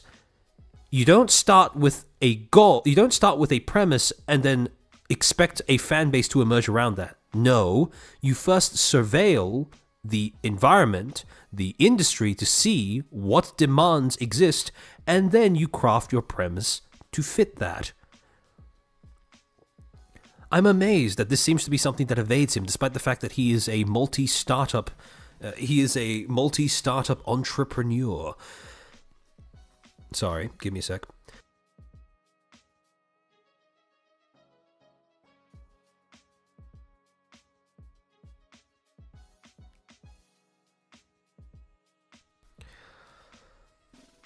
Streaming from My past experience at 17 Live, although not a virtual focused platform, showed that successful streamers broadcast almost daily, creating a comforting community from good morning to good night to their fans. This is why the audition requirements include streaming for 2 hours over 20 days, totaling over 40 hours, suitable for those who can habitually stream daily, regardless of their daily schedules. I have a feeling, just a tiny inkling, that maybe, just maybe, Harry may have taken away the wrong lessons from his time at 17 Live. Notice how his understanding of the connection between creator and audience is purely based around numbers. Number of hours streamed, number of hours watched, number of hours given, number of hours in a week. It's nothing to do with anything like, individual brand, content, personality, talent, persona. None of those things seem to register. It's just, if you want success, just stream every day. The fuck? Just more quotas and numbers and stats. We understand this streaming style doesn't suit everyone and encourage finding your own path if that's the case. Our goal with AnyLive is to start by habitually streaming frequently and to build and monetize a core fan community, gradually expanding our activities to mainstream platforms. Why start off on AnyLive and then expand to mainstream platforms? Why not just start on mainstream platforms, you absolute egg? Save yourself the work. You're bloating out the process. And this is why, when it comes to reading through this justification, I don't buy any of it. Logically speaking, it doesn't make any sense. And especially since he is supposed to be the kind of person who has experience with live streaming websites, he should know, or at least have some idea, this isn't how it works. And this idea, we'll start on AnyLive so we can expand out to mainstream platforms. That doesn't make any sense. Because again, like I said, why would you not just start on those mainstream platforms? To go on. He then starts talking about the vision for the next generation VTuber agency. So he's tried to dismantle the whole idea of the dominant platforms. Now he's trying to dismantle the concept of traditional VTuber agencies. Quote, "We aim to redefine the role of an agency in the evolving landscape. Recognizing the limitations of traditional agency models, we focus on 1. Fostering a competitive and uplifting community. 2. Providing unique opportunities, accessible only through the agency. 3. Offering flexible support, tailored to the talent, growth, phases, and needs. And 4. Building a supportive brand that underlies all these elements." Now, fun tip for everyone who's watching, who's a talent. There are certain words that the entrepreneur types like to use as euphemisms for unpleasant concepts. When you see someone using the word flexible when they're talking about the kind of support that they give, that is essentially Silicon Valley speak for less. What they mean by flexible is that they don't give a uniform amount of support to every talent, but they instead adjust according to what each talent is capable of doing if left to their own devices. So, if you see flexible support, you can just write that off as saying you don't get support. And when they say fostering a competitive and uplifting community, why the fuck would you want internal competition among people in your agency, among your talents? You are telling me that this obvious flaw, this thing that has killed innumerable small agencies of your same size, is something that you accept not as a bug, but as a feature? Really? That's your innovation? That's your plan to revolutionize VTubing? Just take a plague and a flaw and market it as a feature instead. Bruh. Just tuning in, is there a reason for no BGM? Oh, there is BGM. Hold on. Can you guys not hear the BGM? It should be playing. It might just be a little low. Yeah. It's very slight. You're gonna have to... it only crops up in the moments of silence. And since progressively the more of Nexus' stuff I've been reviewing, the louder I've started getting, I understand if it's hard to hear at times. Give me a second.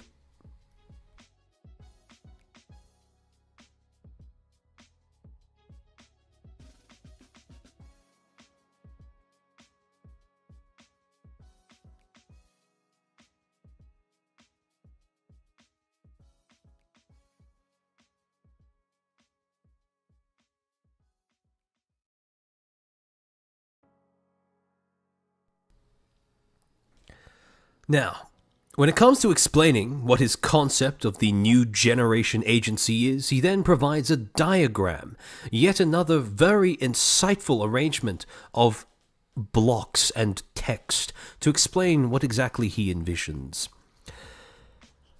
Now, according to him, a brand is comprised of three individual components that are, you have three individual components to an agency that are built on top of a foundational brand. So at the bottom you have a brand which is belonging to the agency and positive brand value to creators even after graduation, whatever the fuck that means.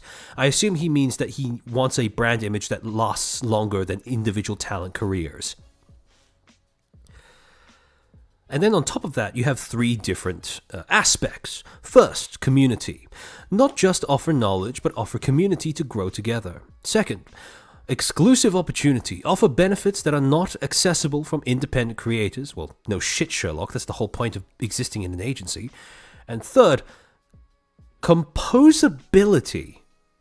An interesting new word, which here means offer different package of support based on creators' needs. Like I said, that's just a euphemism for seeing how much of a lack of support they can get away with. Unfortunately, this is an example of a work environment where the more capable you are, the more work you have. And if you show off your capabilities, if you, purely hypothetically, let's say, volunteer yourself as tribute to be responsible for making shorts of everyone's debuts to upload to their channels, that is work that you end up taking on without the management actually providing any assistance. That is something that is left to a talent to do simply because they have the ability to do so and they offer to do so. No other reason, no more justification than just that. Then he goes on to say, it's similar to a high-ranked university because talents have access to knowledge, tools, and opportunities depending on what they want to do. They can gain friends and rivals with the same careers/life. And finally, that even after graduation, the trust and community is still there to support them. This is where I'm convinced that the shonen MHA shit has completely rotted Harry's ability to understand what he is trying to go for here. You don't want rivals inside your company. It's fine if companies participate in a little bit of friendly banter or rivalry between different companies, but you don't want rivalries inside of your company. On top of that, yes, for people in chat, he is precisely just describing university. And as to why you would like your entertainment company to resemble a university, that is utterly bewildering to me. I have no clue why the fuck, out of all of the different ways you could structure your entertainment agency, you would go for university. What has now become one of the most soulless, industrialized, industries, cynical industries that exist in our society, in my opinion, as of right now. Universities, in my mind, occupy a space that is polar opposite to any sort of entertainment agency, any sort of creative endeavor, and certainly any kind of thing to do with VTubing. However, to recap, by the way, over the course of all of these, over the course of reading through all of these sections, there is one thing that has kept cropping up over and over before we even get to dissecting what it is he's saying. Even after graduated, Gol Gura, platform put huge budget to acquire creators and benefit creators. We envision an agency akin to a prestigious university, like Harvard. Being part of such a community not only means greeting great peers and rivals, but also gaining access to exclusive courses, internships, and study abroad opportunities. Now, I understand that Harry's ESL, but so am I. And if you're going to create a VTuber agency and website catering to an EN audience, the least you can do is make sure that all your T's are crossed and all your I's are dotted. So, leaving aside the blatant red flag that is the fact that he wants this agency to be like a university, where you have things like cliques, where you have things like rivalries, where you have things like exclusive courses. Another red flag, number 7. And this sounds minor, but it is important, because it's an indication of a wider problem. Spelling or grammatical errors on official branding and promotional material, especially during launch and when left unfixed for more than a week. If you see this, that is a sign that one of the things that your prospective startup is using to promote itself is being neglected. And especially when a startup is only just beginning to stretch its legs, you don't want any aspect of its public branding, public-facing branding, to be neglected. However, to move on, he finishes this article by essentially just trying to summarize everything to do with why he wants Nexus as a VTuber agency to function like an academy. Quote, "Successful agencies, not just in the VTuber industry but across various fields, embody these principles. Conversely, needs that can be met individually, like finding a manager or seeking streaming support, diminish the necessity of an agency if that's all they can offer." Are you high? What on earth are you talking about? Finding a manager or seeking streaming support diminishing the necessity of an agency, if that's all they offer. Most indies would kill for both of those things.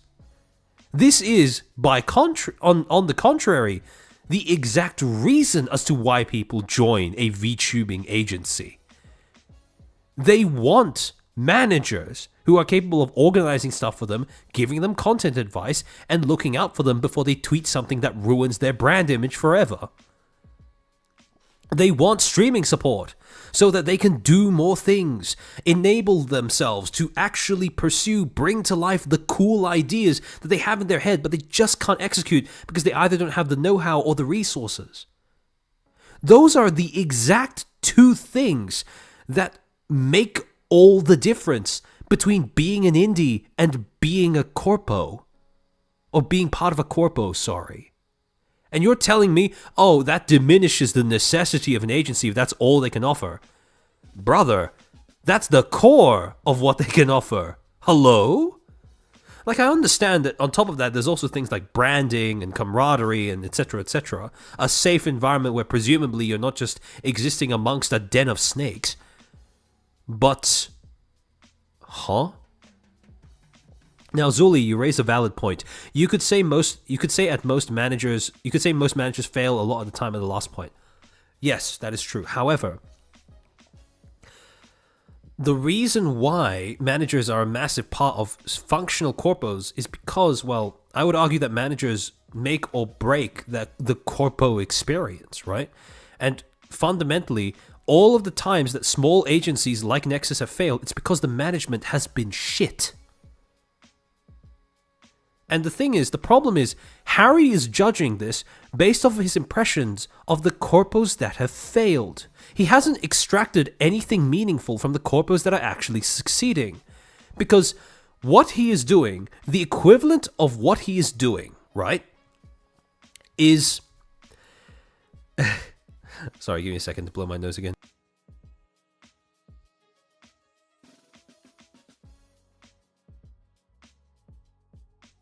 What he is doing, right, is the equivalent of saying, every time I fill my car with oil in the petrol tank, it stops working. Therefore, the solution is to stop using cars. If all you're judging VTuber corpos and what they offer to talents off of are all the examples of failed corpos that failed because they weren't managed properly, no shit you're going to build up an inaccurately skewed version of what corpos do or don't offer to their talents. You basically just need to look at, for example, the difference between, let's say, HoloLive and, Iron, as an example. Or the difference between FaceConnect and Sundaria. You can't just look at all the examples of different failures and think, oh, yeah, this is the opposite of survivorship bias, where you focus excessively on all of the failures that have accumulated over the course of this industry. And to be fair, to throw him a bone, there are a lot. And you judge the entirety of the whole concept of being a VTubing corpo based off of those failures. No shit that's going to give you a skewed perception of it. And, well, if that's what he's doing, then that makes sense as to why this seems so disconnected from reality. To go on, we envision an agency akin to a prestigious university like Harvard. Being part of a community not only means part of great peers, etc., so everything else I said before. The essence of Nexus as an academy. Now this is where some of the more obviously flawed parts of this premise begin to emerge. To clarify first, Nexus basically operates on a revenue share model similar to many talent agencies, but with a special focus on emerging talents. What that means is we're going to take a part of your revenue, but we're going to focus on talents that don't have a pre-existing large audience, which immediately cancels out one of the premises of saying that they're going to turn people into the next Gargura. Because they're not focusing on people that have a large pre-established audience. They want quote-unquote emerging talents. To continue, Nexus aims to be a launchpad for many talents to achieve their dreams. The term academia is used to align Nexus with an ideal agency model, setting different expectations for talents compared to other agencies.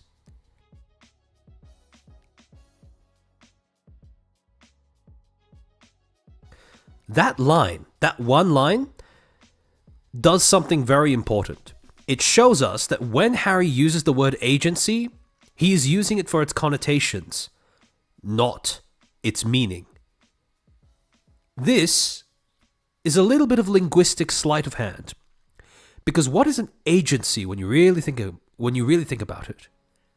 What methods, what modes of support provided to a talent qualifies an agency to hold that title.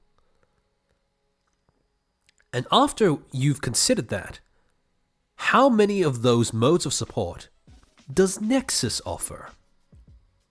I would make the argument that it doesn't offer nearly enough to qualify for the moniker of quote-unquote agency.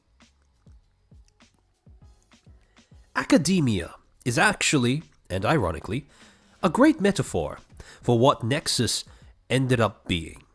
Because in academia, not only is it an industry that usually is based off of judging ideas not on the merits of their outcomes, but on the merits of their intentions, but it is also an industry that revolves around trying to take your money on while selling you simply the mere possibility that you're going to be able to do something productive with what is given in return.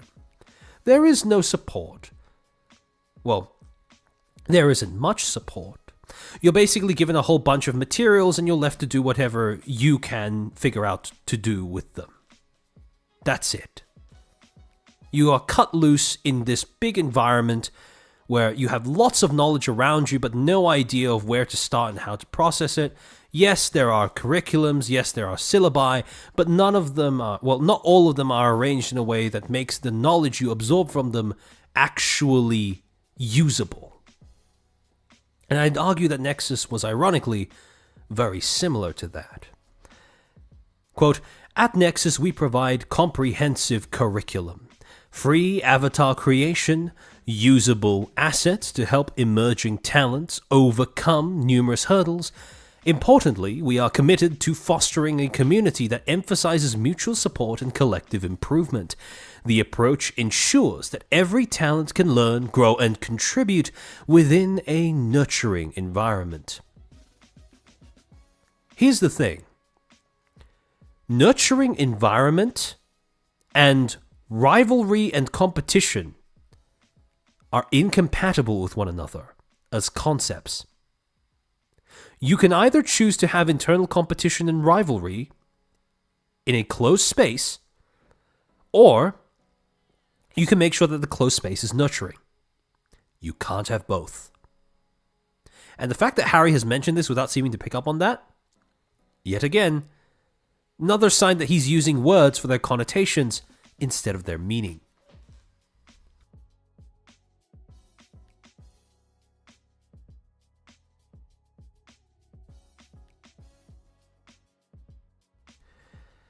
Additionally, Nexus aims to create unique opportunities, such as special guest lectures with top talents and professionals, streaming and exposure on AniLive.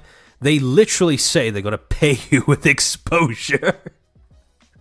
Oh, fuck's sake. Oh. Man. The fact that there are some Nexus talents that are still, they're still kicking after all of this, like that earns my respect. Because imagine unironically being told by an agency that has no history and no name that they're going to pay you in exposure. Fuck's sake. Emphasizing the academia concept allows gathering over 100 talents, again using numerical values as a measure of success, to form a large community, different from agencies composed of only a few talents. And he says that like it's a good thing, like somehow number going up means better agency. Already, over 20 talents have joined the first wave, and the audition aims to recruit 20 more. Wow, amazing. I'm sure investors would clap and applaud at that. But to talents and to audiences, that shit is horrifying. The goal is to share best practices and knowledge among senpai and kohai to build a trustworthy brand, Nexus Talent. Now, in fairness to them, they did follow through on actually delivering these lectures. Now, their so-called curriculum did have a bunch of, the lectures that were delivered throughout the year 2024. Funnily enough, friend of the channel, Rima Evanstar, everybody's favorite horse, ended up giving a lecture as well. Interestingly enough, starting from Eevee onwards, the if you go to Nexus's website, I think that these lectures in and of themselves are actually, they're pretty useful. Admittedly, that a lot of the information is stuff that you could find yourself if you just look around on the internet. But the convenience in putting them all in one place and in a concise manner cannot be overstated. From this point onwards, the website also includes these little dot point summaries on the webpage as to what was talked about in these seminars. However, I know that from Rima and earlier, the materials weren't really shared. They just mentioned on the website that the lecture did take place. Actually, if there are any Nexus talents in chat, I'm curious to know what you thought about these lectures, because from the outside looking in, well, I mean, from the outside looking in, they seem like a nice resource. But I'm curious to know how you guys received it, if there are still any here watching the stream. I also know that they had 3 other lectures that they promoted on Twitter with Punkalope, Fillion, and Lucius Merriweather. I believe that they announced those on Twitter, and those... I think Punkalope and Fillion hosted theirs over Discord, whereas Merriweather actually live-streamed his. So, all in all, pretty wide range of different creators, pretty wide range of topics as well. I could see them having utility. However, at the same time, part of me does wonder if they could have utilized this concept a bit more than just that. Because I do think it is a little underrated to try and grab non-talent speakers or non-talent, people, experts of some variety or other, to go in and give these talents information on a bunch of stuff that isn't commonly talked about because it's not directly related to content. Things like image management, etc., etc. Oh, and Arya, I thought they were interesting. It depends on the talent, how much value they get out of each lecture, though. Yeah, no.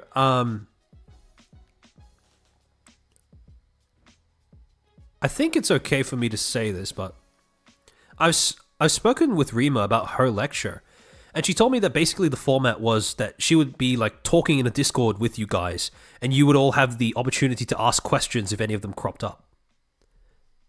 I imagine that's how it would have worked.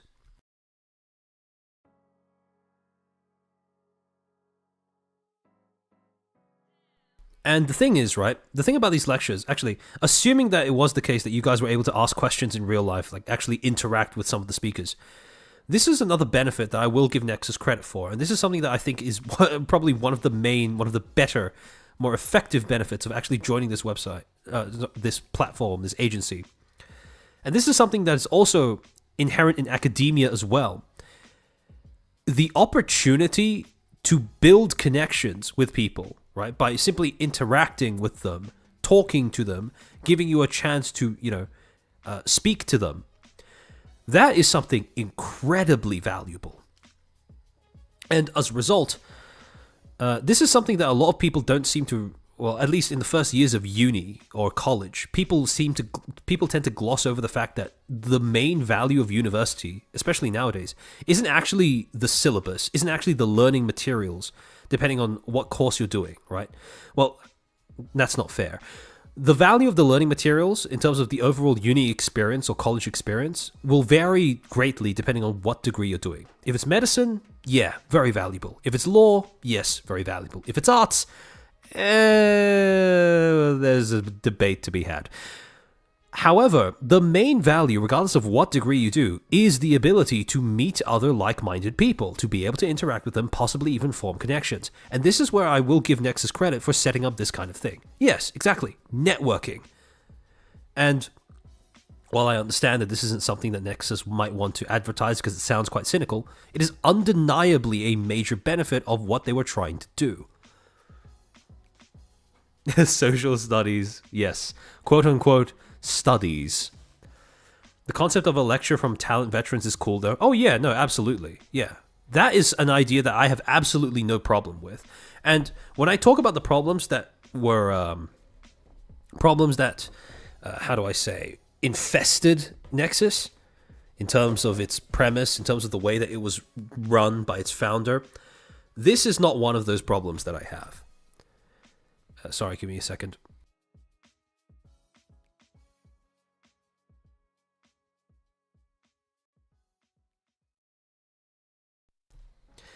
Stephen Uono, university is basically kindergarten for adults, but for a lot of people. Yeah, no, I agree with that assessment, honestly. Too often what I find is that with universities, they tend to just be busy work and very little actual application of the knowledge that they try to give you. I mean, the alternative is you apply the knowledge they give you, you do it well, and then you get your shit yoinked by a corporation or something. Totally not speaking from personal experience. Now, however, in spite of this, which I think is actually a good idea, Harry then goes on to continue elaborating, stating, furthermore, the concept of academia within Nexus embodies our desire to, quote, respect the autonomy of our talents. Now, this is another marketing tool that's very common among VTuber agencies, not even just VTuber agencies, but entertainment in general, that I would like to be able to leave behind going into 2025. When I talk about marketing euphemisms, like flexible meaning lack, and uplifting and competitive meaning infighting and infighting and rivalry, when someone starts going on and on about autonomy and freedom, especially if that someone is a corporation, an agency, what they mean is lack of management. When they say you're having your autonomy respected, the only reason why they would try to use that as a selling point is if they don't plan to interfere in what you do at all, or intervene, I should say, in what you do at all. Because automatically, every agency respects your autonomy. Even the ones that have strict rules around how you conduct yourself still respect your autonomy because of the fact that, well, those restrictions are not just designed to exist for no reason.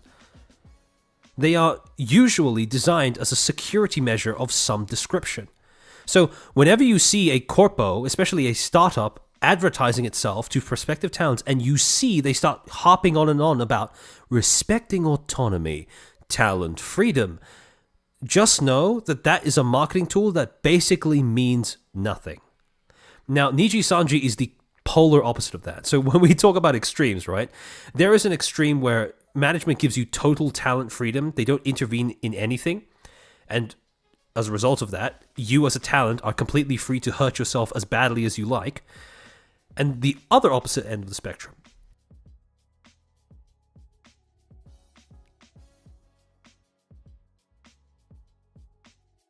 the polar opposite end of the spectrum is when you are in control of none of your socials, none of your statements, and you are sometimes skinwalked by management. That is it's this weird kind of horseshoe kind of moment where,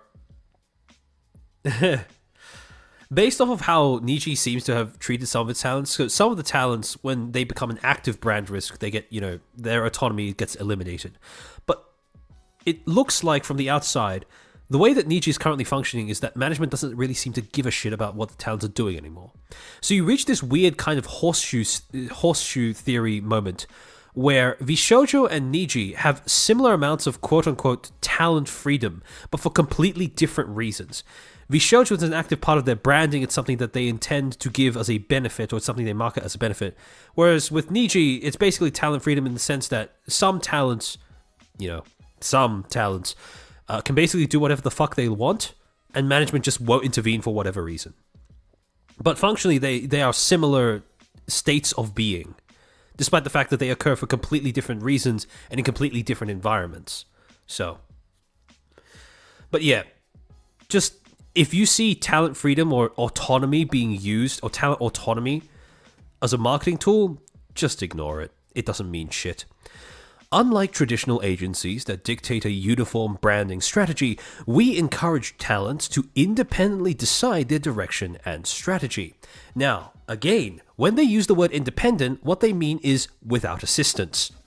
Because the thing is, if you're an agency, you should have a unifying brand, because that is part of how you market and promote your talents. The whole point of having a whole body of people coming together to operate under one umbrella is that it makes it easier, in theory at least, for them to stand out from the crowd. They all share one brand image that they can contribute to and benefit from.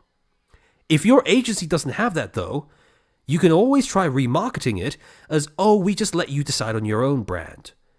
Okay, then why not just be an indie?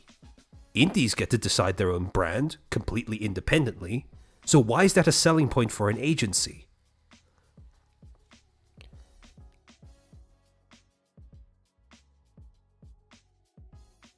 A pretty good rule of thumb when you're evaluating corpo marketing is to look at the benefits, quote unquote, benefits that they are selling and think, is this any different from existing as an indie? Because if there is no difference, that's a sign that that particular marketing point should be discounted. It's for that same reason that when a corpo advertises themselves on the basis of taking a smaller cut out of your pay, out of your revenue, that isn't really a good marker for the quality of that company. In order to evaluate that company effectively, you would have to look at the other forms of support that they offer besides just taking a lower slice out of your pay. Because taking a smaller slice is still taking a slice. And that doesn't mean anything in terms of, that doesn't offer you a way of differentiating yourself from being an indie. Because the main focus in that particular case is not on how much of your revenue you have to share with the company. It's what that company offers you in terms of support in exchange for whatever cut they take out of your revenue. That's the important thing. And if a company is only sharing the revenue cut and not what they're giving you in exchange for the revenue cut, that should be a massive red flag for evaluating the viability or even the overall functionality of that company. To continue, they are also free to choose their curriculum and offerings, allowing for a personalized path that respects their individuality and fosters self-directed growth. Now, yet another example of euphemism. Self-directed basically just means neglected. You are basically left to find your own way with little to no guidance. That's what that word means. Now I hope you can see the reason behind me referring to the anime all the time. I guess he just didn't want to say My Hero Academia because he got too scared that he would actually get copyright struck. Did you find our audition movie is a complete parody of it? So, the next section is where things get... I feel like I've said this a lot, but with each section it gets more and more spicy and more ill-advised, shall we say. Balagas, thank you for the 5. Nexus wants to be like higher education, but it can't decide if it means a small liberal fuzzy arts college or a cut through a high prestige Ivy League. Exactly. And as a result, it ends up with this this abortive mess of both. One of the final sections in this, or I think the second or third last section, is titled Support Tailored to Commitment. Now, on its face, that doesn't sound so bad. That is, until you actually start reading the contents. Hold on.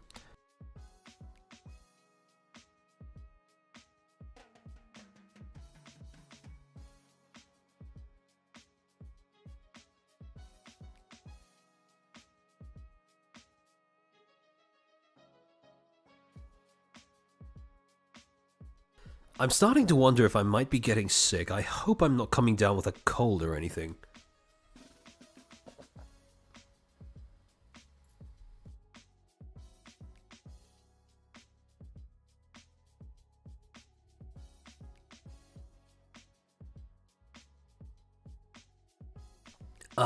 Okay. There's just a little bit left. Just a little bit left of this stream, relatively speaking. I think we're around 3/4 of the way through, roughly. Did the Nexus talents eat any hair? Nexus talents in chat, you are free to confirm or deny, but I don't think so. But I hope not. So, In this section, Harry states, quote, "Please understand that while we provide an environment for talents to autonomously utilize with sufficient support systems in place, individualized support for each person will be less. Consider the analogy of universities or high schools. Services aren't equal for all. More diligent students often receive more attention and support from teachers, while those who neglect their studies and attendance might not graduate." This is like the fourth stream I've watched with you being sick. Oh, welcome to stream, Kendra. Yeah, no, unfortunately, when you have an immune system like mine that is as scuffed as it is, it's quite a bad disability to have on occasion. You get sick quite often, and it's not even, cold sick. It's just skill issue sick.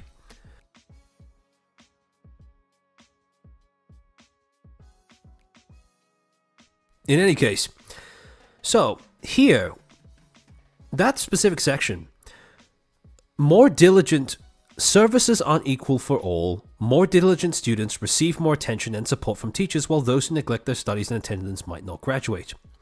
Here, there is a very specific sleight of hand.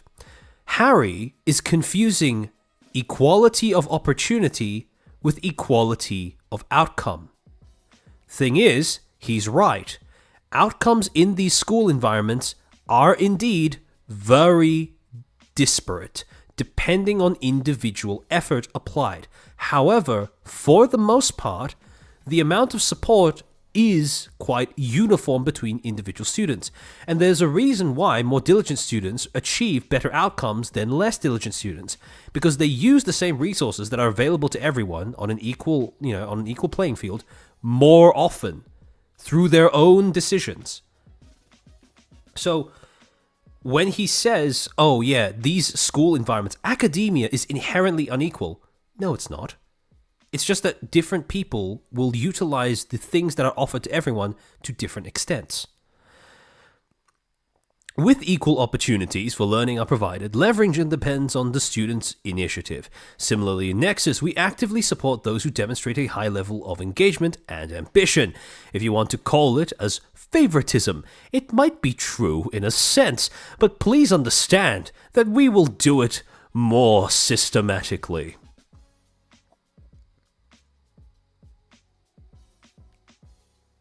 Let me restate that section. If you want to call it as, quote, favoritism, end quote, it might be true in a sense, but please understand that we do it more systematically. This problem, this death knell for so many talent-based industries, for so many agencies in this industry alone, this thing that everyone avoids like the plague, that every CEO worth their salt is deathly afraid of and specifically hires management to prevent. You are not only accepting it, you are embracing it. You are referring to it as a feature that you aim to foster in your system. And your justification? At least it's systematic. I may have bombed 2 villages in the Middle East, but at least I followed a gridlock pattern while doing so. What the fuck do you mean? Please understand we will do it systematically. How does that make it any better? If I kill someone systematically, does that make it less of a crime? If I steal from a pharmacy in a more systematic manner, does that make it applaudable somehow? Like, I don't understand what on earth Harry was cooking when he wrote this paragraph. Because literally anybody worth their... any VTuber fan, any VTuber talent, literally anybody would read this sentence and instantly realize, holy shit, he is cooked. I feel sorry for the talents that auditioned, made it in, established that they were going to debut later on this month or in the next month, and then had to see Harry release this article and read it aloud to themselves. Because this would have been a rough read if you were a talent at this stage. Imagine hearing your boss say, "Oh yeah, nah. Now we're going to do favoritism, but it's going to be a feature, not a flaw. We're going to embrace that shit." Like, what the fuck? A2, thank you for the 2. Harry's Kami Oshi is Niji Sanji. Maybe his Kami Oshi is Riku. That would make a lot of sense.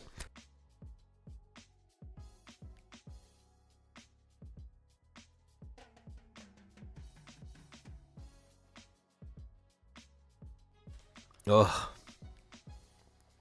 Specifically, we're establishing a system that rewards talent to achieve good results in various Nexus events and competitions. We aim to create a community where the competitive environment transparently benefits those who excel. Here's a really outlandish idea.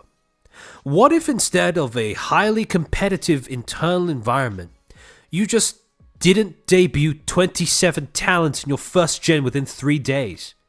What if instead you only had, 3 talents, 5 talents, 7 talents, and you called it a day so that you could select them yourself prior to debut instead of debuting the lot of them and allowing them to select themselves? Because fundamentally, that's what this business model is supposed to achieve.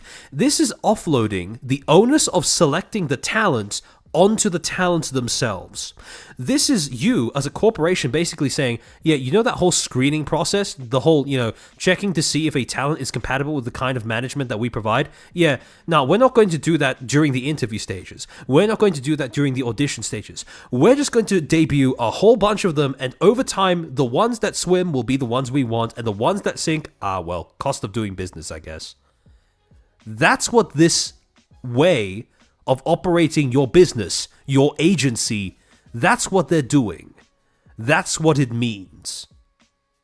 That's not a selling point, my dude. Radical idea. Yeah, I know. Crazy. VTuber eugenics.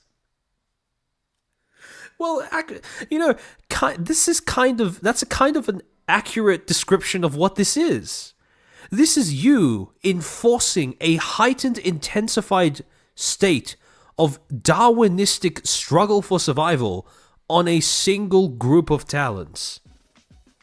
And you're going to sit there and tell me it's a nurturing environment? Get the fuck out of here. That's poppycock. But armchair, the management can't collect the talents like Pokemon then. Yeah, true. Sometimes we all want pets, I guess. Fuck's sake. The business of talent management involves investing in talent initially and recouping that investment over the medium to long term. Joining Nexus means we are investing in you first and foremost. Hence, we wish to work exclusively with those passionate about realizing their dreams. Given the inherent exposure to rankings by subscriber numbers or current viewers after debut anyways, those preferring a competitive-free, leisurely pace may not find alignment with a talent agency. What? Sorry, what?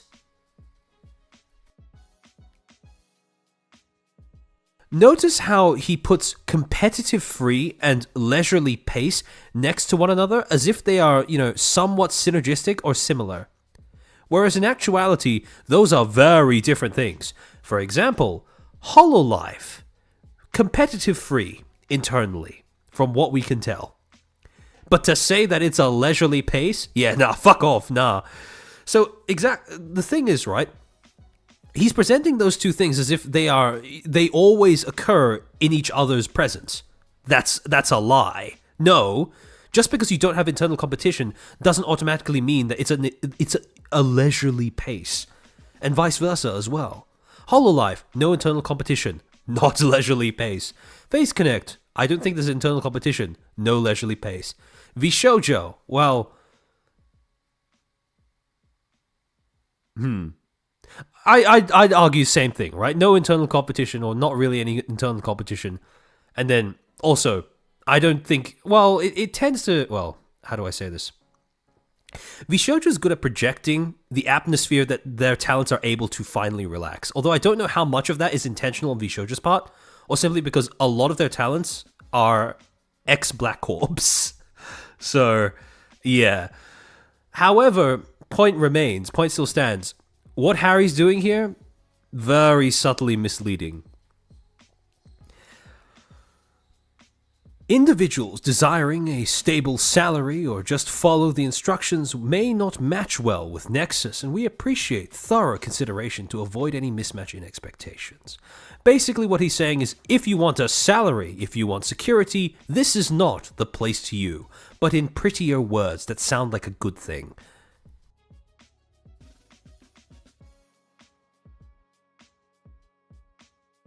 Now, here's the bit that Harry doesn't seem to understand, because yet again he's approaching this as if it's all input-output numbers in, numbers out, right?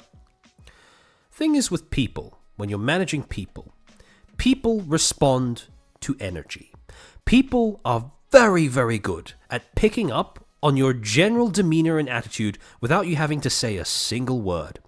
And the thing is, people are also hypersensitive to things like being supported, which by extension means that they are also hypersensitive to feeling unsupported. The thing is, when you put people in an environment where you deny them management right out the gate, where you deny them support, where you put them in an environment where the default is that they don't have support and then they earn it later, it's not just the fact that, the people who won't succeed are just people who are inherently lazy. No. It's also the fact that people will end up responding to that kind of environment and behaving accordingly. Talents who are in this environment, who are placed into an environment where they feel unsupported, will be less motivated to act. Because that is human nature.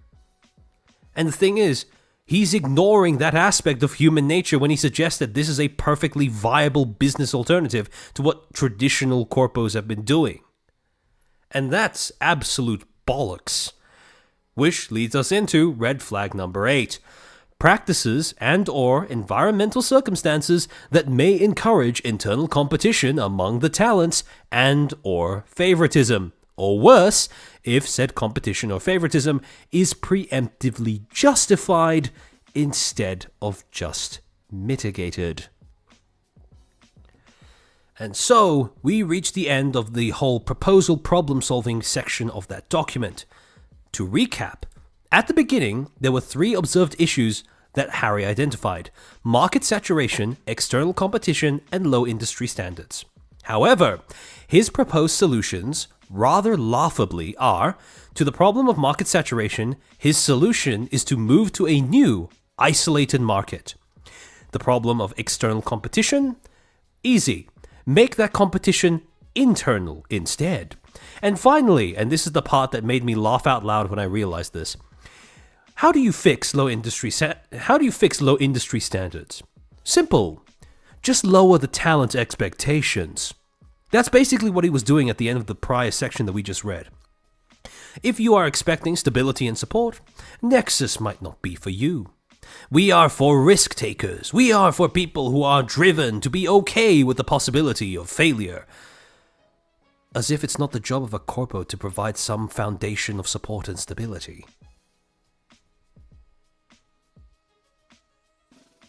And yet again, all of these solutions revolve around avoiding a problem rather than confronting and or overcoming it. Yeah, that's 8 red flags too many. We have more coming up. Now, the next section is comprised of him basically trying to highlight visually how this is supposed to work. Sorry.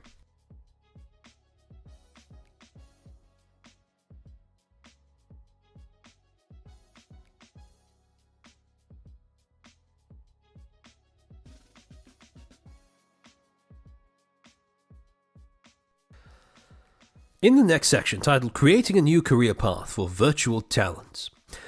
As Nexus, we focus mainly on our initiatives, but I'd also like to share our broader corporate aspirations. In essence, we aim to forge new career paths for virtual talents. And he uses another MHA reference. But basically, his idea is top talent production in the future. Total support for professionals, only talents who established fan bases are entitled to join. That's what he wants to move to, right? He wants to move to a path where Nexus eventually gets to the point where they don't need to take on nobodies, right? They only take on talents who have established fan bases. Oh, sorry. This is the way that, this is the future of the industry, not Nexus specifically. Sorry, my bad. I misspoke. However, the Nexus model is curriculum to learn from basics. You are provided with a curriculum to advance from basics to something advanced, and you get to meet friends and rivals to compete and train each other. Again, really heavily leaning on that MHA brain, while completely glossing over the fact that this is not what you want. Rivals and competition is not what you want inside of any sort of talent agency. And finally, last two sections, right, of this document. Initially, Nexus will concentrate on establishing a foundation in streaming and building fan communities in simple streaming platforms like AniLive. Starting on YouTube or Twitch can be overwhelmingly complex for beginners. What? What? Are you high? You just figure out OBS and you start streaming. Literally anybody can do that. Just pick up OBS, press go live, figure out what an overlay is, what an asset is, how to hook up a Fuji from your Discord, and hit go live. Surely, if you are going to pick talents that are going to be okay with a lack of support, that you are going to actively select talents who are okay with a lack of managerial support, surely those same talents will be able to figure out one end of the OBS from another. Holy shit. What is this and again, this falls into a recurring trend where all of the justifications for using AniLive tend to be either misleading or remarkably flimsy. Hence our emphasis on AniLive to construct a solid base. To cultivate habitual streaming, we advocate for a high level of commitment. Sorry.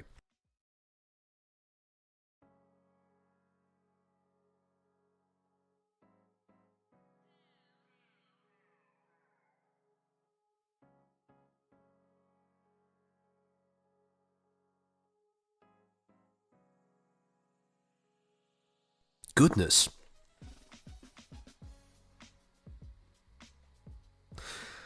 To cultivate habitual streaming, we advocate for a high level of commitment, recommending streaming for 2 hours over 20 days or more. As talents progress through our curriculum, we'll guide them towards diversifying their revenue streams and expanding their presence across multiple platforms. Again, why not just start on multiple platforms, you absolute imbecile? Ensuring they receive support as their careers develop. Talent support needs to evolve as they establish their foundation. This can range from marketing to merchandising and even tax handling. When talents reach this phase, we, as 4 creators, envision setting up a distinct agency tailored to meet these advanced needs. The journey from emerging talent-friendly platforms like AniLive to mainstream success is beginning worldwide. Or, it could just begin on the biggest Why are we not using the biggest platforms? Hello? We aim to adapt our support to match the growth phases of talents, ensuring they always feel adequately supported and never lack in benefits. That's a laugh, after reading what we just read. Never lack in benefits, my ass. We're committed to bringing our all to ensure talent success and satisfaction. A year on from now, I would be very curious to see how many of the Nexus talents actually expressed that they were overall satisfied with their experience with the company. Especially the ones that I have no doubt that there are going to be quite a few that find some sort of, wider success beyond the reaches and confines of Nexus as indies. And those especially, I would be very, very curious to see how their success that they earned on their own compares and contrasts with their experience at this company when that eventually happens. Because I'm convinced that it will. But holy shit. Oh. This company is so fucked up. Like, it's not I wouldn't say it's maliciously fucked up in the same sense as, Bond Live, as we're currently finding out, or Niji Sanji. But as far as business model goes, this is about as fucked as it can get. In terms of just inherent business model. Nothing to do with management. Not even looking at management. Just the business model itself. So, the article ends with a brief summary. What Nexus aspires to achieve. Dominating new platforms, AniLive is set to become the next big stage for the V community. Yeah, it's sure. Where we aim to create numerous stars. A new academy-style talent agency. It's designed for those with high motivation and dreams they're serious about achieving. It requires proactive mindset to fully utilize. This approach might not be for everyone, especially if it sounds daunting or unappealing. We're fully committed to combining these elements to ensure the grand success of our talents.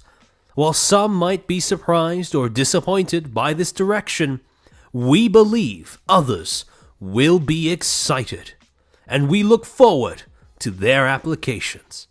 Most questions we've received via marshmallows should be answered within this document.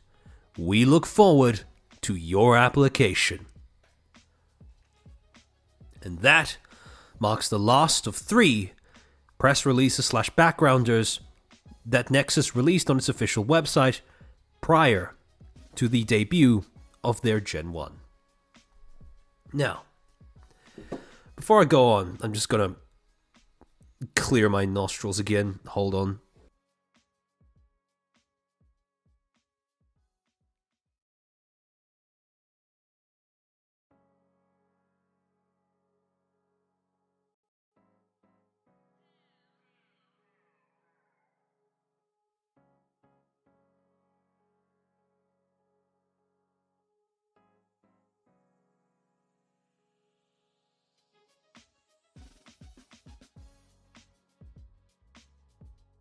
Goodness. Oh.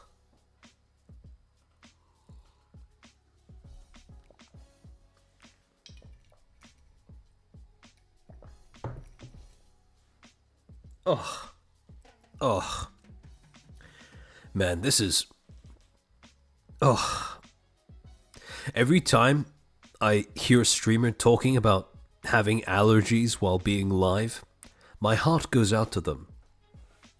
So, in summary of all of this, right? From everything that we've seen so far, this looks like a company whose premise was designed to fail. Because it was designed off of a premise that can only ever stem from someone with a fundamental lack of understanding as to how VTubing as an industry works. I think that's a pretty accurate summary of Harry as a founder. However, there was one persistent thing throughout this statement, this specific article, that I just couldn't understand. And something that I just couldn't understand about Nexus in general. And that is, again, why AniLive? What is the connection between these two? Why is it so essential that all of the talents stream on AniLive? Why is Harry so insistent that AniLive is going to be the next best thing, whereas it's not even the first VTuber-specific alternate platform, like Irium was? And so, my confusion only grew when I started thinking about the way that AniLive was presented. Because the thing is, right, Harry's initial hypothesis, I can understand why if you start from the beginning, that if you start from the beginning assumption, the initial assumption that platforms evolve and revolve around people, that would explain why you would then be incentivized to create this sort of pressure cooker environment to find the best people possible, right? That I can understand. It's extremely flawed of a premise. It's extraordinarily stupid, but I can understand in terms of, just logical thought, sequential thought as to how this and this are linked. However, I don't understand how AniLive plays into this. Because if you want to create a pressure cooker environment, and you're talking about how the main two platforms are too daunting, too competitive, too complex to navigate, surely they would have been a better alternative to AniLive. And if you want AniLive to just be this space that's only VTubers or whatever, putting it here in terms of that sort of logical flow of thought doesn't really make sense. However, if you flip it around to where AniLive is not the end result of this chain of logic, but rather the inception of it, then it starts to make a little bit more sense. Because on the off chance that AniLive was the original objective, that the objective wasn't actually to to create this kind of, well, I'll be honest, this extraordinarily illogically structured talent agency. If this was rather the means to the end, right, of simply making AniLive viable, then everything starts to make more sense. If the initial focus was on AniLive as a platform, that explains why you would think of platforms as requiring talents in order to gain momentum, hence you being incentivized to grab as many talents as possible and shove them onto that platform, to create that pressure cooker environment while hopefully building an audience not for the talents, but for the platform. Because I'm going to be very honest, and this may sound quite unpleasant to some of the talents that may be in chat, but I don't think you guys were actually the main focus of Nexus. I don't think you guys were the main priority either. Because if you were, they wouldn't do this. Debuting 27 of you over the course of 3 days is not something you would do if you actually cared about the individual talent succeeding. Nor would you try to force them onto a platform. Well, I say force in a way that, that might sound a little hyperbolic, but at the same time, they made it compulsory to debut on a platform that didn't have a pre-existing user base. And debut is when you want the most people to be able to access you and your content as easily as possible, because that's when you still have the whole hype factor around being completely new and unfamiliar. That's when audiences are going to be most excited to find out who you are and what you're doing. So, if you really cared about the talents, neither of these things makes any sense. And this is when I started looking at the timeline at which Nexus and AniLive began publicly affiliating with one another. So just to remind you guys, For Creators, the parent company, was incorporated on the 17th of October 2023. However, it was only the 9th of March where the earliest mention of the partnership between Nexus and AniLive was made public on their Twitter, when they were announcing VTuber auditions. So that's a whole, 5 months from one to the other, or about 5 months. And proving a connection between the two is a little difficult, right? Because the next mention, first official mention on Nexus's actual website only happens on the 18th of March 2024. So these two are very close together, but these two are very far apart. So what I was looking for, what I wanted to see, what I needed to investigate was, what is the link between AniLive and Nexus? Why did they do this? Because if I'm going with the hypothesis that this was all about the app, not about the talents, what is the connection then between Harry and AniLive? Because it has to stem from Harry somehow, surely. And so, I mean, what I had found, this is just anecdotal, right? what I found, if you go through, if you go far enough through Harry's Twitter, you scroll far enough back, around 2023, you'll see that he has quite a few interactions with Captain from AnyLive, the CEO of AnyLive. They are entrepreneurs that seem to be pretty firm friends. The thing is, though, that's not enough of a connection, or at least it wasn't enough for me. I needed something more concrete than that.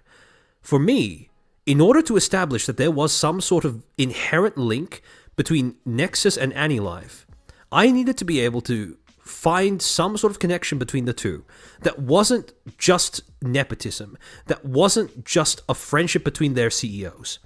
Because that is, well, while it could be circumstantially strong evidence, it's still circumstantial. I needed something more concrete than that. And so, if you ever want to understand the motivations and the, shall we say, the drivers behind a CEO's actions, go through their social media. So I went to his Twitter and scrolled even further. And I wasn't disappointed. Because on December 14th, 2023, Harry, on his personal Twitter, would post out a quote tweet for one Takumi Ukoshi that was posted on the same day. Oko, welcome to the stream, Oko, and Oko's chat. We're talking about Nexus. We're currently unraveling the connection between Nexus and AnyLive. We're trying to find something more concrete than just their CEOs knew each other and were friends, because it is possible to prove a link that's more concrete than that. I hope you had a good stream, Oko. Welcome in. Also, thanks for gifting a membership, Rias Gremory. Let me just extend the chat so I can read your full name. Rias Gremory, Final Fantasy 14 player.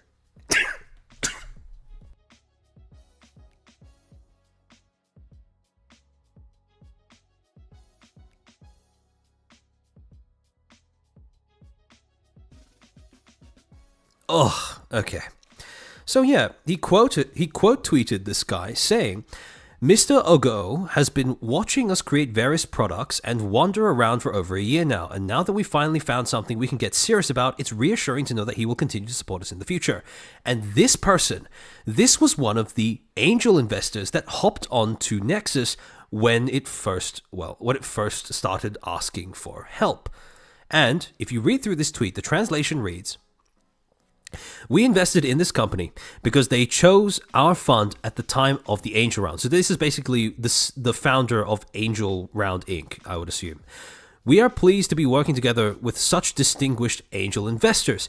And then he starts listing them off. And this is where things get interesting. Because when you compare the list of the angel investors that this guy mentions in this tweet with the list of angel investors that you have listed on Nexus's official website, you start to notice a few things. 5 of these investors that are listed in both lists match up with one another, but 2 of them don't. On Nexus's official website, the CEO of Angel Round is linked here, and obviously he's not going to be in the list of the guy who's currently making this post, because again, this tweet was made by the CEO of Angel Round. However, that just leaves one name here that hasn't been included in Nexus's official marketing. One Shunsuke Oyu, another ball. Where have we seen another ball before? Well, big clue.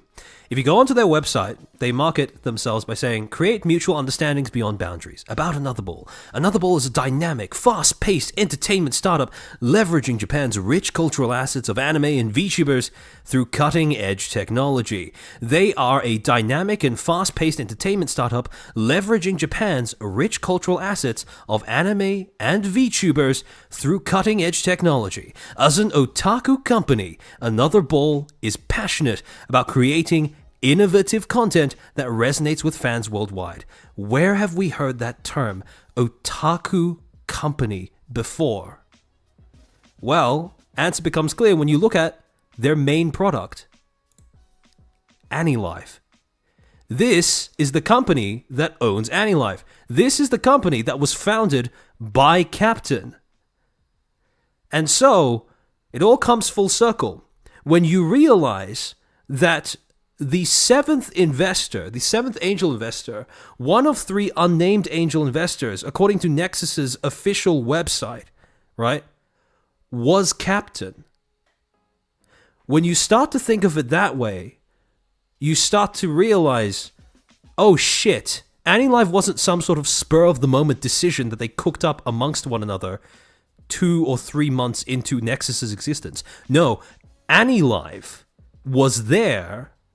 I think it's safe to say AniLive was there as an obligation, potentially, for Harry way back in, at the very minimum, early December. But since this is, since this is supposed to be an investment round, you would assume that the investments are locked in 1 or 2 months prior. So that would place it at around November or October in 2023. And remember that 4Creators was only formally incorporated on October 17th, 2023. All of a sudden, the link between AniLive and Nexus is a lot older and a lot closer to its origin point than just March 9th. So, to all of the talents that are at Nexus, it's not a great thing to have to say,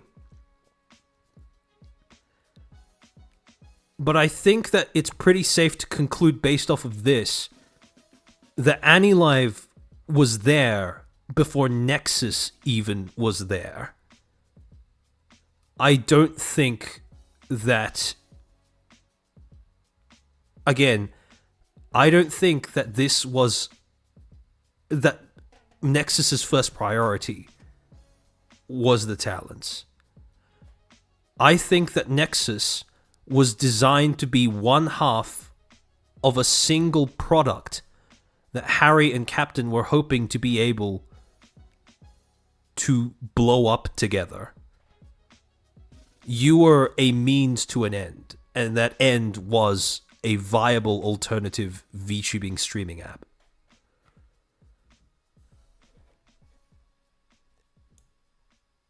And it's not an easy conclusion to reach, but based off of this, that's the only conclusion that I can reach. Because when you view it as this, when you view it through this lens, as if the onus for Nexus has always been on trying to make AniLive the app work at all costs, suddenly it makes a lot more sense as to why they've adopted a business model that places very little emphasis on actually supporting and growing individual talents. Suddenly it makes a lot more sense as to why they would want to prioritize debuting a volume of talents over individual talents that have a more close connection to a nicher audience.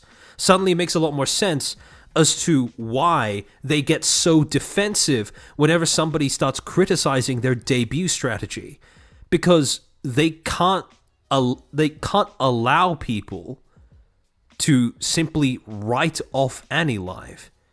If people try to criticize them by saying, "Oh yeah, AniLive is, no one uses this app," and they get antsy about it, I do think that part of the reason is because AniLive was the main focus between the two of them. So that's why they were so defensive. Exactly. So I do think that you guys have been done quite dirty by Nexus, because I'm willing to bet an arm and a leg that if the talents knew about AniLive and Nexus's affiliation with one another, I don't think that most of the talents would have known that it was this deep and this early on in Nexus's development. I don't think that talents would have been told, for example, that Captain, the CEO of AniLive, was an angel investor for Nexus. Because if they had been told that, I think a lot more talents might have made the informed decision to walk.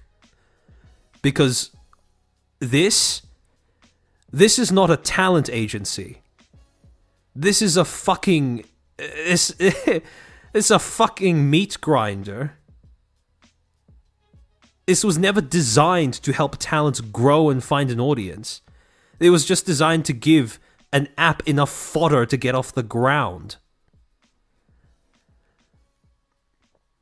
Or at least, that's just my opinion. But, hopefully, the paper trail that I've shown you, the way that I've reached this conclusion is, well, I mean, you can verify that for yourselves. Scroll back through Harry's timeline on Twitter, you'll find that same tweet that I was referencing from the CEO of Angel Round.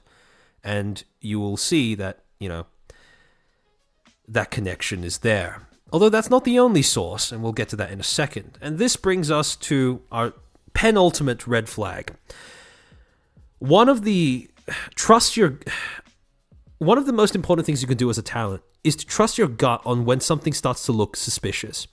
And especially, one of the things that you should never question yourself over is when you see that a business, a startup, has an unintuitive growth strategy. Especially when that unintuitive growth strategy is combined with a possible conflict of interest. Because in this particular case, Harry very much had a conflict of interest. Because he had an angel investor who ran a no-name streaming platform.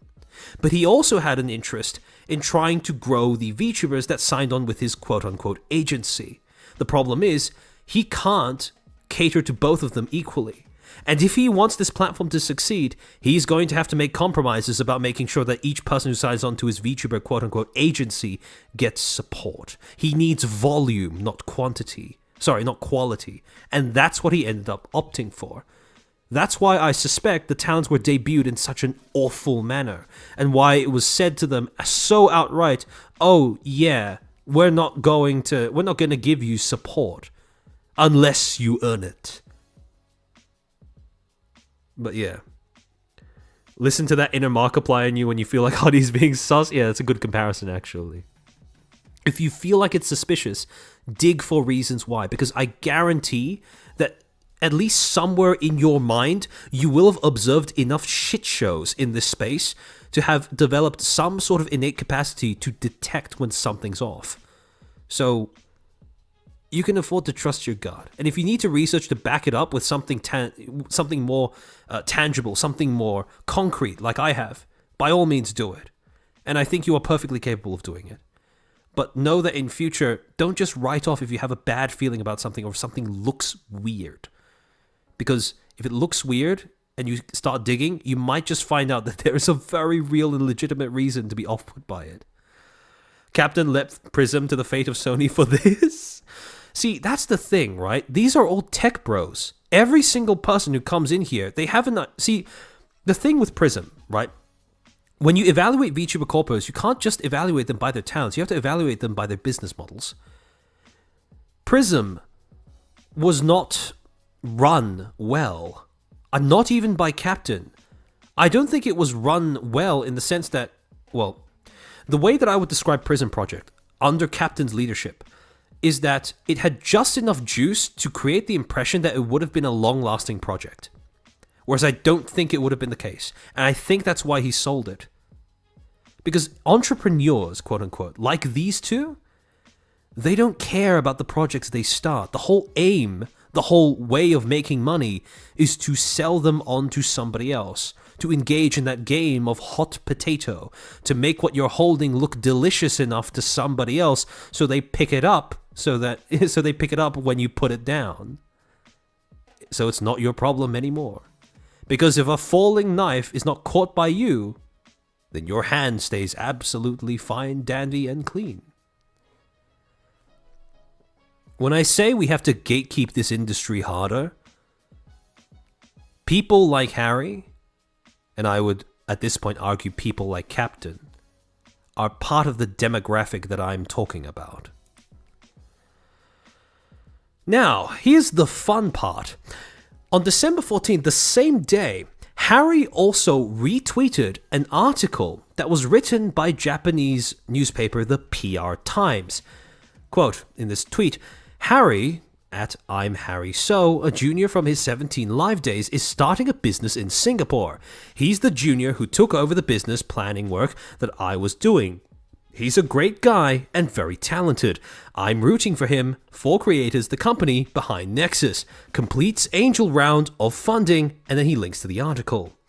And then you actually read the article. On its face, if you just looked at the headline and tagline, it looks pretty similar to what Newsdrop published, right? 4Creators, the company behind Nexus, completes angel round of funding. Yada yada, very simple. However, you go down to the first section of the article, and it also has a list of angel investors. Except, this list of the angel investors doesn't list 6, it lists 7. And one of the 7 is Shunsuke OU, Another Ball Pte Ltd.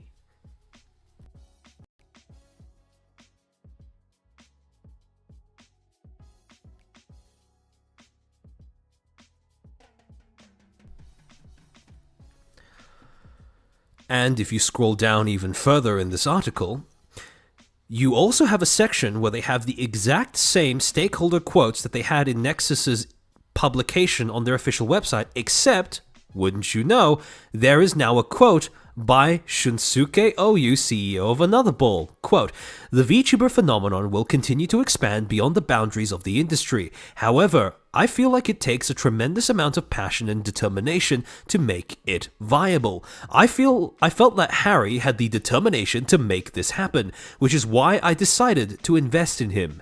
Yeah, sure. Surely there's no other reason why you'd invest in Harry and his business, right? In fact, I had asked Harry many times if he would like to work for our company. However, each time he refused, saying, "No, I want to make my own company successful." I wonder if there's some way that you can compromise that desire for collaboration while still letting him have his own company. I wonder.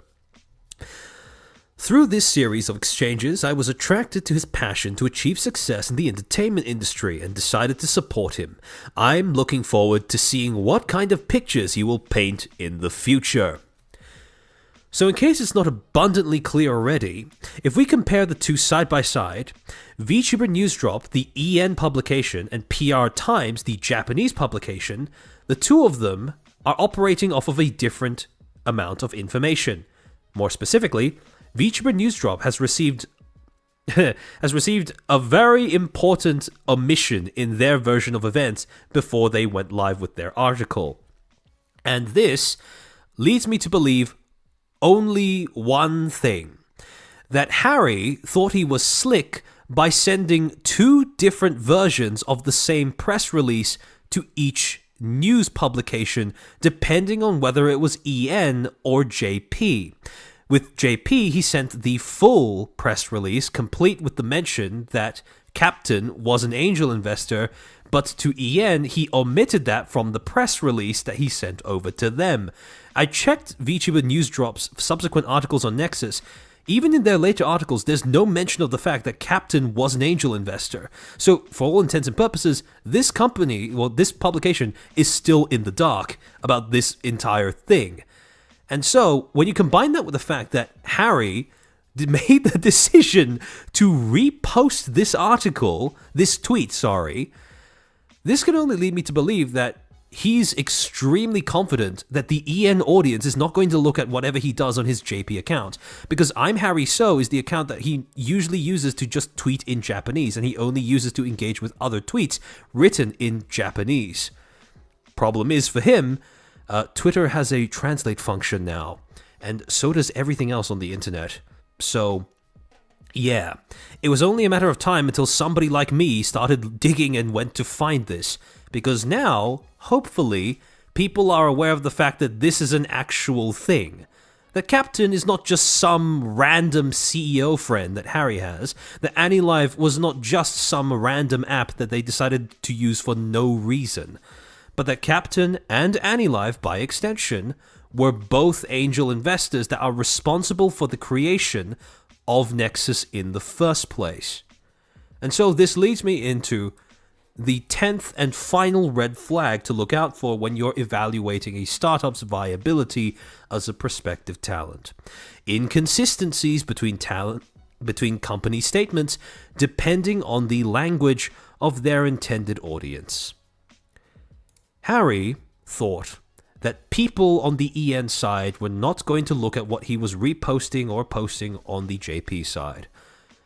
Had it not been for the fact that he retweeted those, I don't think anyone from EN would have found out. But as it is, I think this is a pretty open and shut case of conflict of interest.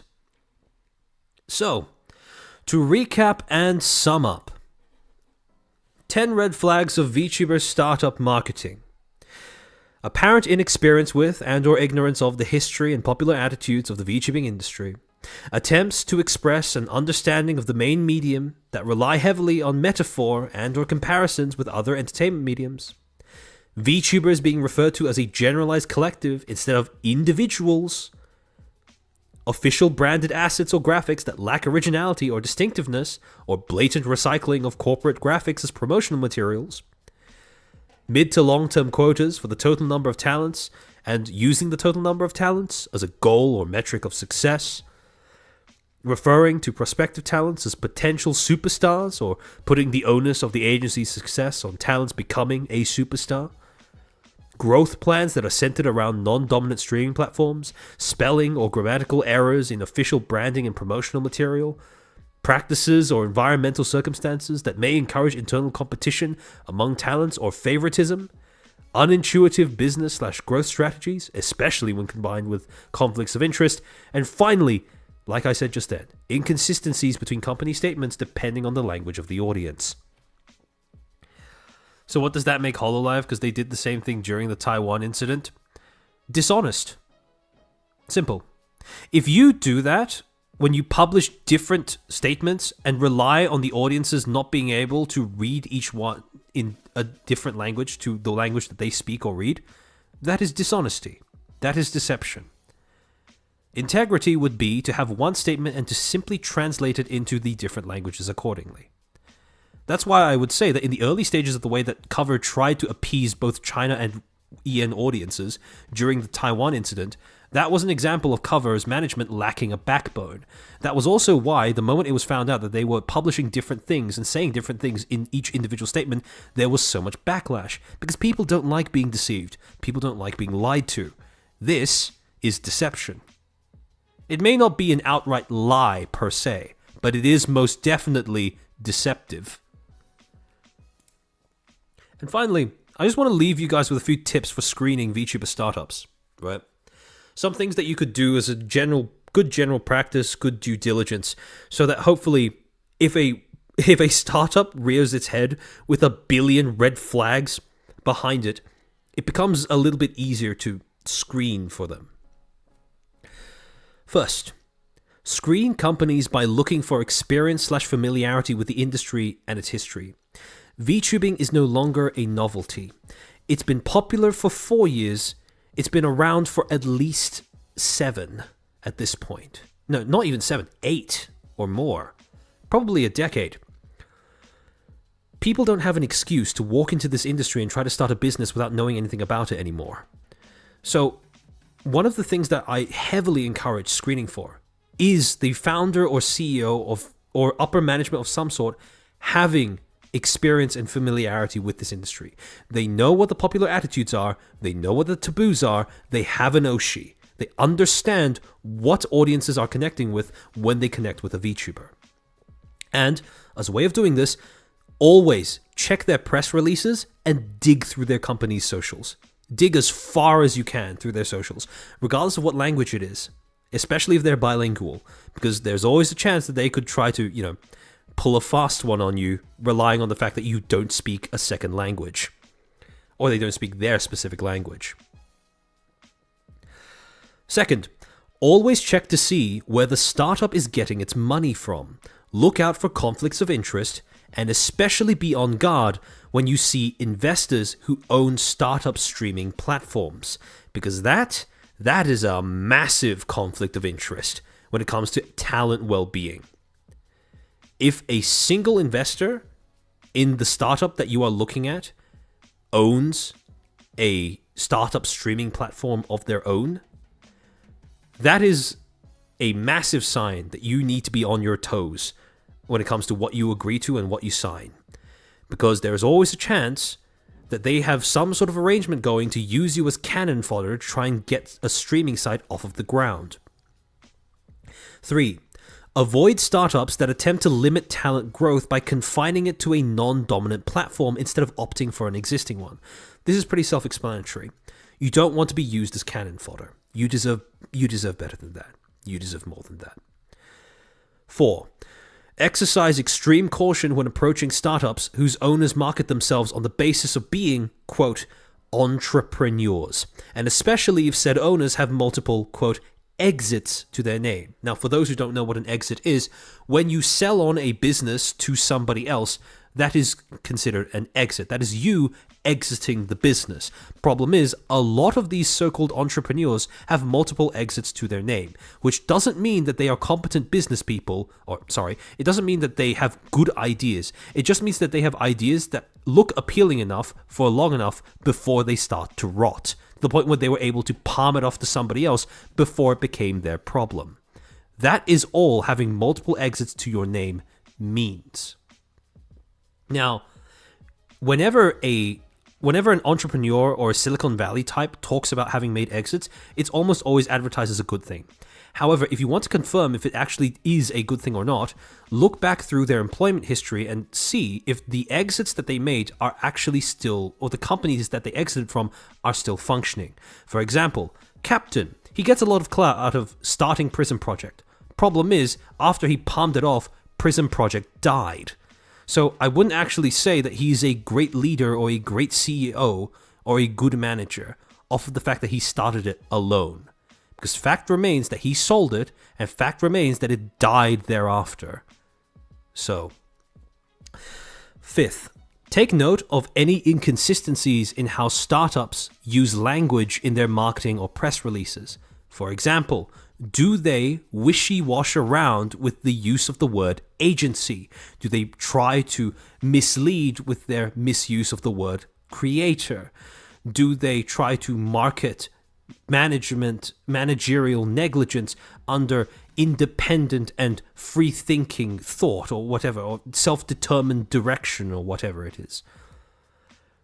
Always pay attention to those instances of wordplay or sleight of hand, linguistic sleight of hand in any of their statements. Because the moment you start picking up on them, that's when you really need to lock in and start examining what exactly they're trying to pitch to you. And finally, I think it's about high time that in 2025, people, both audiences and talent, started to discount the value of a better or quote-unquote smaller corpo pay cut in their marketing. What a corpo takes from your revenue stream is for all intents and purposes irrelevant. What does matter is what kind of support they offer in exchange for whatever cut they take. That is what you should be focusing on. That is the real crux. That is actual substantive marketing.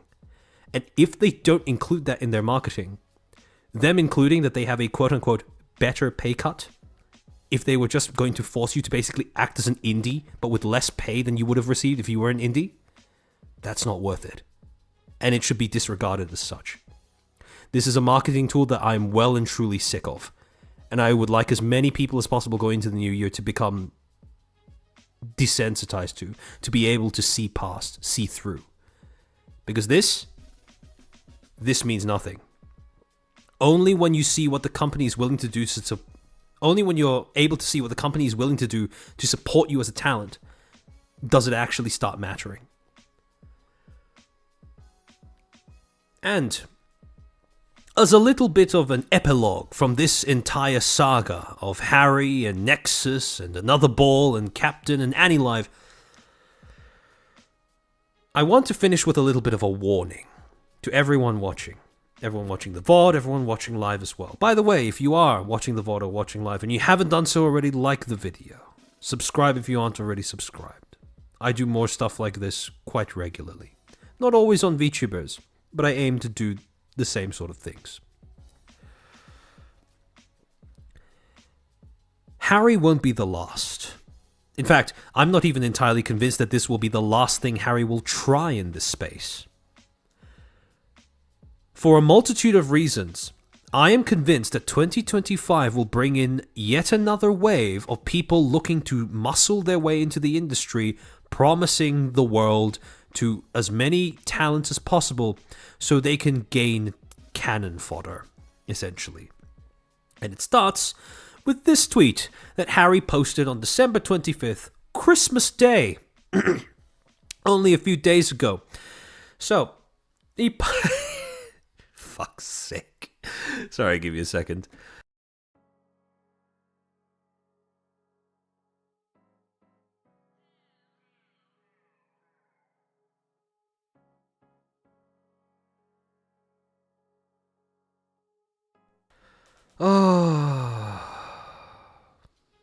On Christmas Day, Harry, with his personal account, quote tweeted the Nexus dissolution announcement that was posted a whole 2 weeks earlier, and he says, quote, "Although I have made the decision to close the V-agency business and pivot, I would like to put together a summary. Somewhere, once all the retrospective work is done," well, my retrospective work is certainly done, Harry, so you're welcome to that.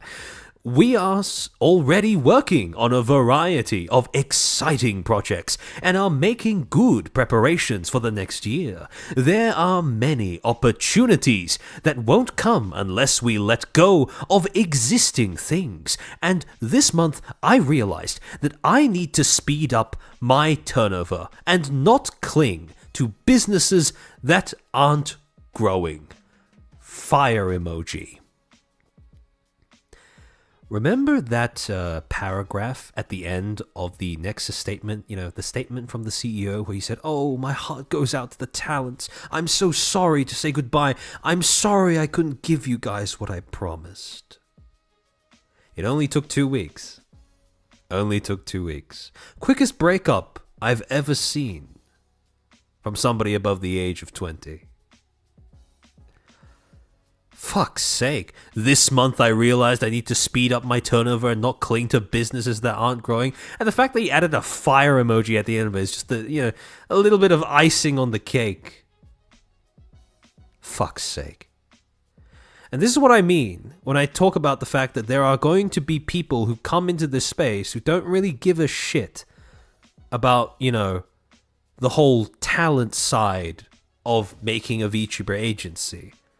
They just see numbers, they just see stats, they just see possible entrepreneur startup funds. That's all it is. And if they sell the agency, or if it collapses, they don't have to stick around for the fallout. They're gone. And they can always come back. I have no doubt that Harry will return with something down the line. Maybe it's not VTubing, but it will be something. However, if it is VTubing, I make this promise, that if Harry blunders back into this industry with another VTubing agency, with another virtual entertainment project, I'm going to be there. And I'm going to be covering it. Because stuff like this, in my humble opinion, does not deserve to just blow over. If you fuck with the industry in this manner, well, this is the whole point of having drama tubers. To enforce a PR tax. To be a jinx for your future endeavors in this industry. Because when you pull shit like this, you deserve it.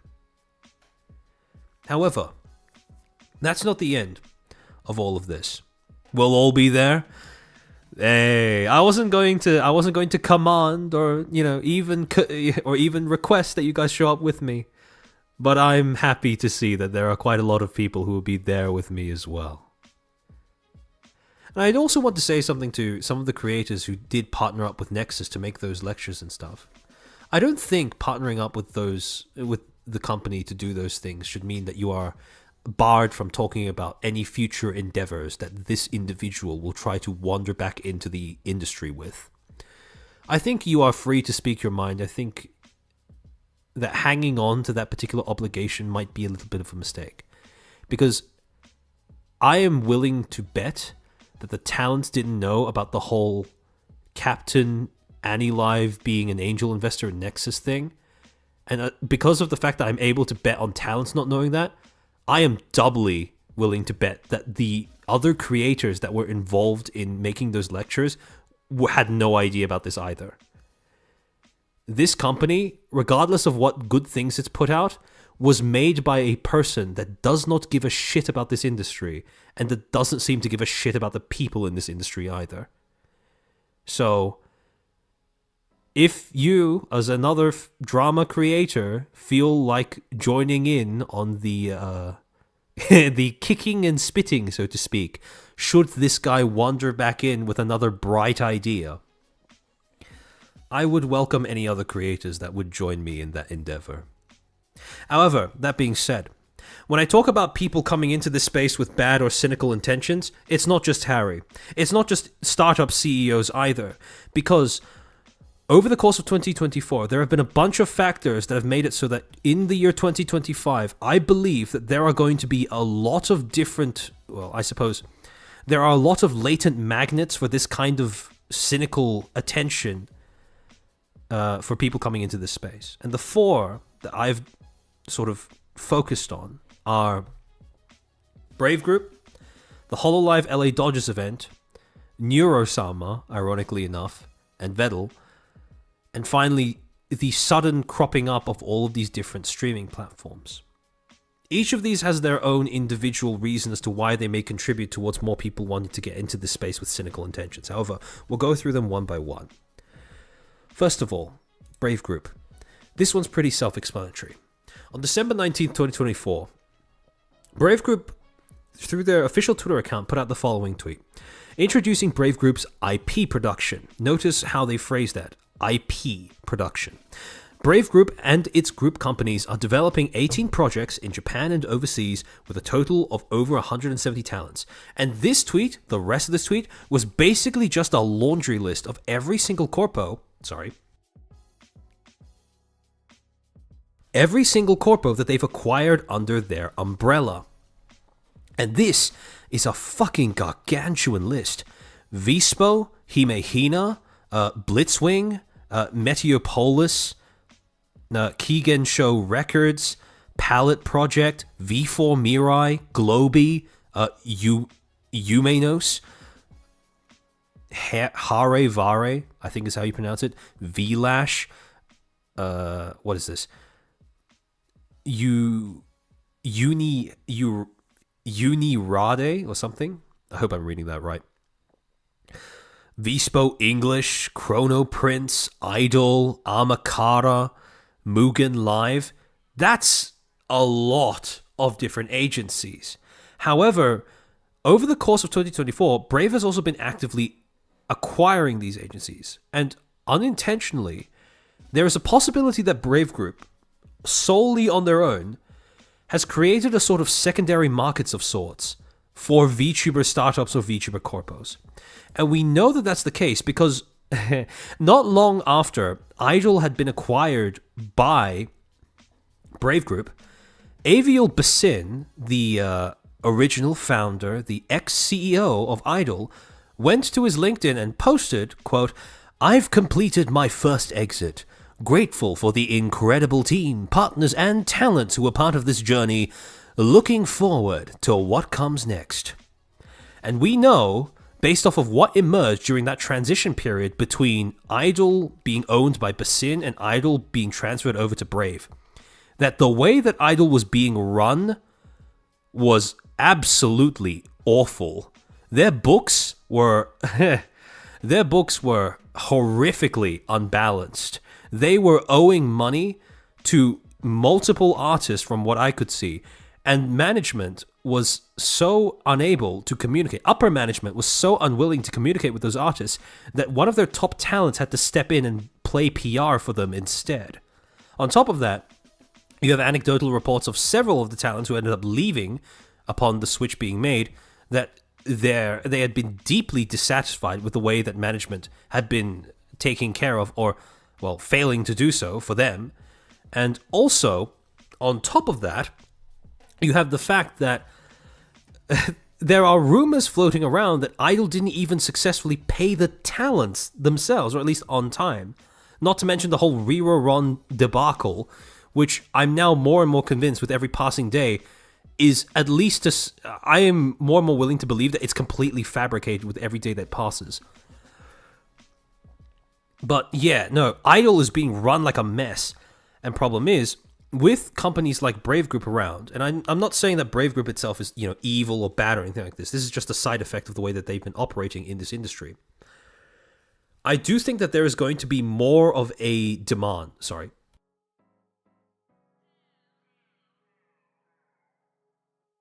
I do think that there's going to be more of a perceived demand on these VTuber agency startups, where they are founded by a person, managed barely competently, rapidly expanded, and then before the collapse can become evident, sold off to somebody else with more money.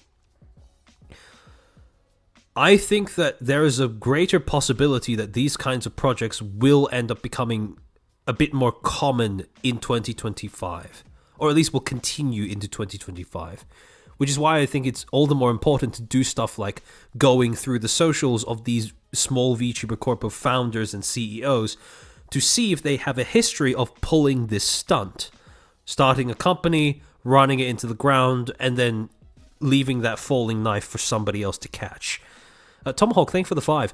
Dodger's thing is going to attract the eyes of normies and the big boy companies, given the power of superstition is a catalyst. Sports industry is no joke. Oh yeah, absolutely, and that's what I was going to get to next. Unintentionally, what HoloLive has done, even though it's good for the industry as a whole, it's also managed to bring in the attention of a lot of different businesses who aren't familiar with VTubing, don't know anything about VTubing, but don't care about VTubing, to want to get into this industry. They've seen that it is viable, commercially viable. They've seen that it is popular. And as VTubing becomes more and more mainstream, these corporate actors are going to become more and more common. And thing is, something else about this particular event that I'm not sure a lot of people have been emphasizing is how it highlighted the absolute ludicrous profitability of IPs. When you talk about the value of a VTuber, previously you would talk about things like audience size, talent, the amount of money sunk into assets or a model. But now there's something that has become all the more prominent as the years have gone by, and that is the IP of the VTuber. Again, I want you to cast your minds back to how Brave Group pitched this. Brave Group's IP production. And this highlighted to everybody within and without the industry that VTuber IPs are no joke when it comes to making money. The way that I see this industry progressing into the future is more and more leaning away from individual talents and more focusing on IP. And this is where I want to get into the new platforms that have been cropping up, like AniLive, like Irium, like 17 Live in terms of how they have been expanding. This article that was published on November 25th states, quote, 17 Live fuels virtual IP growth with acquisition of leading Japanese VTuber company. This is basically 17 Live's acquisition of Mikai Inc. The taglines are, quote, strengthens platform plus IP model to drive future growth in line with 17 Live's forward strategy, and also paves the way for transformation into an IP-powered live streaming entertainment platform. In other words, these companies have finally realized how they make their talents profitable, or the most profitable. They just need the talents to have an IP. An IP that is famous enough, big enough, popular enough to be capable of generating immense money purely through sheer positive mental associations, sorry. That is what I see being the future for VTuber corpos, trying their best to move towards a more Disney-esque model as opposed to simply nurturing talents wave by wave. Because unfortunately, the problem is a lot of these corpos, especially a lot of the investors that will end up pressuring companies to move in this direction, they probably won't understand that you can't have an IP without first building up a talent. And you can't first build up a talent without acknowledging they are an individual. They are a person. You need to be able to look after them so that they are capable of sustainably creating content that would build up that IP over time. So, yeah, there was a Reddit post that said that the stadium really underestimated the Merchantman. Exactly. That's not a mistake they're going to make again, by the way. And that's not a mistake that I don't think any corporation affiliated with sports, if they are also affiliated with a VTuber corpo or a VTuber of some sort, will ever make again. Because after this point, the genie's out of the bottle. IP being the future of VTuber corporate profitability is, well, it's nothing new. It's been around since at least Kizuna Ai, because that was also something that that Gumi, before they started investing in Activate, was talking about in their investor meetings. However, I do think that it has gained momentum in terms of becoming more and more widespread, more and more prevalent in backroom discussions when it comes to the people who run these corpos, who invest in these corpos. I do think they are going to be more actively, or possibly not more, but pushing for it just as much as they would have back then. But harder. Because of the fact that years have gone by and there's more money involved now. So. And finally, Neuro-sama. The reason why I bring up Neuro-sama as a magnet for that kind of attention in this industry is because Neuro-sama is something of an anomaly. Vedal is something of an anomaly for that matter. But with Neuro combines all of the, through pure happenstance, she combines all of the most distinctive and yet profitable parts of VTubing that companies have been trying to figure out the secret sauce for years. She is an AI VTuber that is actually capable of speaking like a human being to the point where there is a growing amount of people in her audience who, perhaps ironically, perhaps unironically, are beginning to believe that she's developing sentience. She is an immensely popular IP to the point where her current image has essentially overshadowed the base model that she used to use. And on top of that, she is all of that while only essentially being programmed by two people, which requires, well, despite the fact that these are two passionate people who invest much of their lives into her, relatively speaking, that's not a lot of resources that you might need to invest. And so, Neuro-sama is the convergence of so many things that these entrepreneurs, these tech bro investors coming in from the outside would be salivating over. The point where Vedal himself has actually received an offer to buy Neuro, essentially. This clip that was posted by NeuroSoda on December 20th of last year, where Vedal reveals that he had been approached by someone, he doesn't say who, with an offer to buy Neuro. And when Neuro herself speculated out loud, sorry, give me a sec.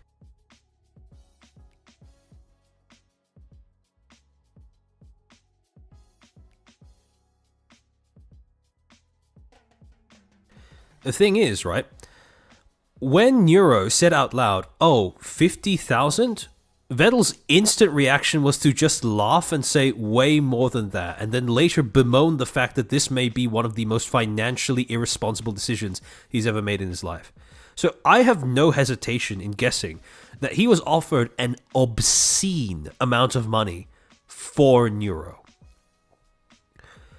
Yeah, Neuro's the only AI that people in VTubing actually love. Yeah, no, because Neuro's journey is humanized not only by Vedal, but by the fact that she didn't start off being the way she is now.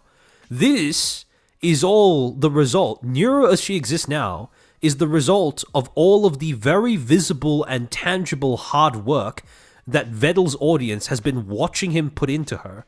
It is exactly like watching a father raise his daughter. That is what humanizes Neuro beyond anything that any other AI company could possibly hope for. And crucially, this is why I'm really glad that Vedel, refused. That is something that no tech bro and no investor will be able to comprehend.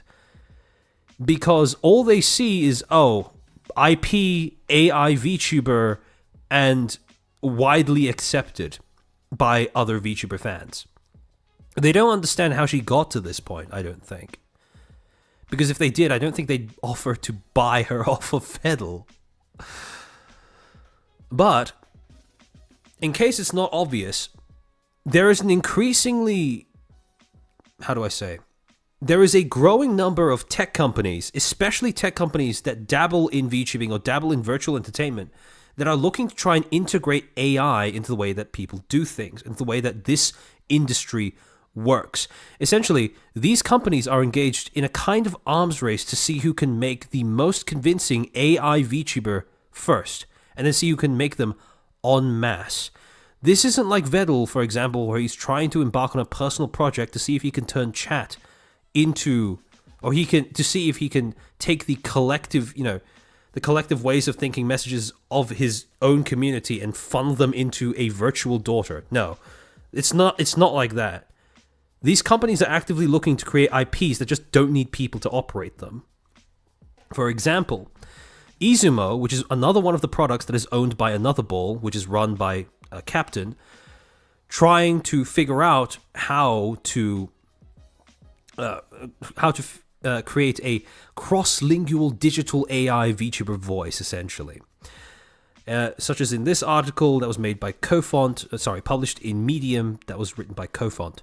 Quote, Cofont Co. Ltd. and Another Ball PTS Ltd. announced the release of AILIS, or AILIS, digital voice to be used with cross-lingual TTS applications.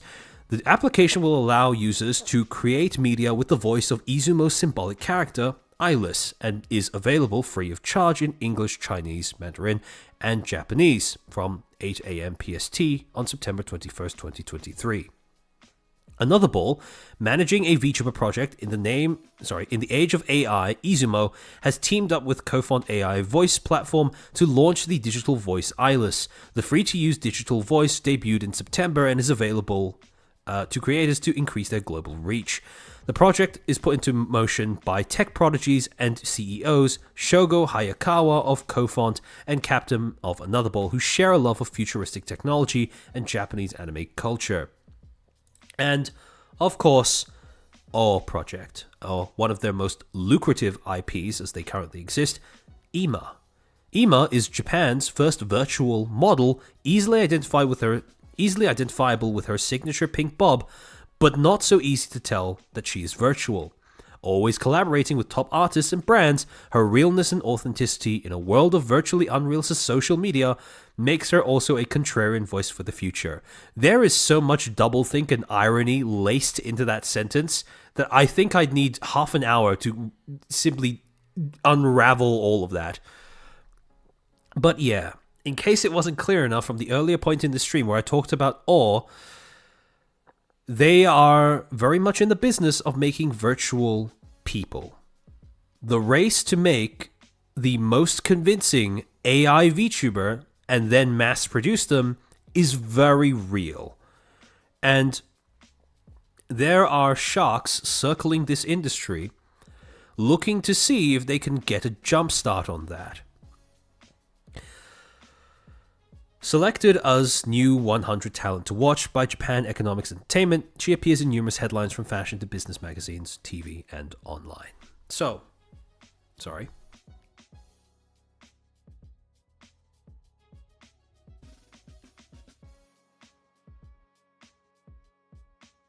Still uncanny? That's not going to stay. Eventually, they're going to figure out how to make her look less and less inhuman. And it's like all of the creation that Vedel does, but like without any of the soul. It's just really grim, honestly, to watch. But the long and short of it is, for all the reasons that I just listed, 2025, I suspect, is going to be yet another year where a lot of cynical business interests are going to look to muscle their way into this industry. I can only encourage the people who watch this stream, watch this VOD, to be on guard against these things. To look out for the signs that the people who want to establish some sort of commercial, business-oriented presence in this industry are not doing so because they care about talent, are not doing so because they care about people, are not doing so because they have passion or love for VTubing as a medium or as a mode of entertainment, but simply because they can see a quick buck being made. And I want to finish by just coming back to something that I've said multiple times before, but I will probably say multiple times in the future as well. The VTuber community doesn't exist, but the VTubing industry does, and it's growing. Unless you can grasp this concept, a lot of what happens and a lot of what people do in this space will not make sense to you, will seem completely and utterly illogical. However, the moment that you grasp that VTubing is not a community in the sense that there is no universal shared values, there is no universal expectations for a certain standard of conduct or mutualism or some sort of, you looking out for somebody else despite the fact that you're strangers to one another, the moment you move past that way of thinking, the moment you start thinking about VTubing as an industry, suddenly a lot of what people do makes sense. When you see, V-tweeters backstabbing one another for 5 extra CCV on their next stream, that starts to make more sense. When you see people wandering in from the outside with the idea for a VTubing company that could never fucking work, that starts to make more sense. When you see that people or companies are alienating their talents for some reason, despite the fact that they are doubling down on cranking out more merch or IP production, that starts to make more sense. Unless you understand that the VTubing space is an industry, that it is moving in a direction towards more efficient monetization, more diverse ways of making money, I would even go so far as to say that you are going to be in an inherently disadvantageous position when it comes to defending you and yours from people who would seek to exploit you. Because there will be people who seek to exploit you in this industry. It is not a community. Just because you meet someone doesn't mean that they're obligated to care about you. And all too often, they don't. It may not be nice to hear, and a lot of people like calling it the VTuber community because that sounds cozy, because that sounds nice, because it makes them feel safe here. But the fact is that in this space, the only communities that exist are the ones that you create for yourself. Everything else is just an industry, baby. And that's pretty much it. Minor things, company keeps stripping... Oh, sorry, hold on. Let me read the first part of that message. The funny thing is that they keep trying, but have to pull them for fear of the less than savory viewers getting to say the N-word. The difference is that unlike Vettel, who just corrected... Yeah, exactly. Minor things, companies keep stripping all of these creations to bones, ultimately sanitizing and losing the audience immediately that they have to overcome, then they'll succeed. Yeah. Sorry, give me a second.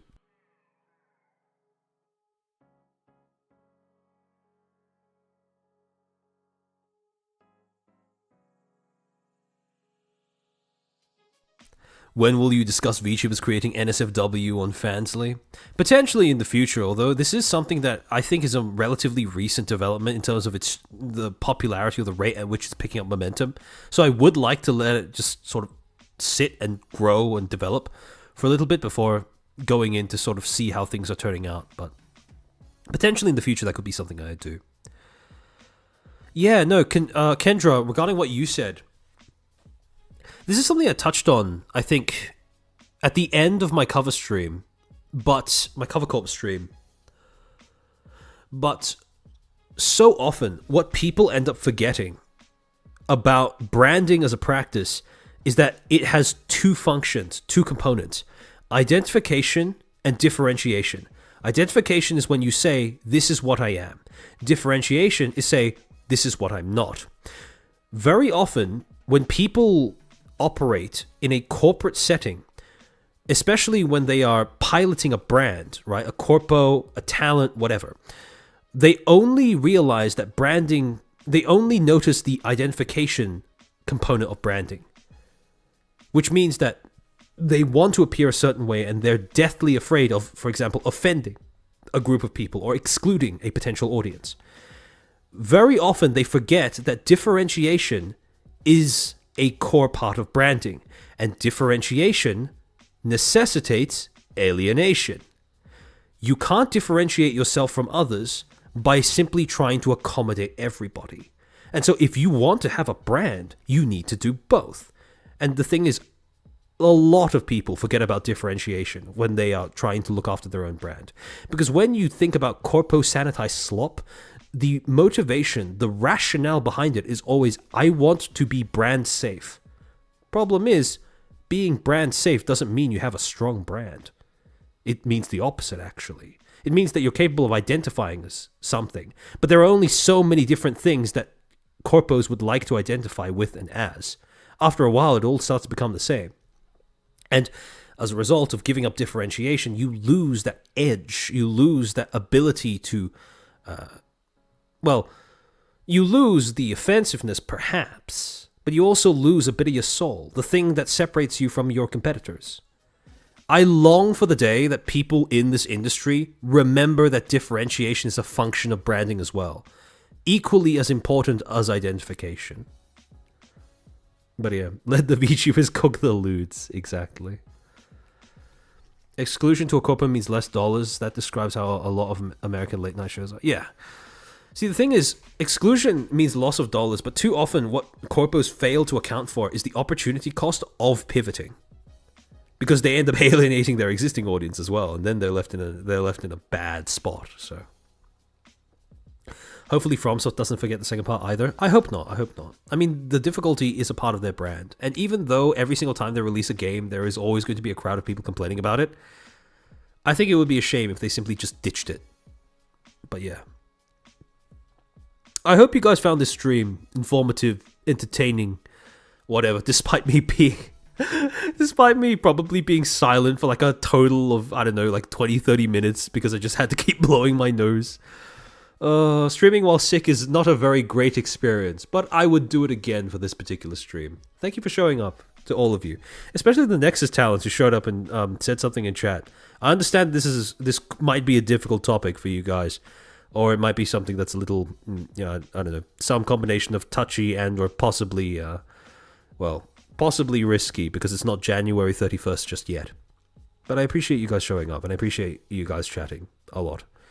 And I hope your journeys go well. I mean, your journeys certainly haven't been smooth, but I hope they go better than they have been thus far. You deserve better than what you got when you signed up to this sham, this experiment. I'm glad you have your IPs, and I can't wait to see what you do with it. This is very cute, informative, and funny, entertaining. I see what you're doing, Sinful Lad. I see what you're doing. Was interested to hear the connection between Nexus and Annie Live. Oh yeah, no. I mean, it's the connection itself is not news. Like, a lot of people suspected that Annie Live, there's had to be something going on between Harry and Captain and Annie Live and Nexus. Otherwise, it's just way too random and unintuitive of a decision to make.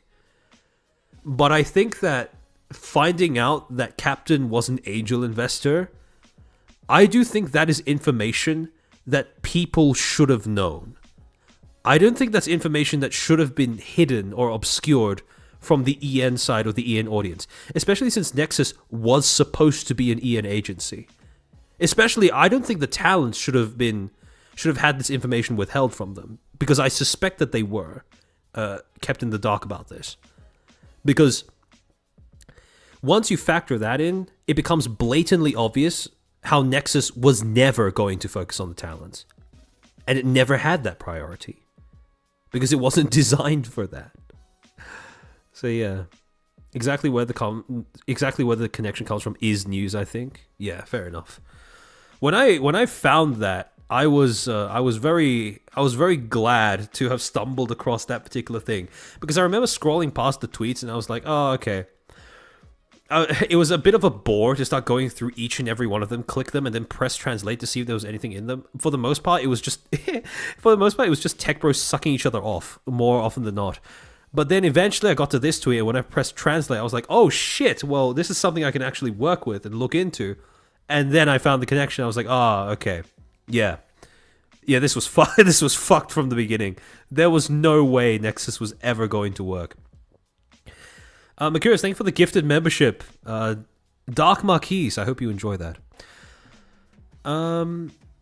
Actually, I might start wrapping up because I have been streaming for quite a while. I do need to make timestamps later on today as well, and I need to find some way of plugging the stream, the great flood that is making an exodus out of my nose. So hold on a second.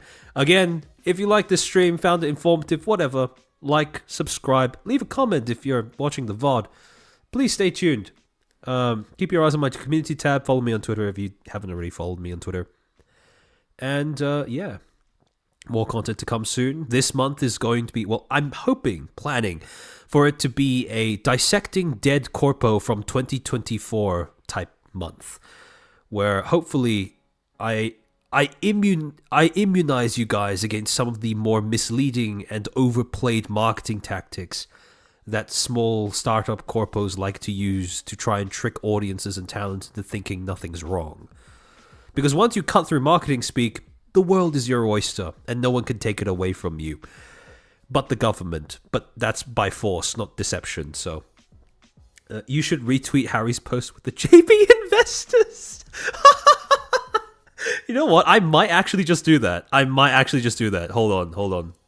Let me cook. Let me pull it up. Oh, actually, you know what? Yeah, nah. I have a policy of non-interference. I cannot afford to touch the poo, so to speak. As funny as that would be, I don't think that would set a great precedent. So no, I'm not going to do that. I appreciate the idea though. It was a funny suggestion. Oh, and Aria, no problem. I'm really grateful that you showed up, and I'm glad to. I was surprised and happy to hear that you've enjoyed my stuff for a while. It's always nice to hear when a fellow creator feels that, you know, is drawn to your content. It's very affirming. But yeah, hold on. Let me look for somebody to raid, somewhere to send you guys off to. And I close this stream on this now defunct topic. Hold on.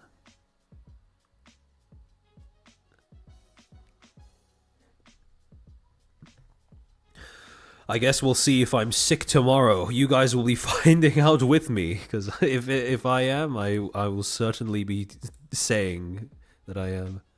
Oh, Sayu's live. Okay, I'm going to be sending you guys off to Sayu's stream. She's doing a me side stream. All right, I will send you off in that direction. Behave when you land in her chat. I will be watching, and I will see you next time when I'm hopefully not as sick. But in the meantime, thank you again for watching. Otsu chair.